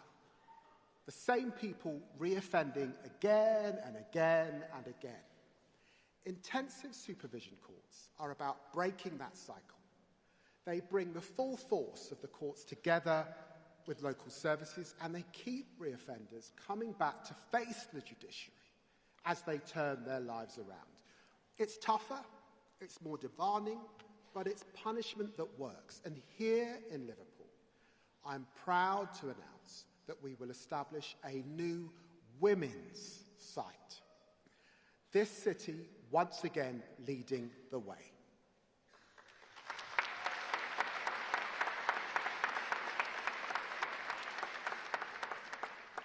And let us end the lie about one of Attlee's greatest creation, legal aid. The myth of fat cat lawyers is destructive. Legal aid lawyers are not rich. Many are paid less than nurses, teachers, and the police who rely on them in court. They are the high street lawyers of Cornwall and Tottenham, Liverpool and Leeds, serving their communities for much less than they could earn elsewhere. I'm so proud that Hillsborough law means never again will grieving families be left without a lawyer when the state lines up against them. Conference, this marks the biggest expansion of legal aid in a generation, backed by the biggest investment in a decade.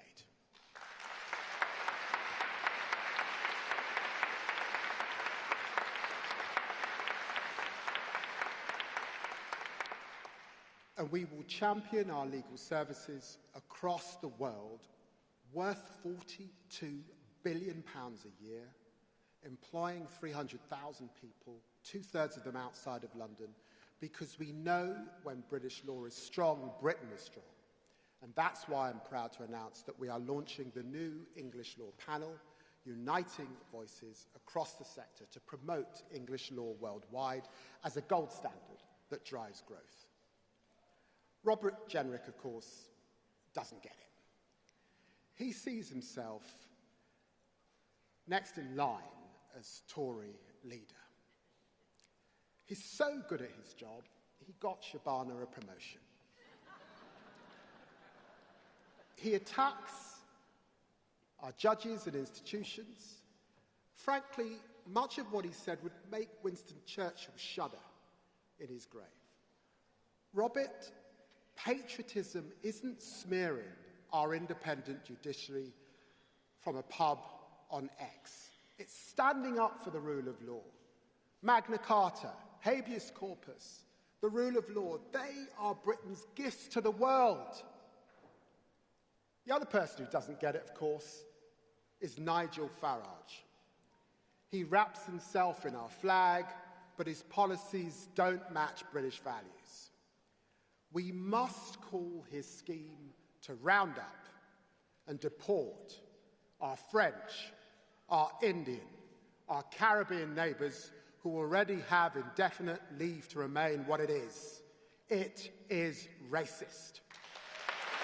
I say not in our country, not in our name, not in our time.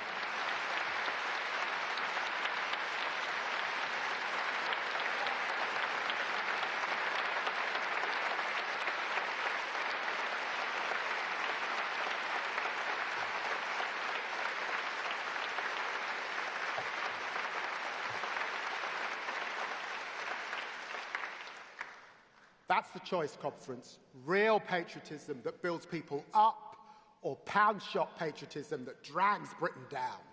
Reform choose grievance. The Tories choose anger. We choose progress. We choose hope. We choose justice, because fairness is Britain's highest value, because the rule of law is Britain's greatest gift to the world. Together we will deliver justice for all. When Keir Hardie campaigned for unemployment benefits and protections for minors, he wanted justice for all. When Harold Wilson delivered the Race Relations Act in the 1960s, he wanted justice for all. When the great Barbara Castle introduced the Equal Pay Act, she wanted justice for all. When Tony Blair created the Human Rights Act, what did he want? He wanted justice for all. When Gordon Brown created the minimum wage conference, what did he want? Justice for all. Angela Rayner brought the employment bill to Parliament this year. What did she want? Justice for all. And when Keir Starmer brought the Hillsborough Law to Parliament last week, what did he want? He wanted justice for all. Justice for all. That is what a Labour government will deliver the people of our country. Let's get to work. Thank you, Conference.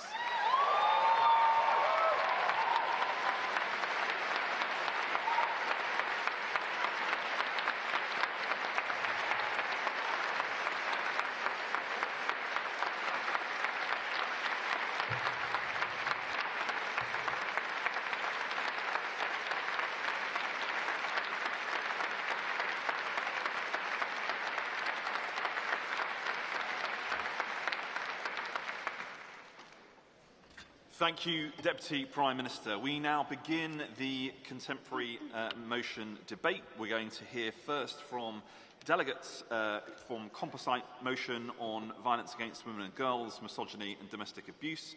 That's going to be moved by Pontypridd and then seconded by Islington South and Finsbury. So if I could please have those delegates moving towards the front of the room to register with the desk. Can I also call on the delegates from Huntington and Preston who will be moving and seconding the composite motion 3 on high streets. If you could also please come to the front of the room, register with the desk, and then we can get the debate underway. As ever, the proposers of motions will have 3 minutes to speak, followed by the seconders who will have 2. We'll then move to speeches from the floor.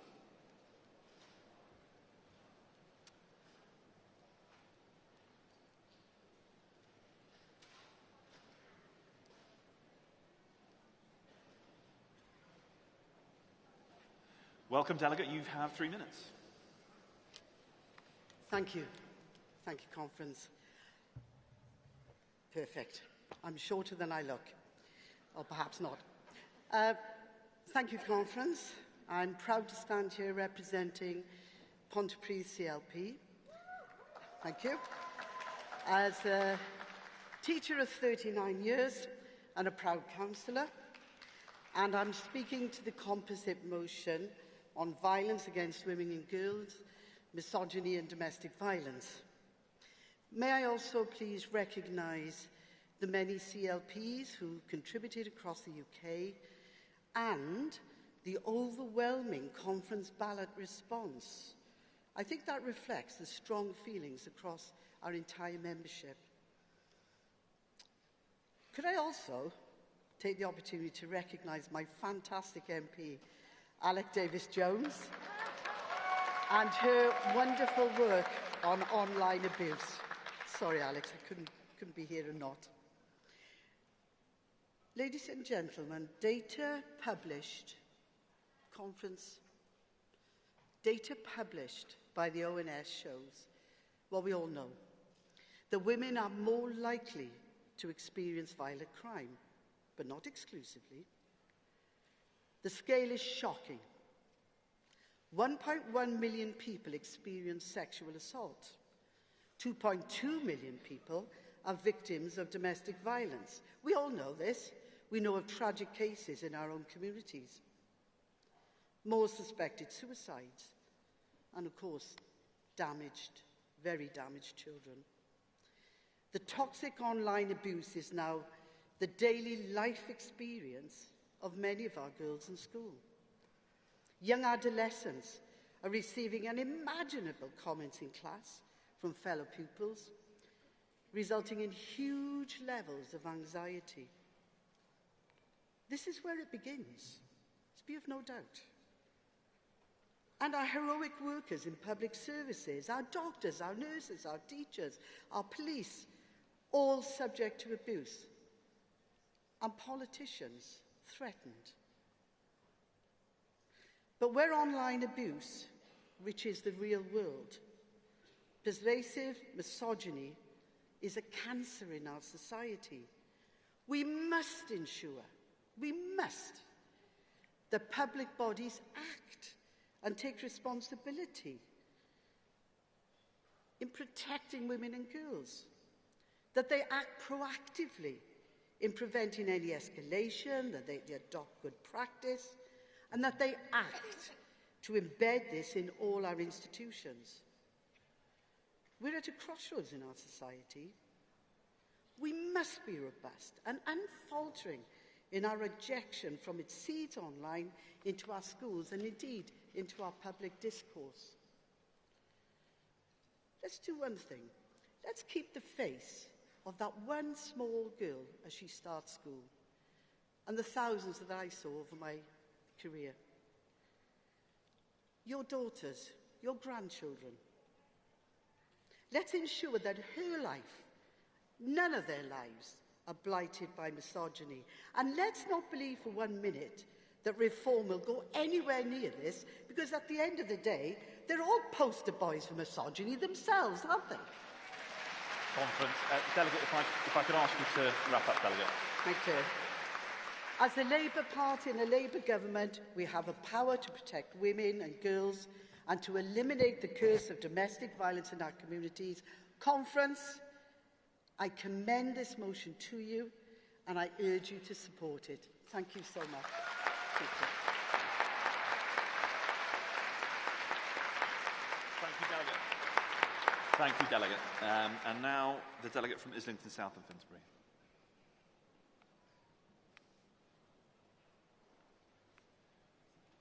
Thank you, Delegate. You've got 2 minutes. Thank you. My name is Maya Hamilton, and I'm from Islington South and Finsbury. I'm a first-time delegate and first-time speaking, so thank you.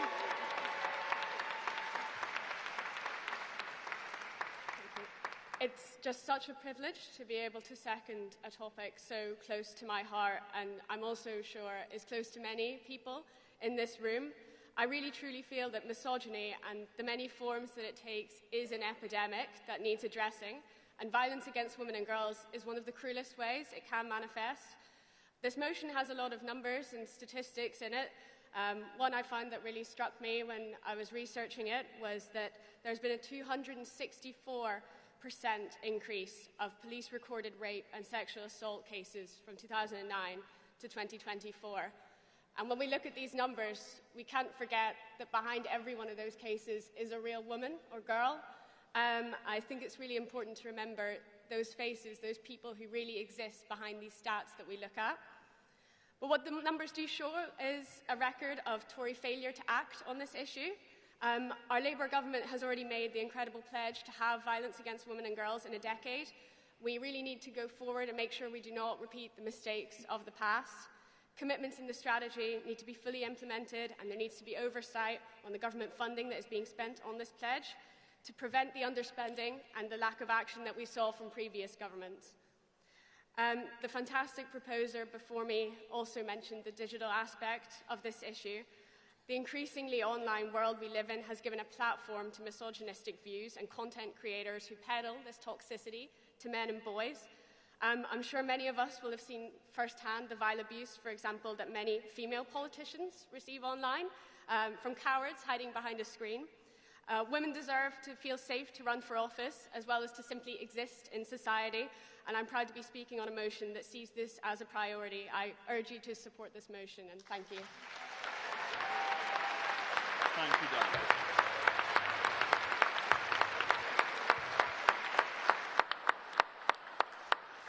So we now move to introduce the High Streets motion, and we should have Huntingdon.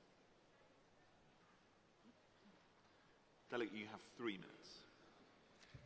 Thank you. I'm David Landon Cole from Huntingdon CLP, proposing Composite 3 on High Streets. And I'd like to start by talking about a building. On the High Street in Huntingdon, there's a lovely Georgian building.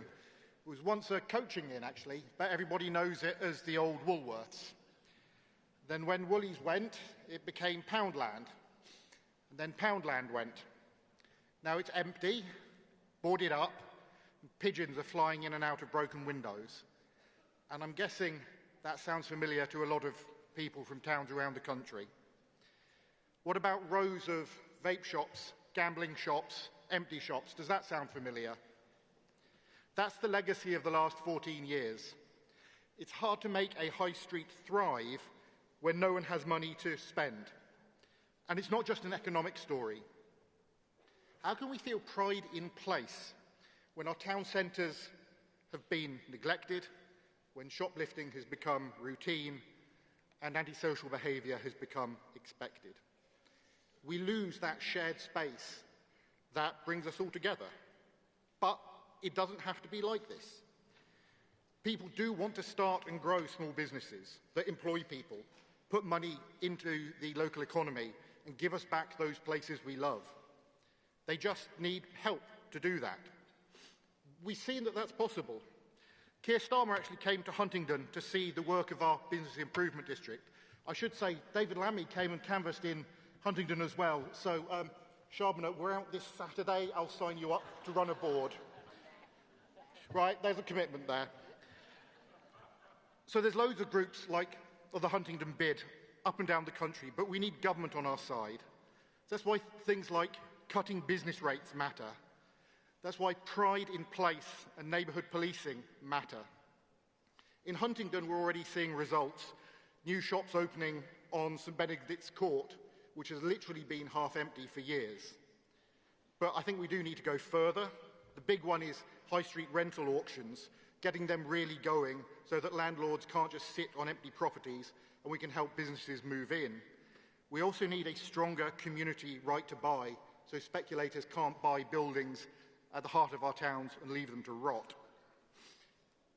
With changes to tax and planning, more support for local policing, we can make our high streets alive again. I can see what that building, the old Woolies on the high street in Huntingdon, could be. I can see what the high street could be. Not just Huntingdon High Street, but all of our high streets. So let's put high streets, let's put pride in place at the heart of our Labour government. I'm delighted to move Composite 3 and I hope you vote for it. Thanks very much.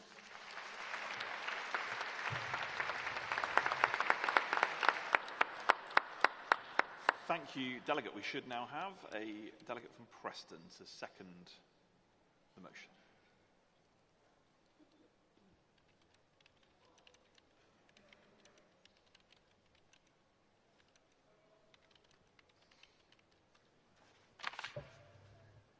Good afternoon, Conference. Brian Rollo, Preston CLP. Many times Conference visitor, third time as a CLP delegate, but in my 75th year, my first time addressing Conference.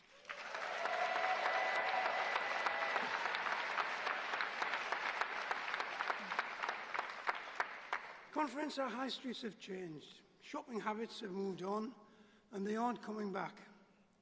Woolworths, Debenhams, British Home Stores, big anchor stores that have gone, lots and lots of little smaller stores. Barbers have moved in, filling empty shops, because you can't get your hair cut on the internet.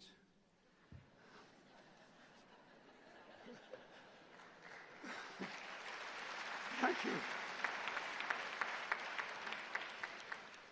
But our high streets are our community centres. They're meeting areas, entertainment areas, and relaxation areas, as well as ex-shopping areas. The Tories gave up on our high streets, underdeveloped, starved of investment, and left to die. Only Labour, as shown in the motion, has the leadership, the plans, the ability, and the desire to do something to improve our centres. Conference, I second this motion, and I call on you all to support it.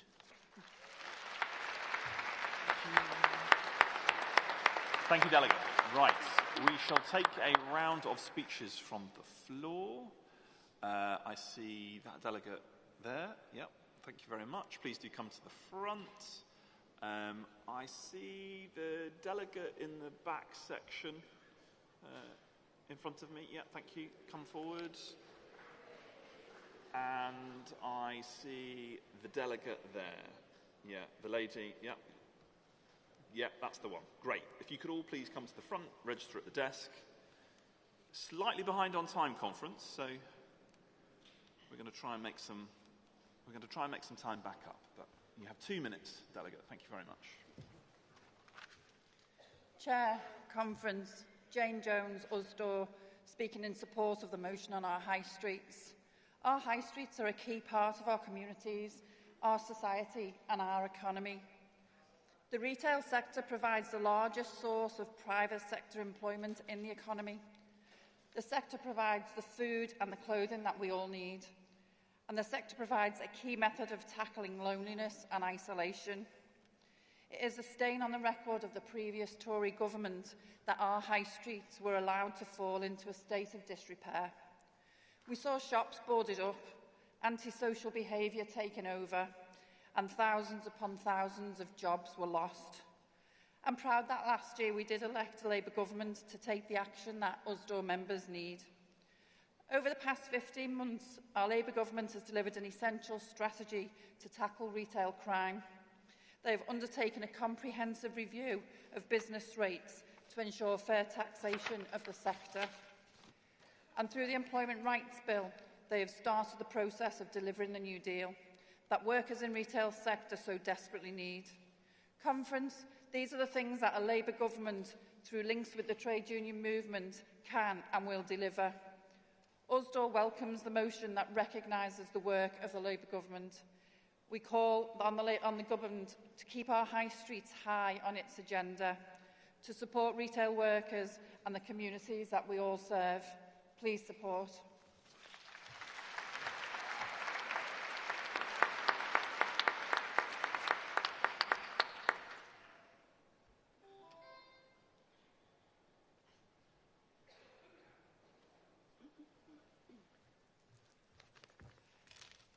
Chair Conference, Sonia Davis, GBN National Vice President, speaking in support of Composite Motion 5, Violence Against Women and Girls, Misogyny and Domestic Abuse. Thank you to the Labour Government for what they have provided for women going through all of the above. We do need to broaden our understanding and recognise that domestic abuse is not just an issue in society, but also in our workplaces. GBN reps often play a huge role in supporting individual members experiencing domestic abuse in their workplace. People experiencing domestic abuse are often subject to disciplinary action or job losses, often through no fault of their own. However, some workers never come forward for fear of not being believed or supported because they are frightened of repercussions. We need to empower women to make their voices heard so that we can drown out the rising misogyny thanks to the rubbish spouted out by the far right. And we can hold employers to account so that they don't brush it under the carpet and make women feel frightened to speak out. GBN activists are doing just this by campaigning for our domestic abuse workplace charter. This charter calls on employers to make protection and support for workers experiencing domestic abuse more visible, more accessible, and from day one in their job. The Charter also calls on employers to ensure workers will not be disadvantaged for speaking out, workers be supported with access to services and information, employers train staff to be able to appropriately and confidently support staff. Conference, let's support this very important motion. Sisters, we stand with you. Thank you.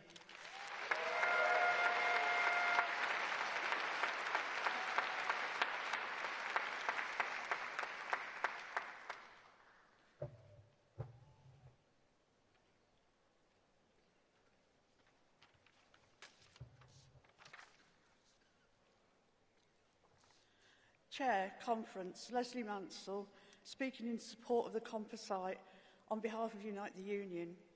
Over 20 years ago, I worked in a local council partnership with police, women's aid and other organisations.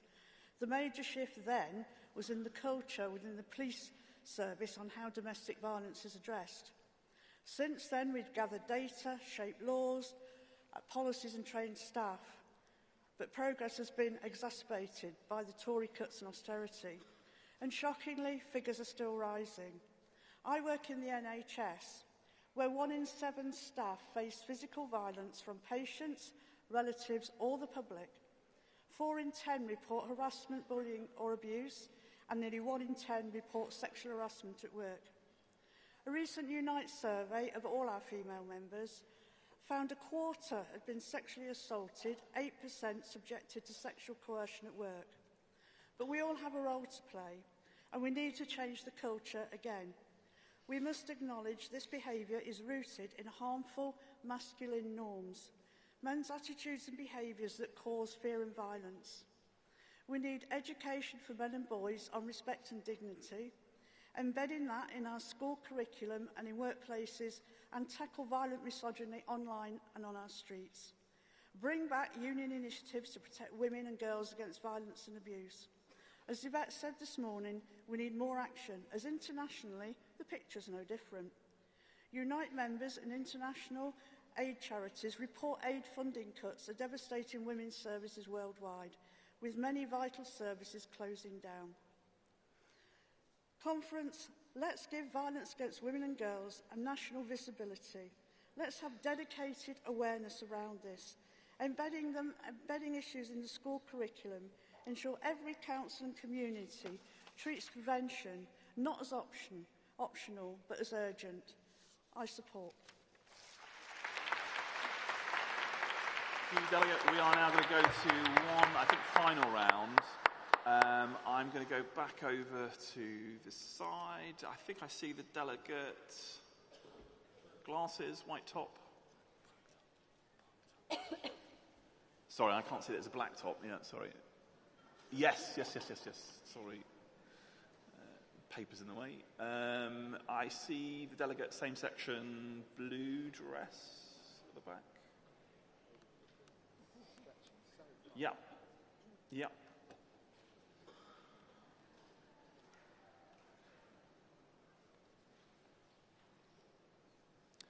And can I go then, please, to... Yeah. Dark hair. Eastern section. Yep. Thank you. Please come forward if you could register at the desk.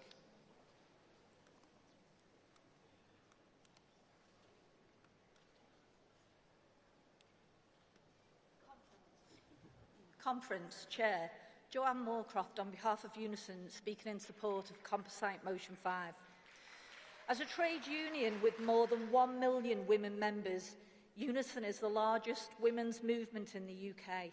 We are well placed to use our power to educate, empower and eradicate abuses of power.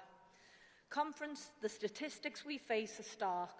Millions of women experience domestic abuse, stalking, harassment and sexual assault every year. Behind every number is a woman's life. Forever changed, too often a life lost. And this violence does not stop at the home. Our members in schools, councils, social care and our blue light services see daily the devastation it causes in communities. Sadly, many of our own members are victims too. That is why Unison welcomes the steps this Labour government has already taken. Reneem's law, putting domestic abuse specialists in 999 control rooms, new investment in specialist support services and the commitment to halve violence against women and girls within a decade. These are decisive actions that will save lives. But Conference, we cannot stop here. We need police forces properly trained and resourced to respond to domestic abuse and sexual violence. We need sentencing that reflects the seriousness of these crimes. We need public bodies to challenge misogynistic attitudes wherever they appear, including online spaces that poison young minds. And we need sustained investment to prevent violence, not just respond after the fact. Conference, this is about safety, dignity and equality. It is about building a secure society where women and girls can live free from fear. Unison is proud to stand with this motion and with all who are determined to end this national scandal. Please support.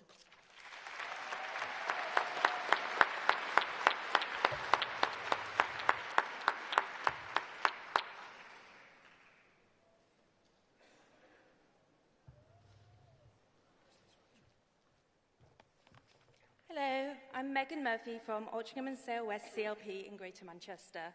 It's my first time here at conference, my first time as a delegate, and my first time speaking. Thank you. I wanted to speak on the Violence Against Women and Girls motion today because it is something that affects us all, either directly or indirectly. I am 23 years old, and far too many of my friends have been assaulted or been made victims of sexual violence in some way. Every time I hear that it has happened to another friend, it feels like a dagger to my heart. Not another one, I think to myself. Not another friend that is part of the statistics. On nights out, in the workplace, on public transport, at home with a partner they thought they could trust. It doesn't have to be this way. Violence against women and girls affects us all. In the plans we make for a night out, in the relationships we form, the route we take home, the people we feel able to trust, and the vigilance we must always display. VOG is so endemic that as women, we have been forced to develop a secret language of communication when it comes to our safety. It is a language that we are never taught, but somehow all learn, a club that no one wants to join, but one that is forged through shared experience, a need to protect others, and the knowledge of what can happen if we don't. It doesn't have to be this way. Halving VOG in a decade is an ambitious but necessary target. We don't have a blueprint for what we're aiming for, because there has never been a time when VOG wasn't an issue. A future without VOG is an unknown entity. But we must start somewhere. Every life lost is a tragedy, every life changed is unacceptable, and every woman living in fear is one too many. It is only through working together and fixing the institutions the previous government tore down and reduced to shreds that we can achieve our goals. Education, health services, police, the courts, social services, all of them and more are required to ensure that women can live without fear. As a society, we have made impressive progress over the last few years, but that progress risks being eroded away with the threat of a reform government who weaponise the violence women and girls face to attack migrants and refugees, when in reality the place a woman is most at danger is in her own home. As a party of government, we have the power and duty to change this. We must not take that lightly, and that is why I support this motion. Thank you. Thank you.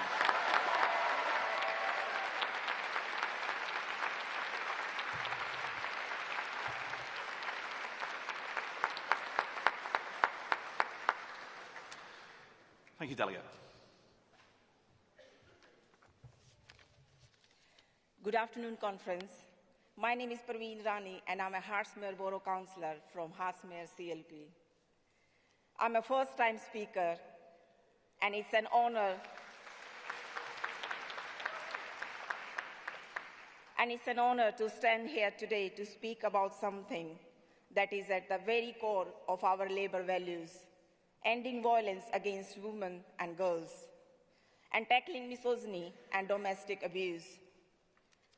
The reality is stark. Every week in the UK, on average, 2 women are killed by a partner or ex-partner. Behind those numbers are lives cut short, families broken, and children left without mothers. Conference, this Labour government is already acting. We are strengthening domestic abuse laws, providing record funding to frontline services, and putting survivors at the heart of the justice system. That is what Labour in power looks like: listening, acting, and refusing to accept that abuse is inevitable. We must go further. We need prevention and education to challenge misogyny at its roots. And we need a justice system where women are believed and culprits face real consequences. This is not just a women's issue. It is a matter of justice, of safety, and of humanity. And when one group is denied safety and dignity, none of us are truly free. So let us leave this conference proud of the progress Labour is making, and determined to go further, to stand with survivors, to challenge misogyny wherever we see it, and to build a country where women or girls live not in fear, but in freedom. Conference, I urge you to support this vital motion. Thank you. Thank you very much, Delegate And thank you to all delegates who've participated in that incredibly important debate. I know that there are a lot of delegates who wish to speak. Conference, please welcome as our next speaker to the stage our fantastic new Home Secretary, Shabana Mahmood.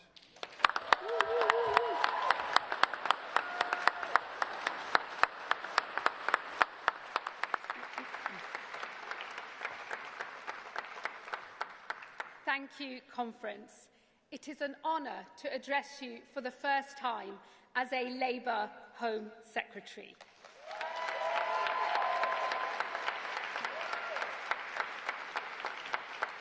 If I am honest, it is an honour I never expected, and it is one that would have been unthinkable to my parents when they first arrived here in the 1970s. But if this is a story of progress, it is a contested one. And I was reminded of that fact just days into this job. On the 13th of September, 150,000 people marched through London. They did so under the banner of a convicted criminal and a former BNP member. While not everyone was violent, some were. 26 police officers were injured as they tried to keep the peace. And while not everyone chanted racist slogans, some did. Clear that in their view of this country, I have no place. It would be easy to dismiss this as nothing but an angry minority, heirs to the skinheads and the packy bashers of old. And make no mistake, some were. But to dismiss what happened that day would be to ignore something bigger, something broader that is happening across this country. The story of who we are is contested. I am a patriot, proudly so. Mine is the patriotism of Orwell, pride in a country that is forever changing, while also ineffably always the same.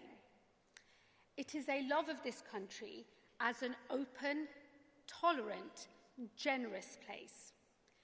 But that broad vision of who we are is increasingly disputed.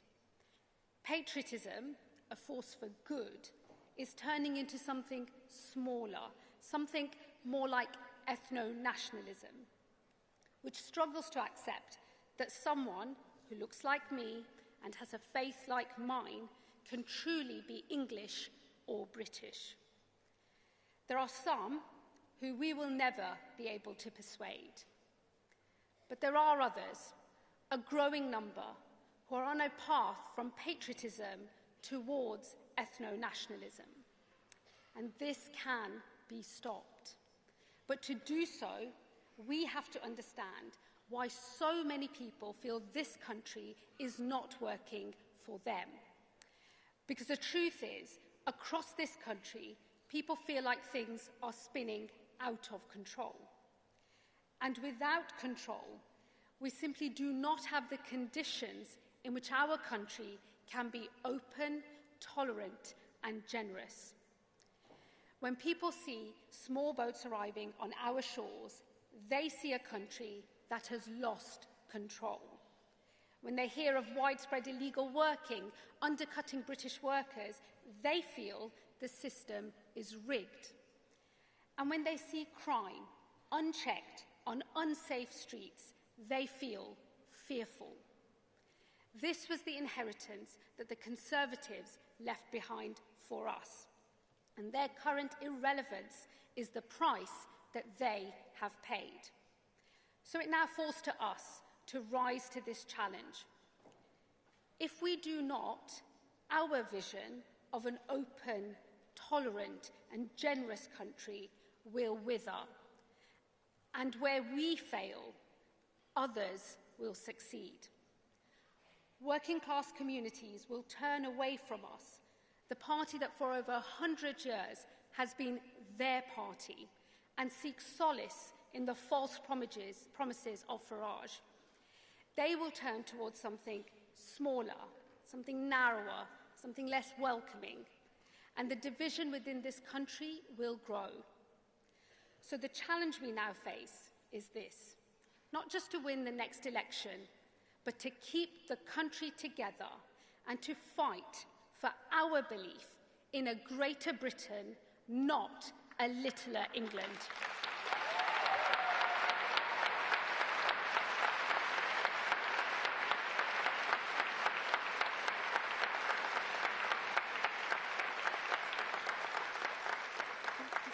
That work begins at our borders, where we must restore order and control.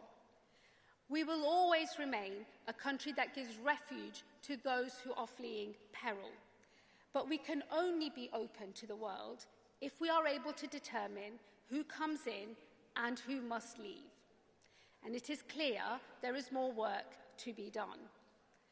On my second day as Home Secretary, over 1,000 people arrived by small boat. But the deal with the French, agreed by my predecessor, Yvette Cooper, marked a historic step forward. Yvette, we all owe you our thanks.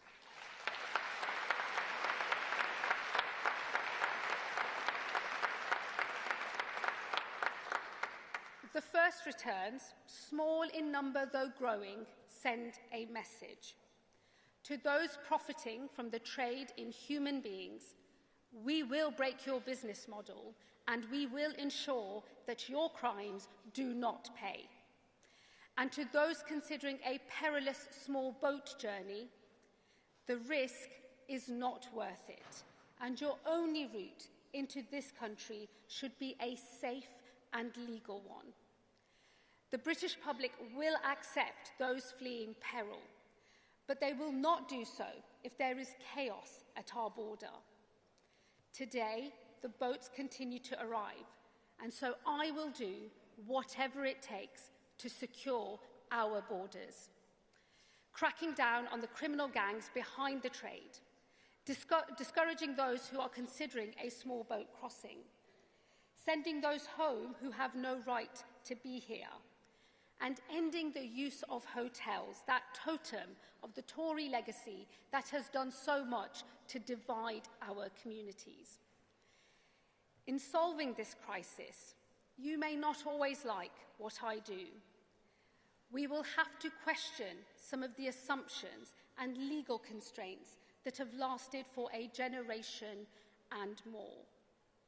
But unless we have control of our borders, and until we can decide who comes in and who must leave, we will never be the open, tolerant, and generous country that I know we all believe in.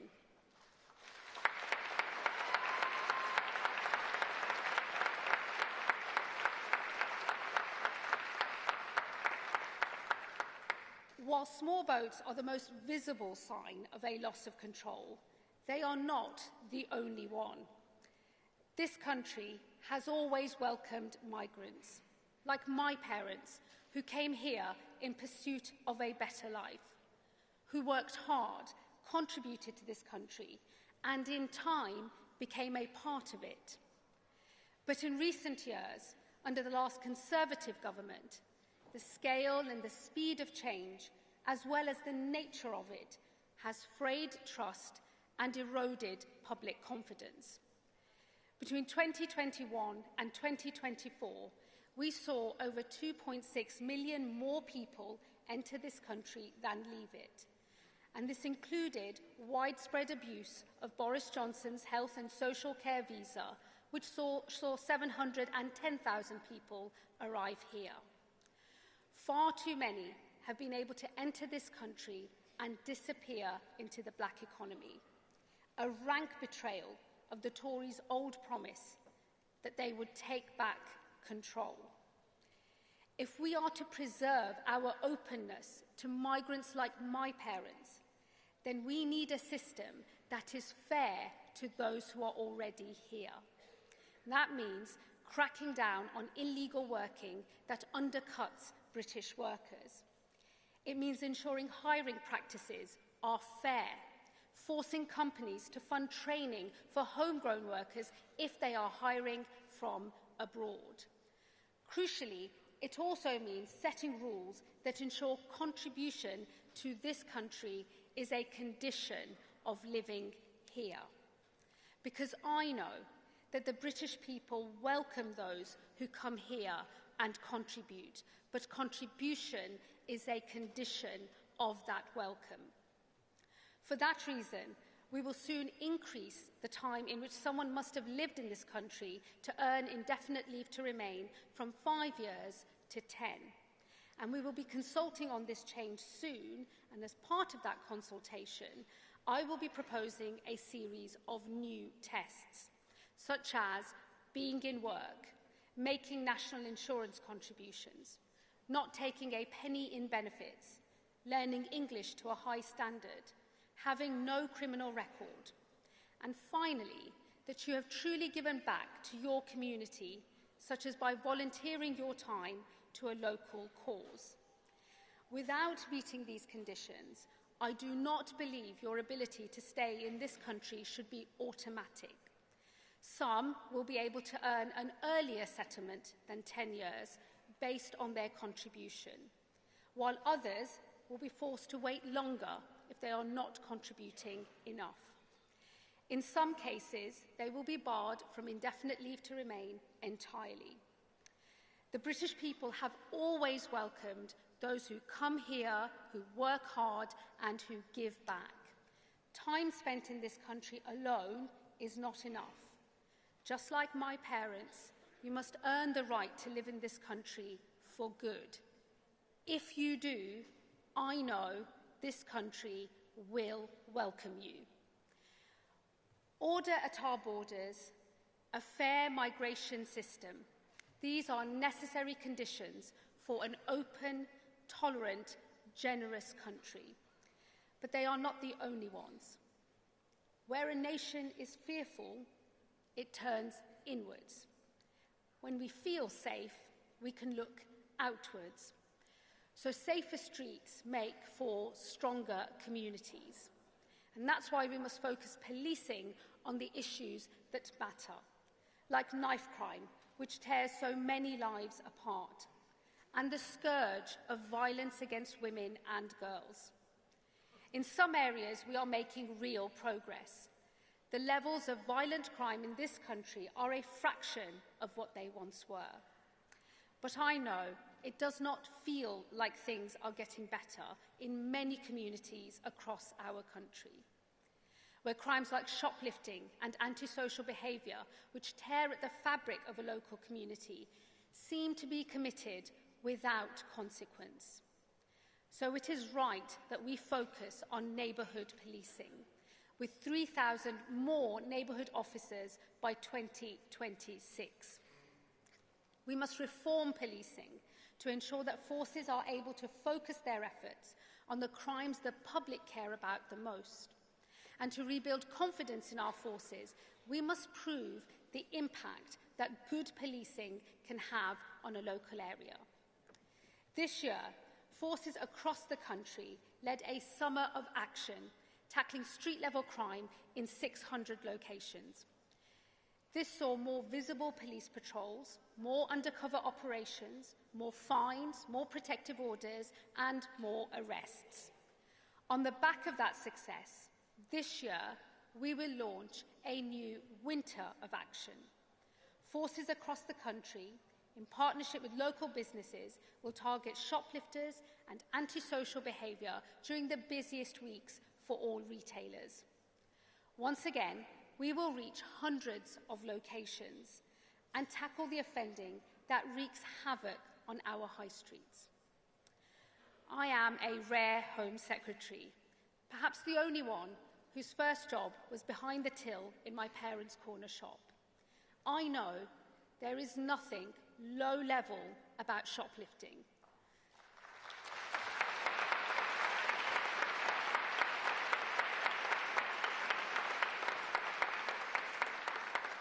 I know what it feels like to keep a cricket bat behind the counter just in case. And so I know, better than most, that when we get tough and tackle crime like this, we bring communities together. Safety is a precondition of the open, tolerant, generous country that we want to be. While that starts at our streets, it extends to the nation itself. Far from the public eye, threats against our country are constant from those who scorn our values and who seek to divide us. I will, as a Labour Home Secretary, always put the security of this nation above all else. And I pay tribute to those whose work keeps us safe.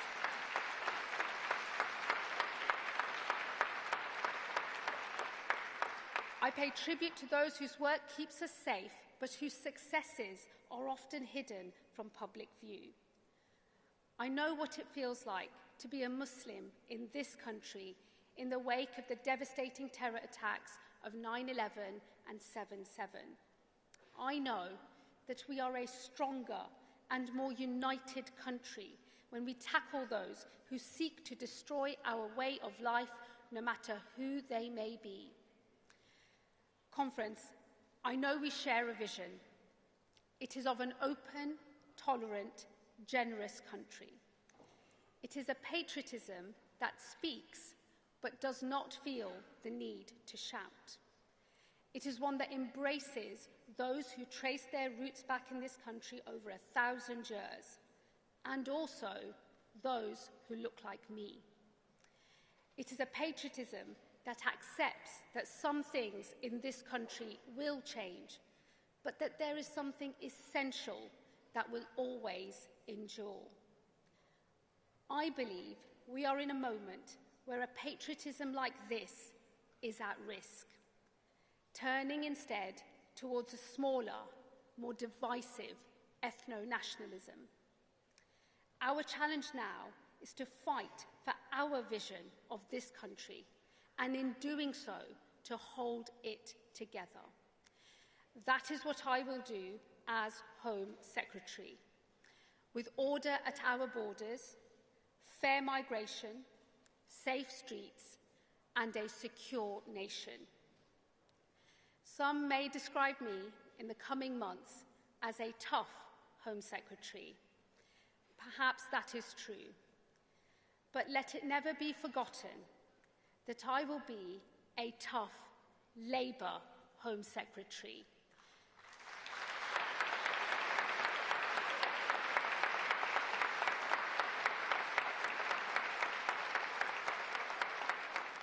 Fighting alongside you all for a vision of this country that is distinctly our own.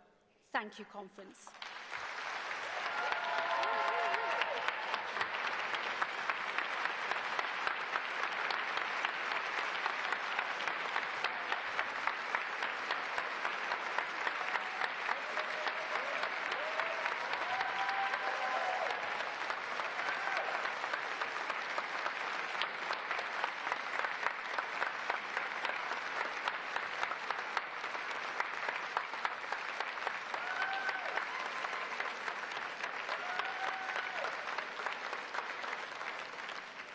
Conference, that now concludes the Safe Streets debate. I'm going to leave you now in the capable hands of Abdi Douale for the Breaking Down Barriers to Opportunity debate. Thank you very much.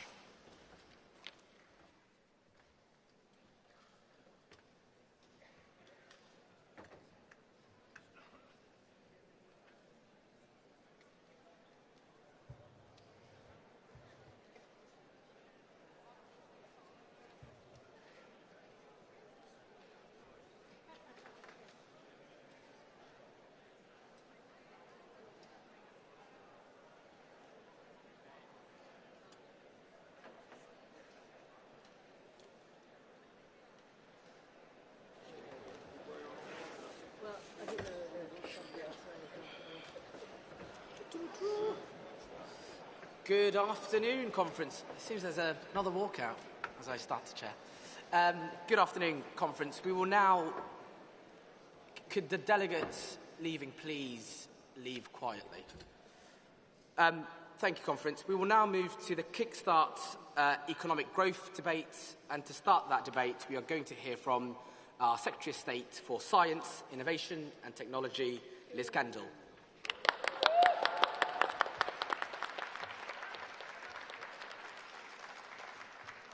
Conference, I'm here to talk about a great British success story.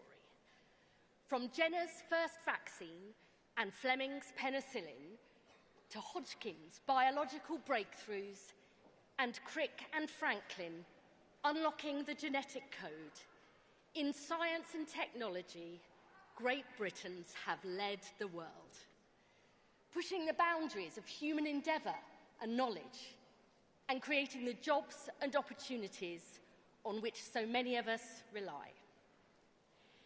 History shows us that when we have the confidence to rise to the challenge of renewing our country, nothing is beyond our grasp. And this Labour government, like those that have gone before, will seize the opportunities of science, technology and innovation to shape a future that works for all.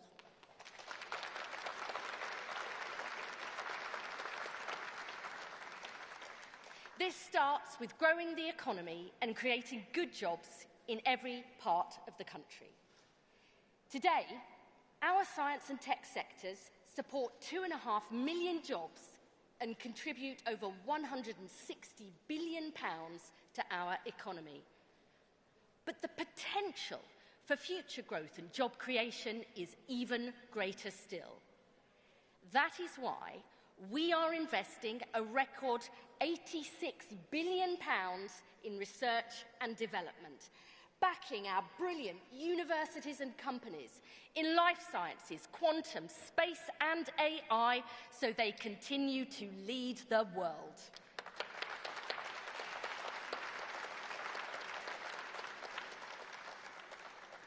Conference, the age of artificial intelligence is upon us. AI is helping discover new drugs and therapies, improving diagnosis as well as treatment, and in future will help us prevent and even cure diseases. It's helping us tackle climate change, improving our public services and transforming the world of work.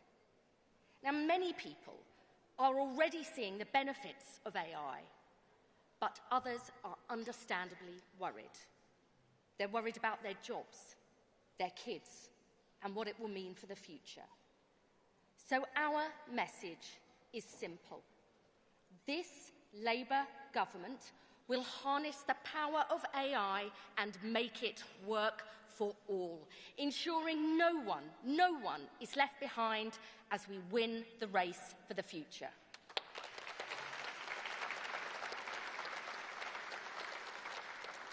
In the last month alone, we've secured £30 billion of investment through the UK-US tech deal, creating good jobs and boosting local economies from Lanarkshire to Northamptonshire and Essex. Our new AI growth zones, like the one I launched in the North East with our fantastic Mayor Kim McGuinness, will not only build new data centres, but new economies too, bringing together businesses, universities, scientists and entrepreneurs, regenerating former industrial sites and creating more than 5,000 good quality jobs. So the region that led the Industrial Revolution will now lead the technological revolution.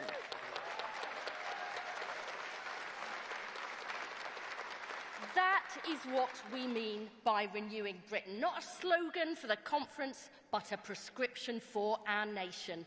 And conference, this is just the start.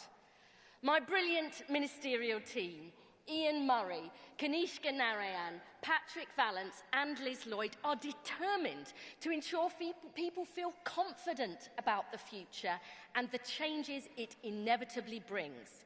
That is why we are spreading skills and opportunity to every corner of our country. We're giving 1 million secondary school children new digital skills. We're creating new tech scholarships and apprenticeships. And we are upskilling 7.5 million workers in AI by 2030.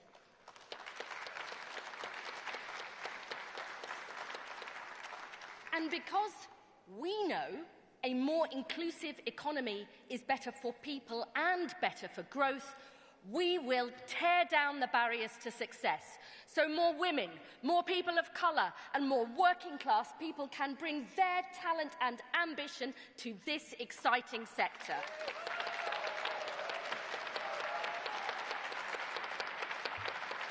That is why I am announcing today a new Women's Tech Task Force,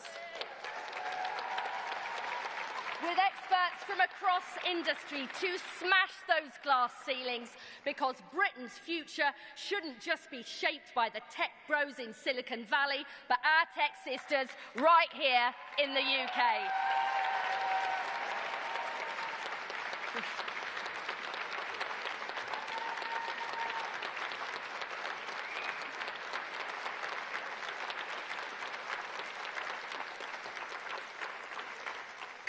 Labour is creating good jobs across the country, and we are transforming our public services too, seizing the power of technology to bring government and our public services into the digital age. That includes our plans for a new digital ID.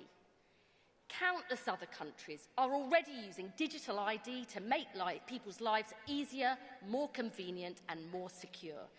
No more endless form filling and producing countless bits of paper just to prove who you are.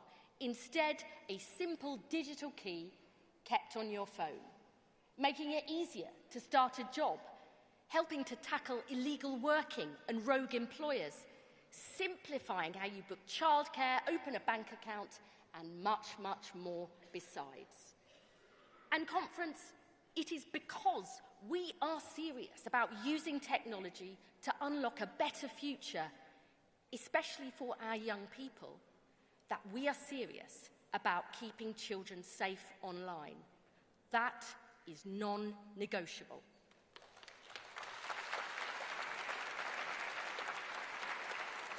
It's why my first act as Secretary of State was to force social media companies to find and remove content that promotes suicide and self-harm.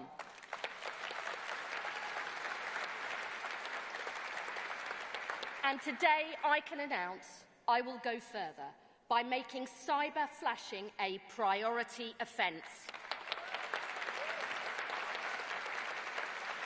So platforms will be required by law to find and remove this material, because what is illegal offline must be illegal online.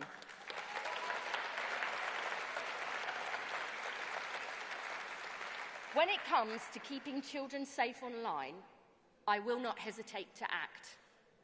What a contrast to Mr Farage and Reform, who claim they champion family values but want the Online Safety Act scrapped, allowing those who spread horrific images and vile abuse to go unchecked, with all the online stranger dangers this brings.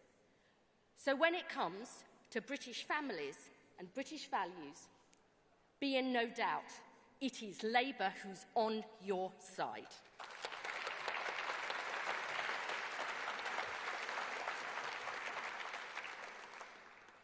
Conference, I just want to end by saying this. There is lots of talk about the problems in our country, all the challenges we face, and how hard it is to deliver change. But, you know, I am optimistic about the future. I've always been a glass half full kind of woman, because I know our country has never lacked talent, ambition, or ideas. Our great British scientists, innovators, creatives, and entrepreneurs have proved this time and again. What our country has always needed is a government that believes the strongest economies leave no one behind. The strongest societies give everyone the chance to thrive. A government that chooses to tear down the barriers to success and make the future work for all. That is Labour's mission. It is our DNA to renew our country, built on fairness and deliver a better future for all. Thank you.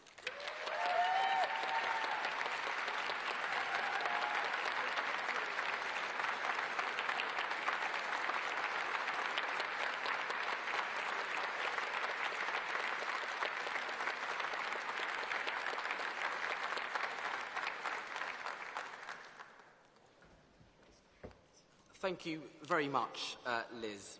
Delegates, please join me in welcoming our next speaker, our Secretary of State for Culture, Media and Sports, Lisa Nandy.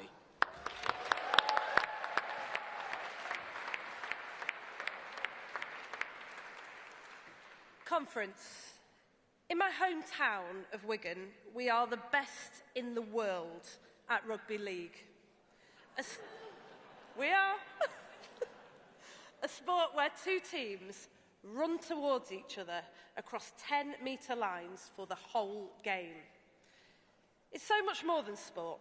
Head down, chin up, boots on. It's working class, fierce, ferocious, no nonsense, just grit. Every tackle, every carry, every clash. And when things don't go our way, we relish the fight every single time. When 100,000 people marched across the capital under the banner Unite the Kingdom, like the riots of last summer, it was a glimpse of what the future may hold. But we have a choice. We can choose to drift towards a future defined by division, in fear where most of us must lose so that some of us can win. Or we can choose to get our heads down and run towards a different future. A country that is wide and inclusive enough to hold all of us, where difference is not something to fear, but a strength to be respected. This party, our party, has been fighting for 100 years. And if I have one message today, it's that the path of least resistance never ever pointed towards progress. And now is not the moment to turn inwards, but to run towards the fight. That's why, every day, as your Culture Secretary, I promise you that I will get up and fight for our country to tilt the balance of power in favour of working class people. That's why your honours list has finally recognised a black working class man from Cardiff and Wigan, rugby league's greatest, Sir Billy Boston. Because, Conference, too many of us have been ignored for too long. We are righting these wrongs because we respect and recognise the contribution of all of our people, not just some. And we're putting our money where our mouth is, with nearly £1 billion invested in major events and grassroots sport, from boxing in Blackpool to football in Belfast. You know, 10 years ago, people would have said you could never fill Twickenham for a women's rugby match. The Red Roses proved them wrong.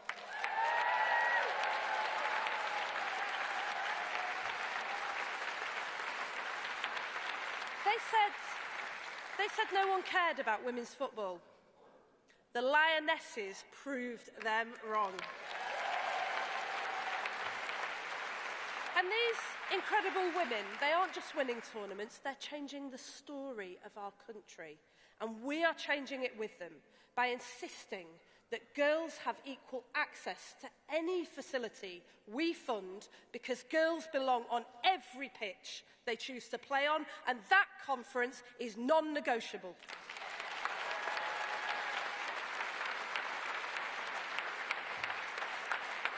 It's time for us to write a new national story that recognises and includes us all.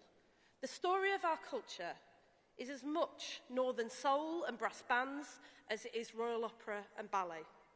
And our government sees it, we value it, and we respect it. I'm proud that the last Labour government launched City of Culture, celebrating the enormous contribution that cities from Bradford to Birmingham have made to our cultural life. But every town across Britain has its own story to tell of the working class men and women that have shaped our country and shape it still. And that's why today we're launching a brand new competition to recognise the UK town of culture, to celebrate the creativity, history and identity that has made us such a vibrant, diverse and incredible country.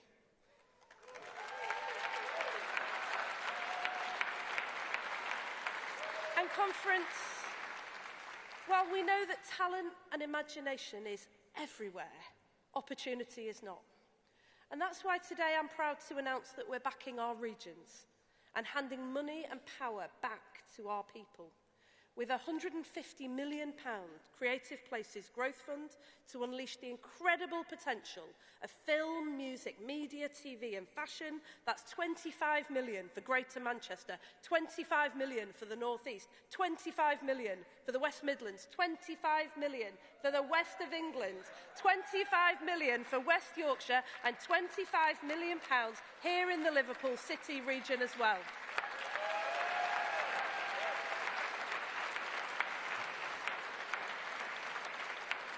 Because you only need to look at our fantastic mayors like Steve Rotherham, who here in Liverpool City region is building on the incredible strengths of a city where 4 working class lads went on to become the most famous band in the world. That's why we say no more distant decisions handed down from desks in Whitehall, because real change doesn't come from the top down, it comes from the ground up. And finally, conference. Through the first National Youth Strategy in decades, we are putting young people back in the driving seat. The Tories turned their backs on our young people. They left families without support, communities without hope, children without opportunity. Well, today we say no more.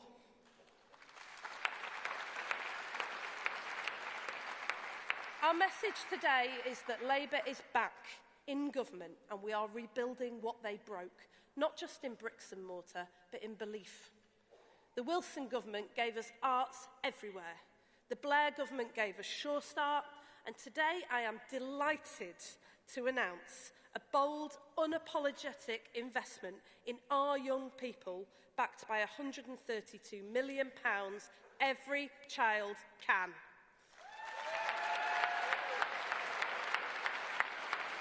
We are reversing years of decline by funding youth centres, grassroots sports, arts and music programmes in communities that need them most, because we believe that every child can.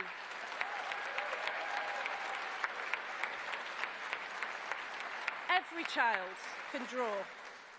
Every child can dance. Every child can dream. That is the difference a Labour government makes.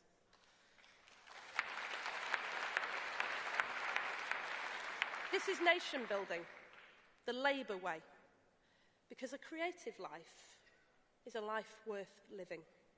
It's how self-belief is built, how confidence is formed, how futures are changed. We're talking about the dignity of every child in every community to live a full life. So today we say, no child shut out, no postcode written off, no potential untapped, because every child can, and under a Labour government, every child will.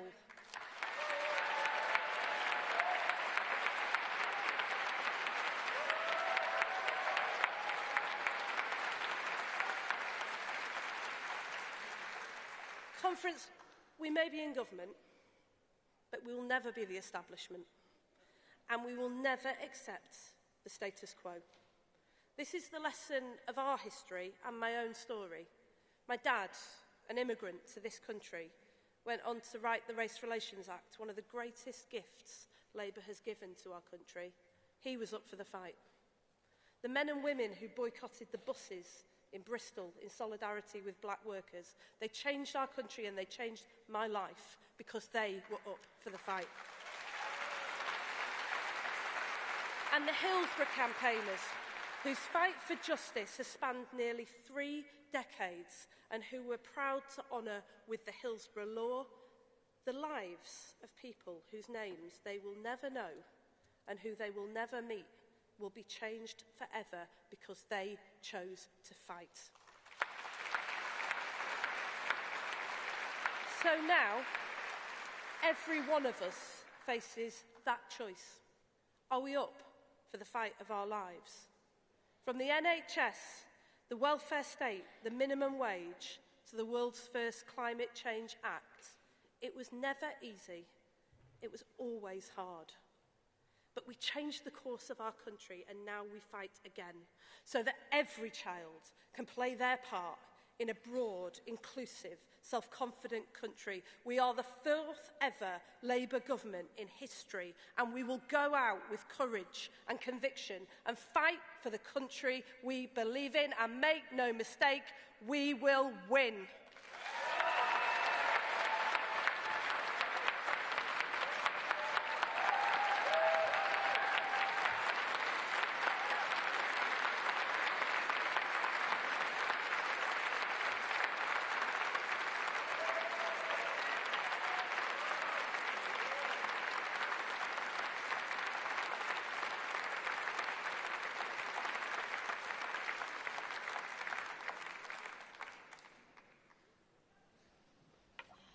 Thank you very much, Lisa. We now move on to the composite motion on AI and our rights, moved by CW and seconded by USDOR. Can those delegates please come to the front and register with the desk? Can I also call on delegates from Unite and CW, who will be moving and seconding the composite motion 14 on public spending, to also come to the front? And finally, composite motion 9, public sector workers, which will be moved by Unite and FBU.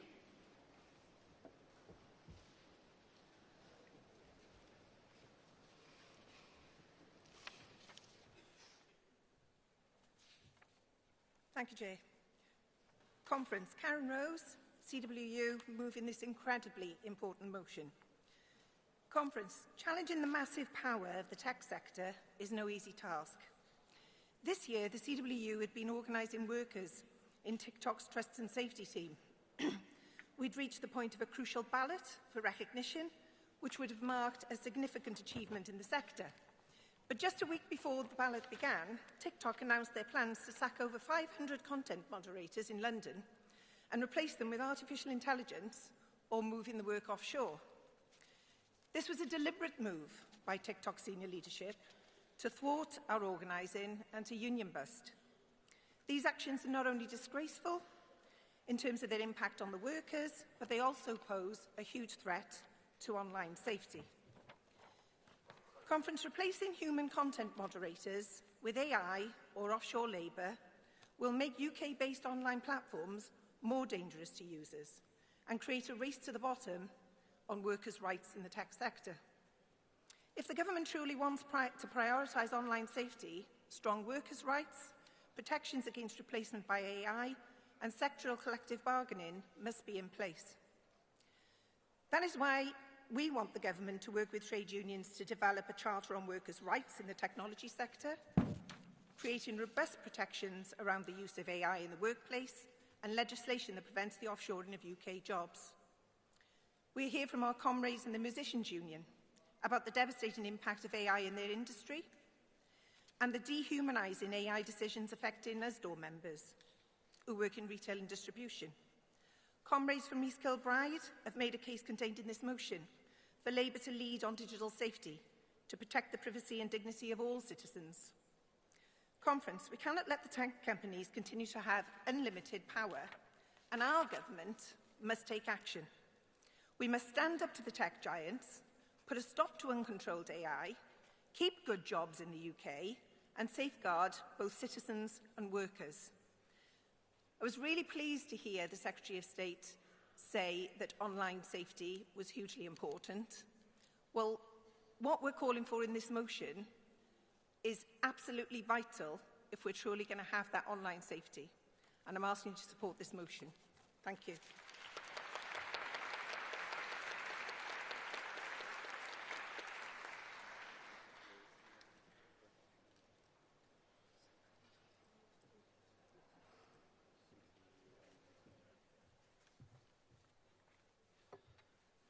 Chair, Conference, Rab Donnelly Osdaw, seconded in composite on AI and our rights. Conference, this motion sets out some genuine concerns about the risks of AI. But let me be clear, we are not saying that AI is a bad thing. Used properly, it can make work safer, more interesting and more rewarding. But let me also be clear about this. If AI is left to hurtle forwards, unchecked, unchallenged and unregulated, it will be the workers who pay the price. And this is happening now.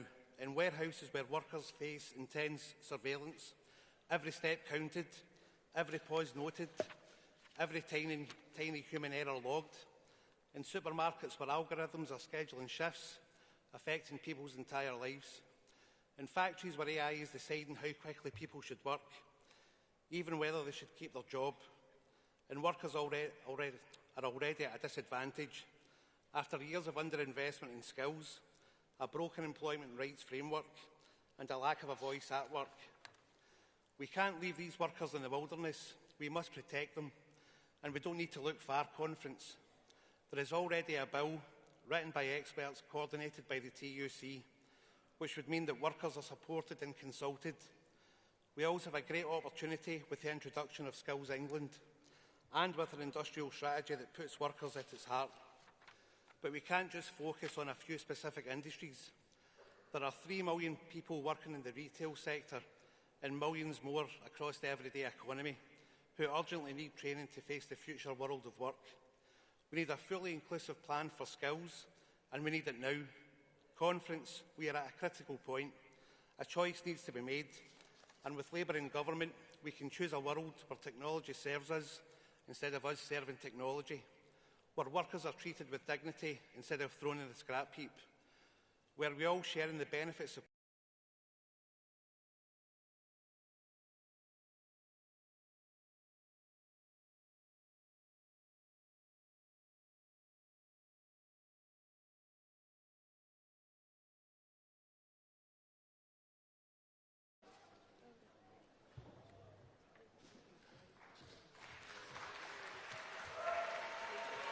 Sharon Graham unites. Friends, the 2008 financial crash was a disaster caused by greed.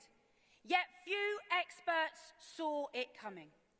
Just weeks before, the Bank of England clapped the city like seals.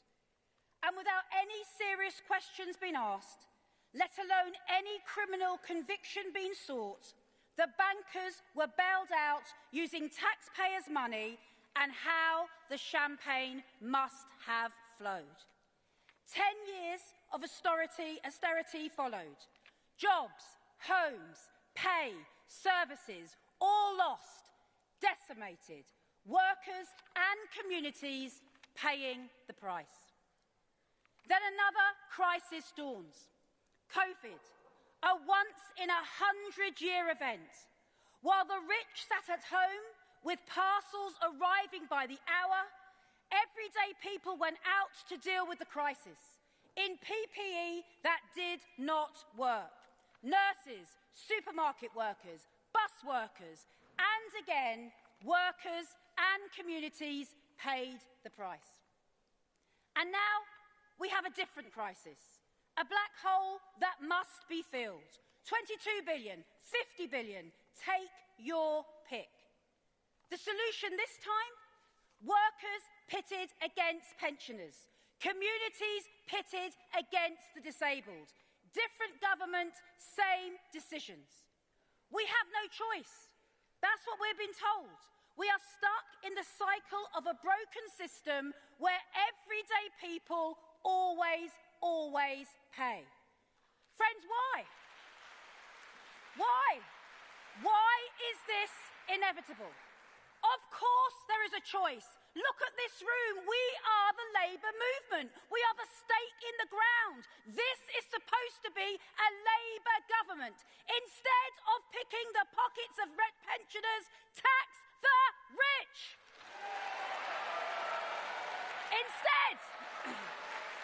Instead of letting energy prices spiral out of control, renationalise our energy. Friends, what is wrong with these choices? Friends, look, I don't understand, and people do not understand what is going on here. Bankers given back their bonuses. Food prices are up by 38% and rising, while Tesco has profits in 1 year of £3.1 billion. It is obscene.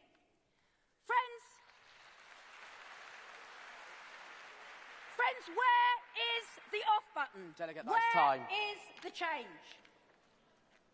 That is time, Delegate. Really? Yeah, it is. Okay. Sorry. I'll get to the last bit then, Sorry. shall I? Friends, it can be done. It must be done. People are crying out for us to redefine our story, rediscover our hinterland. We get one shot. Let's put our arms around the working class. Okay, that's time, Delegate. Solidarity. That is time, Delegate.